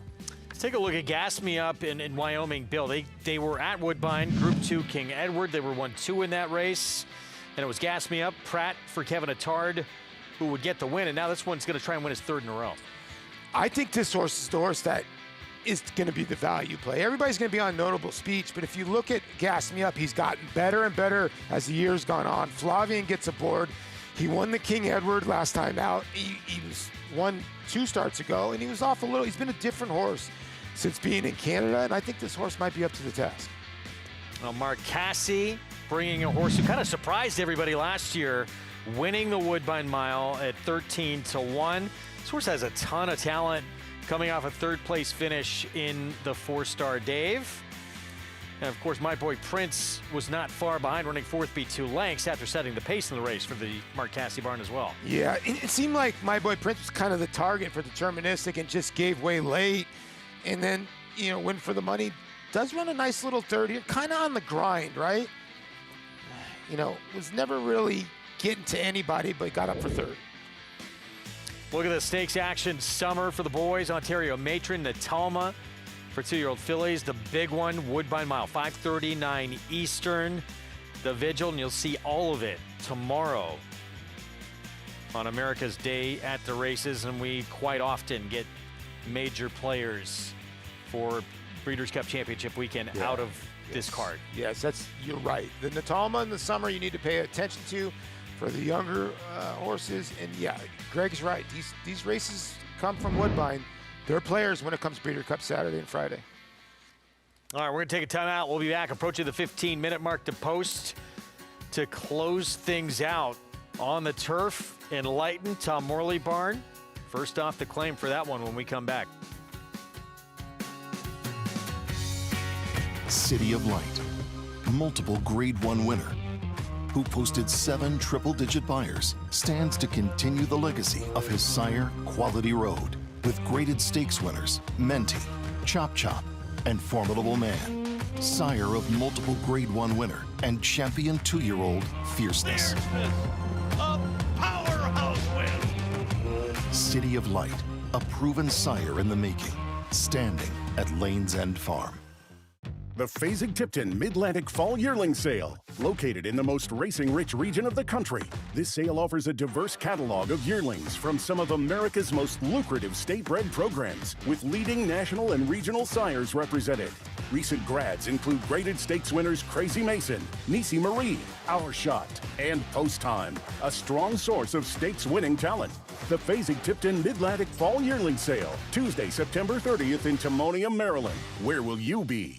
McMahon of Saratoga Thoroughbreds, home to 4-time leading New York sires Central Banker, sire of champion New York bred Bank Frenzy. Bank Frenzy, a hard-fought winner of the Commentator. And multiple stakes winner Sunday Girl. Clear winner in the John Hettinger Sunday Girl. Also standing into mischief's Grade 1 Sun Provocateur. And top young stallion Solomini, sire of Mike Lee Stakes winner Doc Sullivan. At McMahon of Saratoga Thoroughbreds, celebrating over 50 years of equine excellence. Get into the game with Bond Racing Stable. When you partner with Bond Racing Stable, the Bond team does all the work and you enjoy the experience. As a partner, you can watch morning workouts, come to the paddock for saddling, and cheer your horse down the stretch. Bond Racing Stable offers more than 30 New York bred weanlings, yearlings, and 2-year-olds in a partnership program that gets you to the winner's circle. Whether on your own or with friends and family, make Bond Racing Stable your racing partners. Go to jamesbondracing.com today.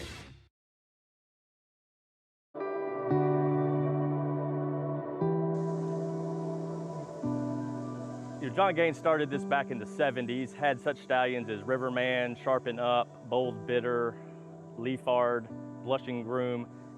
I think our slogan says it best: power, passion, performance. We're looking to be a power in not only the breeding sector, but in the whole thoroughbred industry.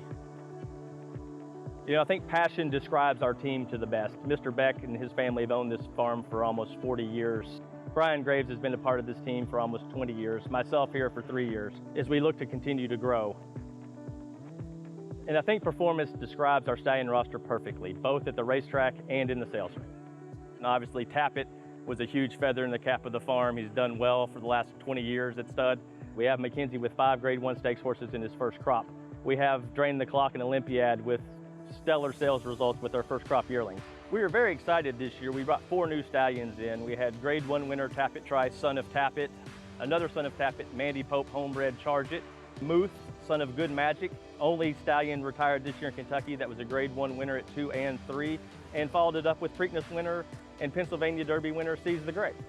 We were very excited to have a son of Arrogate. We were a big believer in that stallion. We bred to him several times.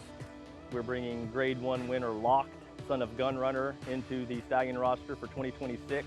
Grade 1 winner at 2 at Keeneland. Grade 2 winner at 3, defeating older horses in the Cigar Mile. Grade 1 winner this year at 4. Brian Graves, Anthony Beck, myself, and the rest of the team here, we look for these horses that are going to hopefully be breed shapers and trying to continue to grow the stallion roster here at Gainesway.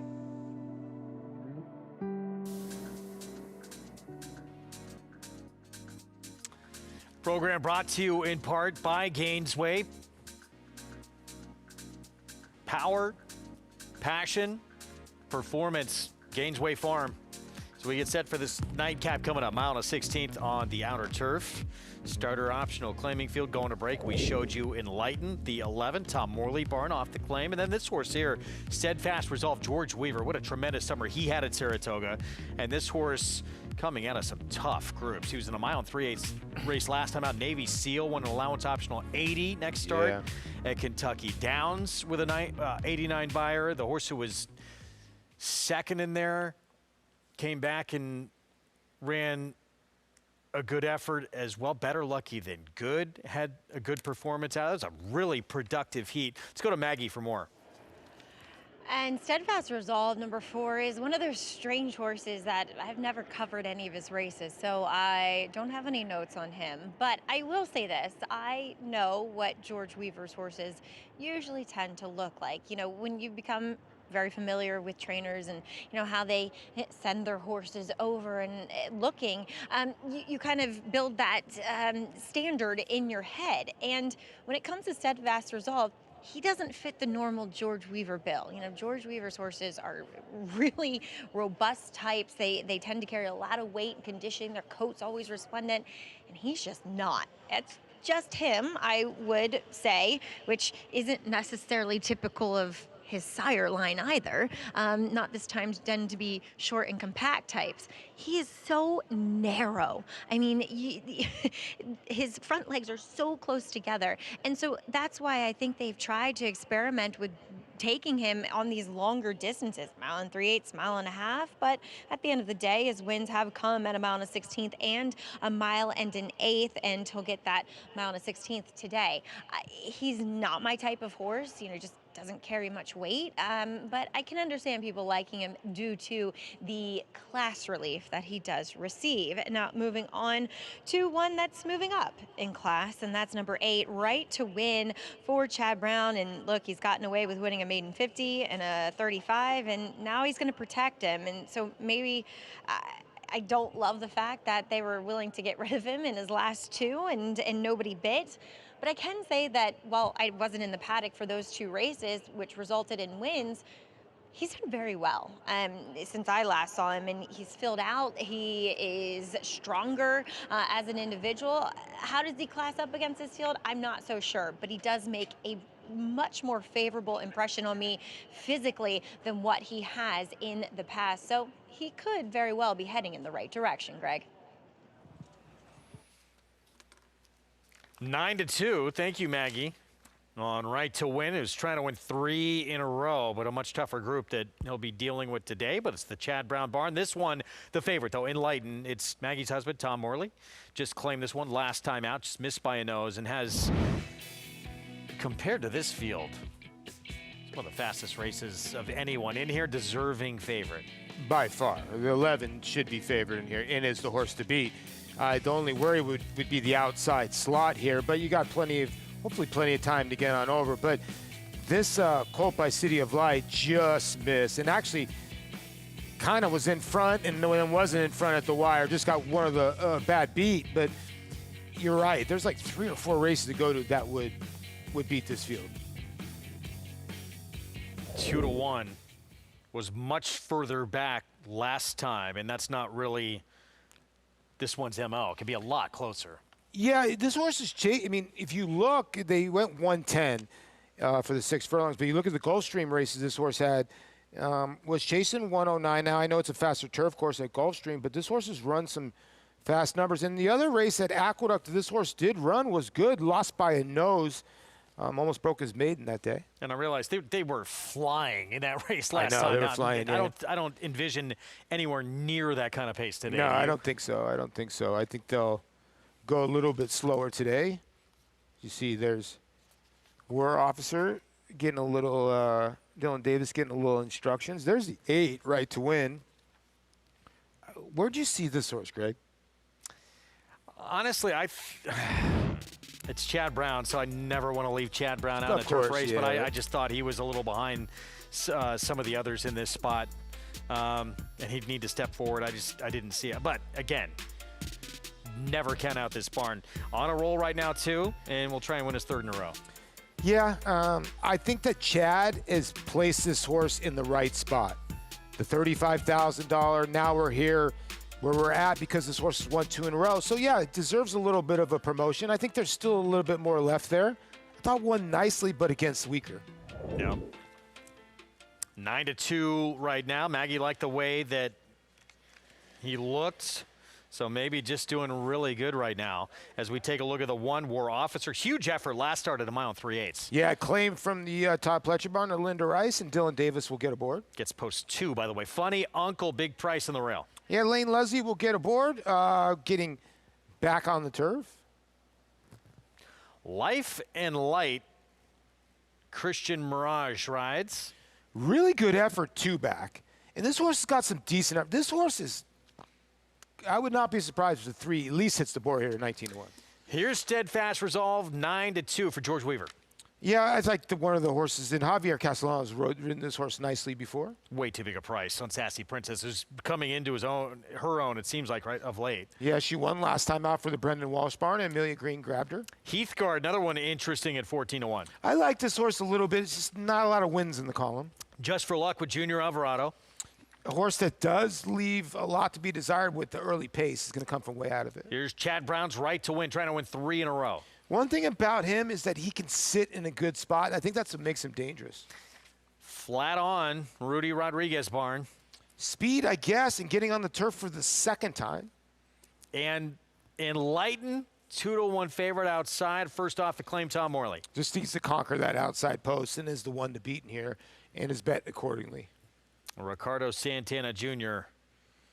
in the irons, beat it 4-5 last start. Barely on that insanely hot pace up front. You can play all the action by getting signed up right there at Naira Bets. Match 200, code to use at sign up. Get that $200 deposit match for new members right there at nairabets.com. So here's the 4, Steadfast Resolve. And one that should be coming from fairly far out of it. It's going to be cutting back in distance for the first time in a while. I mentioned Navy SEAL, though, who won impressively with an 89 buyer again. Kentucky Downs next start. Il Siciliano had been 4th to Farbridge in a grade 2, who was 2nd, Better Lucky Than Good was 2nd in the West Point. Yeah. That was a tough group. You make a good point, though. How far back is he going to be? And he's 4-1 from the 6-1, but he's probably got the best kick home. He's a horse that's run well here at Aqueduct. But Greg's right. He kind of walks out of the gate. Now, we saw Iron Max kind of do it. This horse has done it before. He won a couple in a row, and Castellano seems like he rides him very well. And he does have 2 wins here. Just this is kind of a salty group. And there's some others in here that are going to be back, right? The 8 should be back. The 7, Just for Luck, should be back. There's going to be a lot of horses back, and it's going to be who's going to get the trip, or does the 11 just take him to him early, sitting that outside trip, or at least I would think Ricardo would be a little bit more forward with this horse today. Let's go back to Maggie with more on this long shot here, Life and Light to 3. Yeah, he's an interesting long shot in here, Greg, as you isolate his turf races and make an excuse for his one last time, then you can seriously see this horse winning, because you go back to June 21st here at the Big A, in which there was a runoff leader. He sat 2nd. He was the one that had to go and attack that runoff leader, quicken the pace, keep that sustained quick pace going, and only was beaten 3.5 lengths. And then at the start of the last race, things just went terribly. And then you go back to last year, and he's run 281 buyers on the turf. Now he has a more post. One would hope to give him his best chances that he is. And, you know, I have thought that overall this guy fits with this crew here. Now, coming out of the last time we saw number 2, Funny Uncle, who's a massive price up there at 41-1 on the turf, he ran behind Life and Light back on November 9th. But this guy has won on the turf before. In fact, the start just before that. He was coming off a bit of a layoff on that November 9th effort in which he dropped out the back. He saved some ground. Then he went 3 wide on the backside. And then he got steady quite significantly and approaching the quarter pole, and he was never really persevered with. The rider that day just feeling as though too much was lost and really couldn't make up the ground. So he had some excuses in that affair. Now, I think he looks great out there.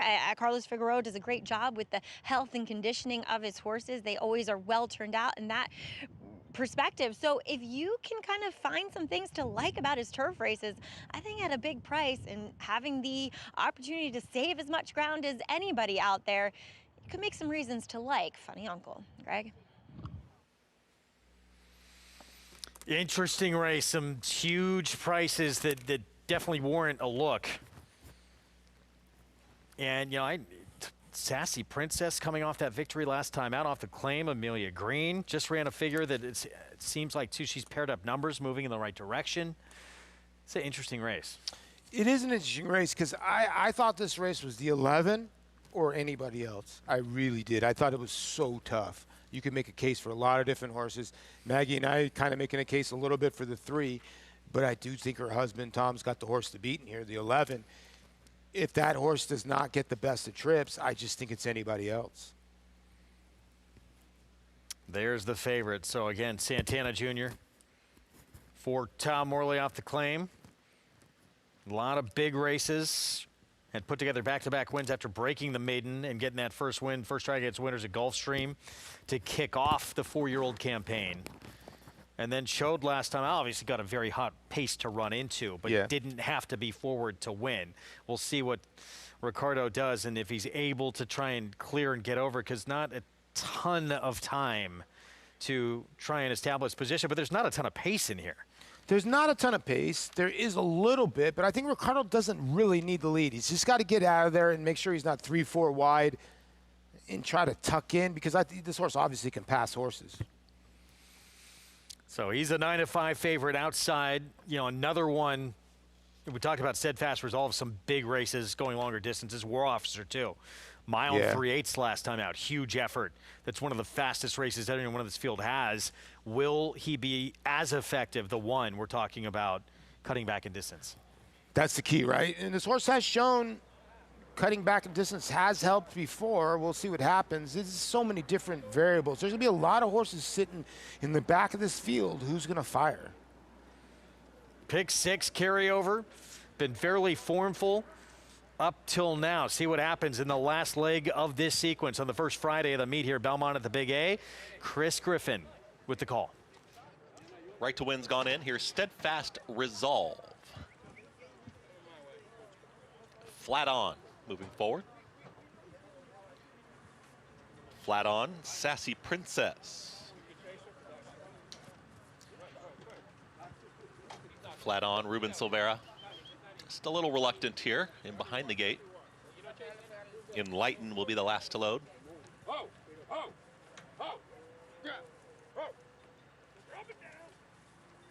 Trying again with Flat On.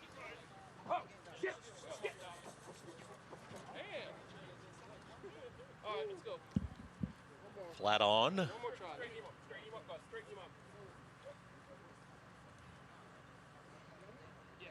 Little stubborn here.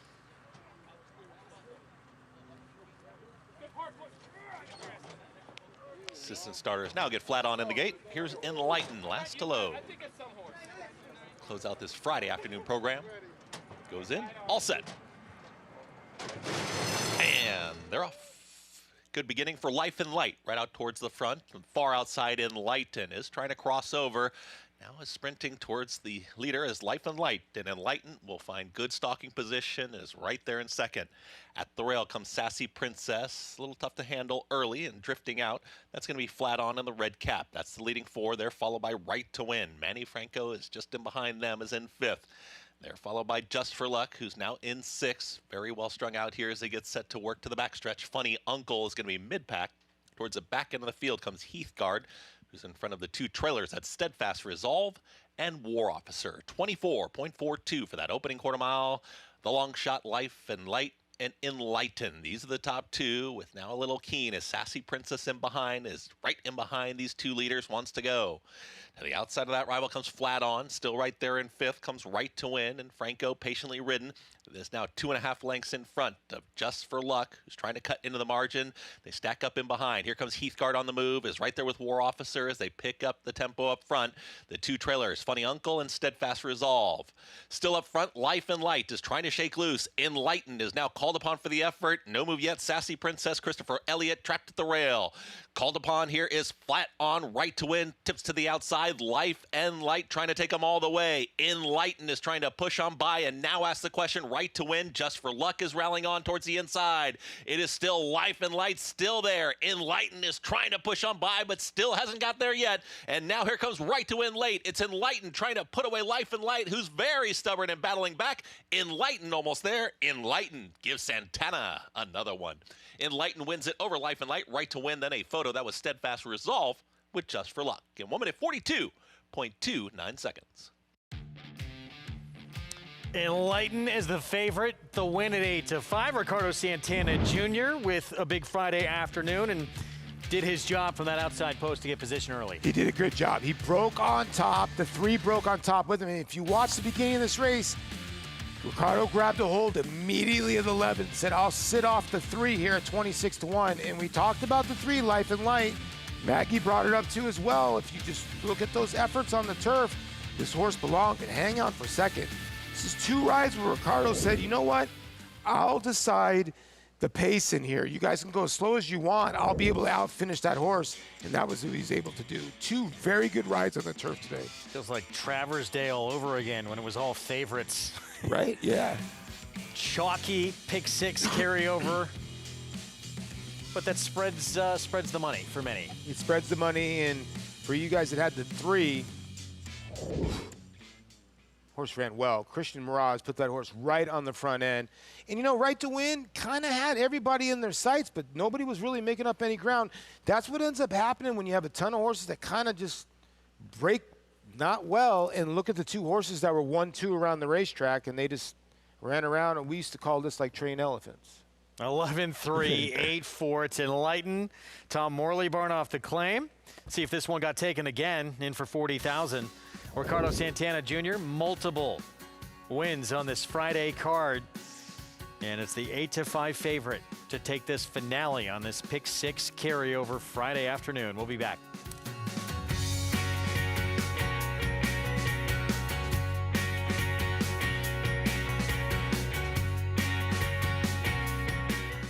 Every sire hopes to have a son to follow in his footsteps. An impressive debut. For Munnings, that son is Jack Christopher. Jack Christopher to win the Champagne. Unbeaten Grade 1 winner at 2.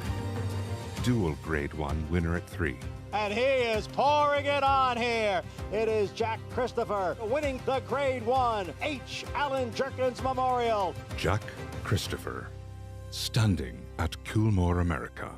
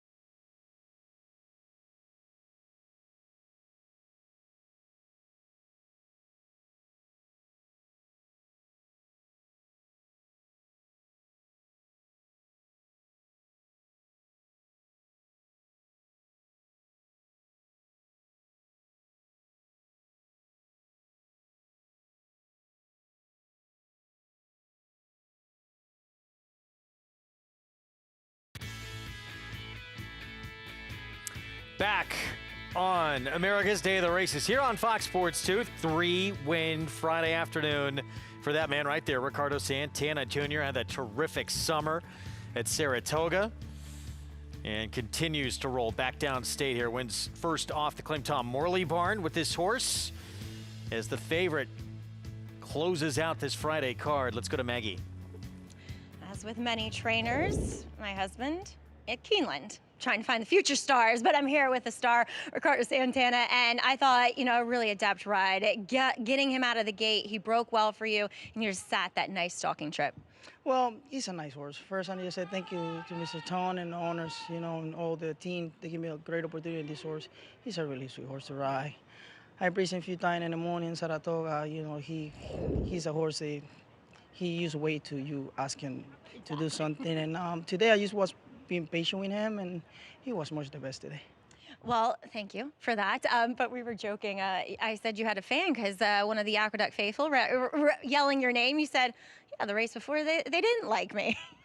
Sometimes they don't like you and then they like you. But, I'm really blessed to be here, and when all this great opportunity I'm having, and, I'm really blessed. And thank you to all the owners and trainers that they give it to me the opportunity here. I feel like at this time of year, we're all trying to handicap which jocks are going to stick around. And you have been the one that I'm having the most trouble trying to figure out. What's it going to be? Well, I don't know yet. I just, PA is doing a really good job. I'm just he handle it everything. I'm just going to be, just good passenger, just waiting to what he wanted me to do. I think that's a good plan. Well done you on a multi-win day, and congrats. Thank you. All right, Ricardo Santana taking the finale here. I guess I can say for the home team. Greg. Yeah, for Maggie and Tom, well done. Triple for Ricardo on this Friday afternoon. As Enlighten, he did his job. That outside post could be tricky with that first turn coming up quickly. Got the horse over into position, sat just off the 3 early, and then ready to pounce. Yeah, so the pick 6 is 5 favorites and a second choice that got bet like a favorite. You got back $1,400. It's actually not that bad. The highest price horse was about, $11 or so. But congratulations if you did have that. The pick 5, not bad either, $168. So card in the books, and we will start anew with another pick 6 coming up on the Saturday card as we have all kinds of stakes action. Of course, we talked about the Floral Park and that 6 furlong turf sprint where Miguel Clement will send out 3 in the race. Got a long shot as well in Band on a Run, but it's certainly Love Appeals. Don't look back at all. The 2 look like the main contenders for this barn. They both look like they have a big chance in the race. It's a salty race. It really is. Don't Look Back at All is a horse that, last time out was over a good racetrack in the Smart and Fancy and got beat by a really good horse in Futures Now. And you saw the break. It was just not good for this horse to get into contention and actually wheel out at the top of the lane and have the winner in his sights and just couldn't get the job done. She just got a little bit tired, obviously, after that break. And she has won here at Aqueduct a couple times. You just can't make those misfortunes against this field. This is a really tough field, the Floral Park. Where do you feel more of the upside lies between these stablemates, with Love Appeals or Don't Look Back at All? I would say Love Appeals. I just think that horse may like Aqueduct a little bit better. Now, Don't Look Back at All. Like I said, this was a heck of an effort. But his efforts are kind of spotty, right? He ran a 20 bar, he went to the sidelines, came back, ran an 83 bar, then he ran. Is he back into that form that he had last year when he won the Caress, second in the Kentucky? I mean, she was really good last year. She gets back to that. She's going to be really, really tough. I just don't know if Love Appeals or stablemate has caught up to her. It'll be fun to see, too, what Luna Luska can do. 3-year-old filly tackling older company and tackling the big leagues, too. Yeah. Coming into a spot like this, first spot, it really stakes company on the main stage here in New York. She is fast early. That's part of our coverage Saturday afternoon that begins at 1 Eastern on Fox Sports 2. We will see you tomorrow on 1 till 6:30. But public knew they were all over this horse, and he ran to expectations. Kendrick Carmouche on board for the victory.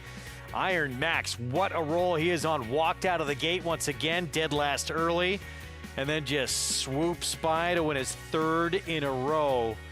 Brad Cox Flavian Pratt as Iron Max takes the 8th. We'll see you again tomorrow, FS2 at 1 Eastern. Quality at his core. And Core Beliefs will come on and win it nicely. By leading Sire, Quality Road. And here is Core Beliefs to take the lead. Core Beliefs on the outside. Here it is. Core Beliefs. All the best attributes of his sire. A multiple graded stakes winner who's proven at the classic distance with tactical speed and a must-see physical. It's Core Beliefs who kicks it.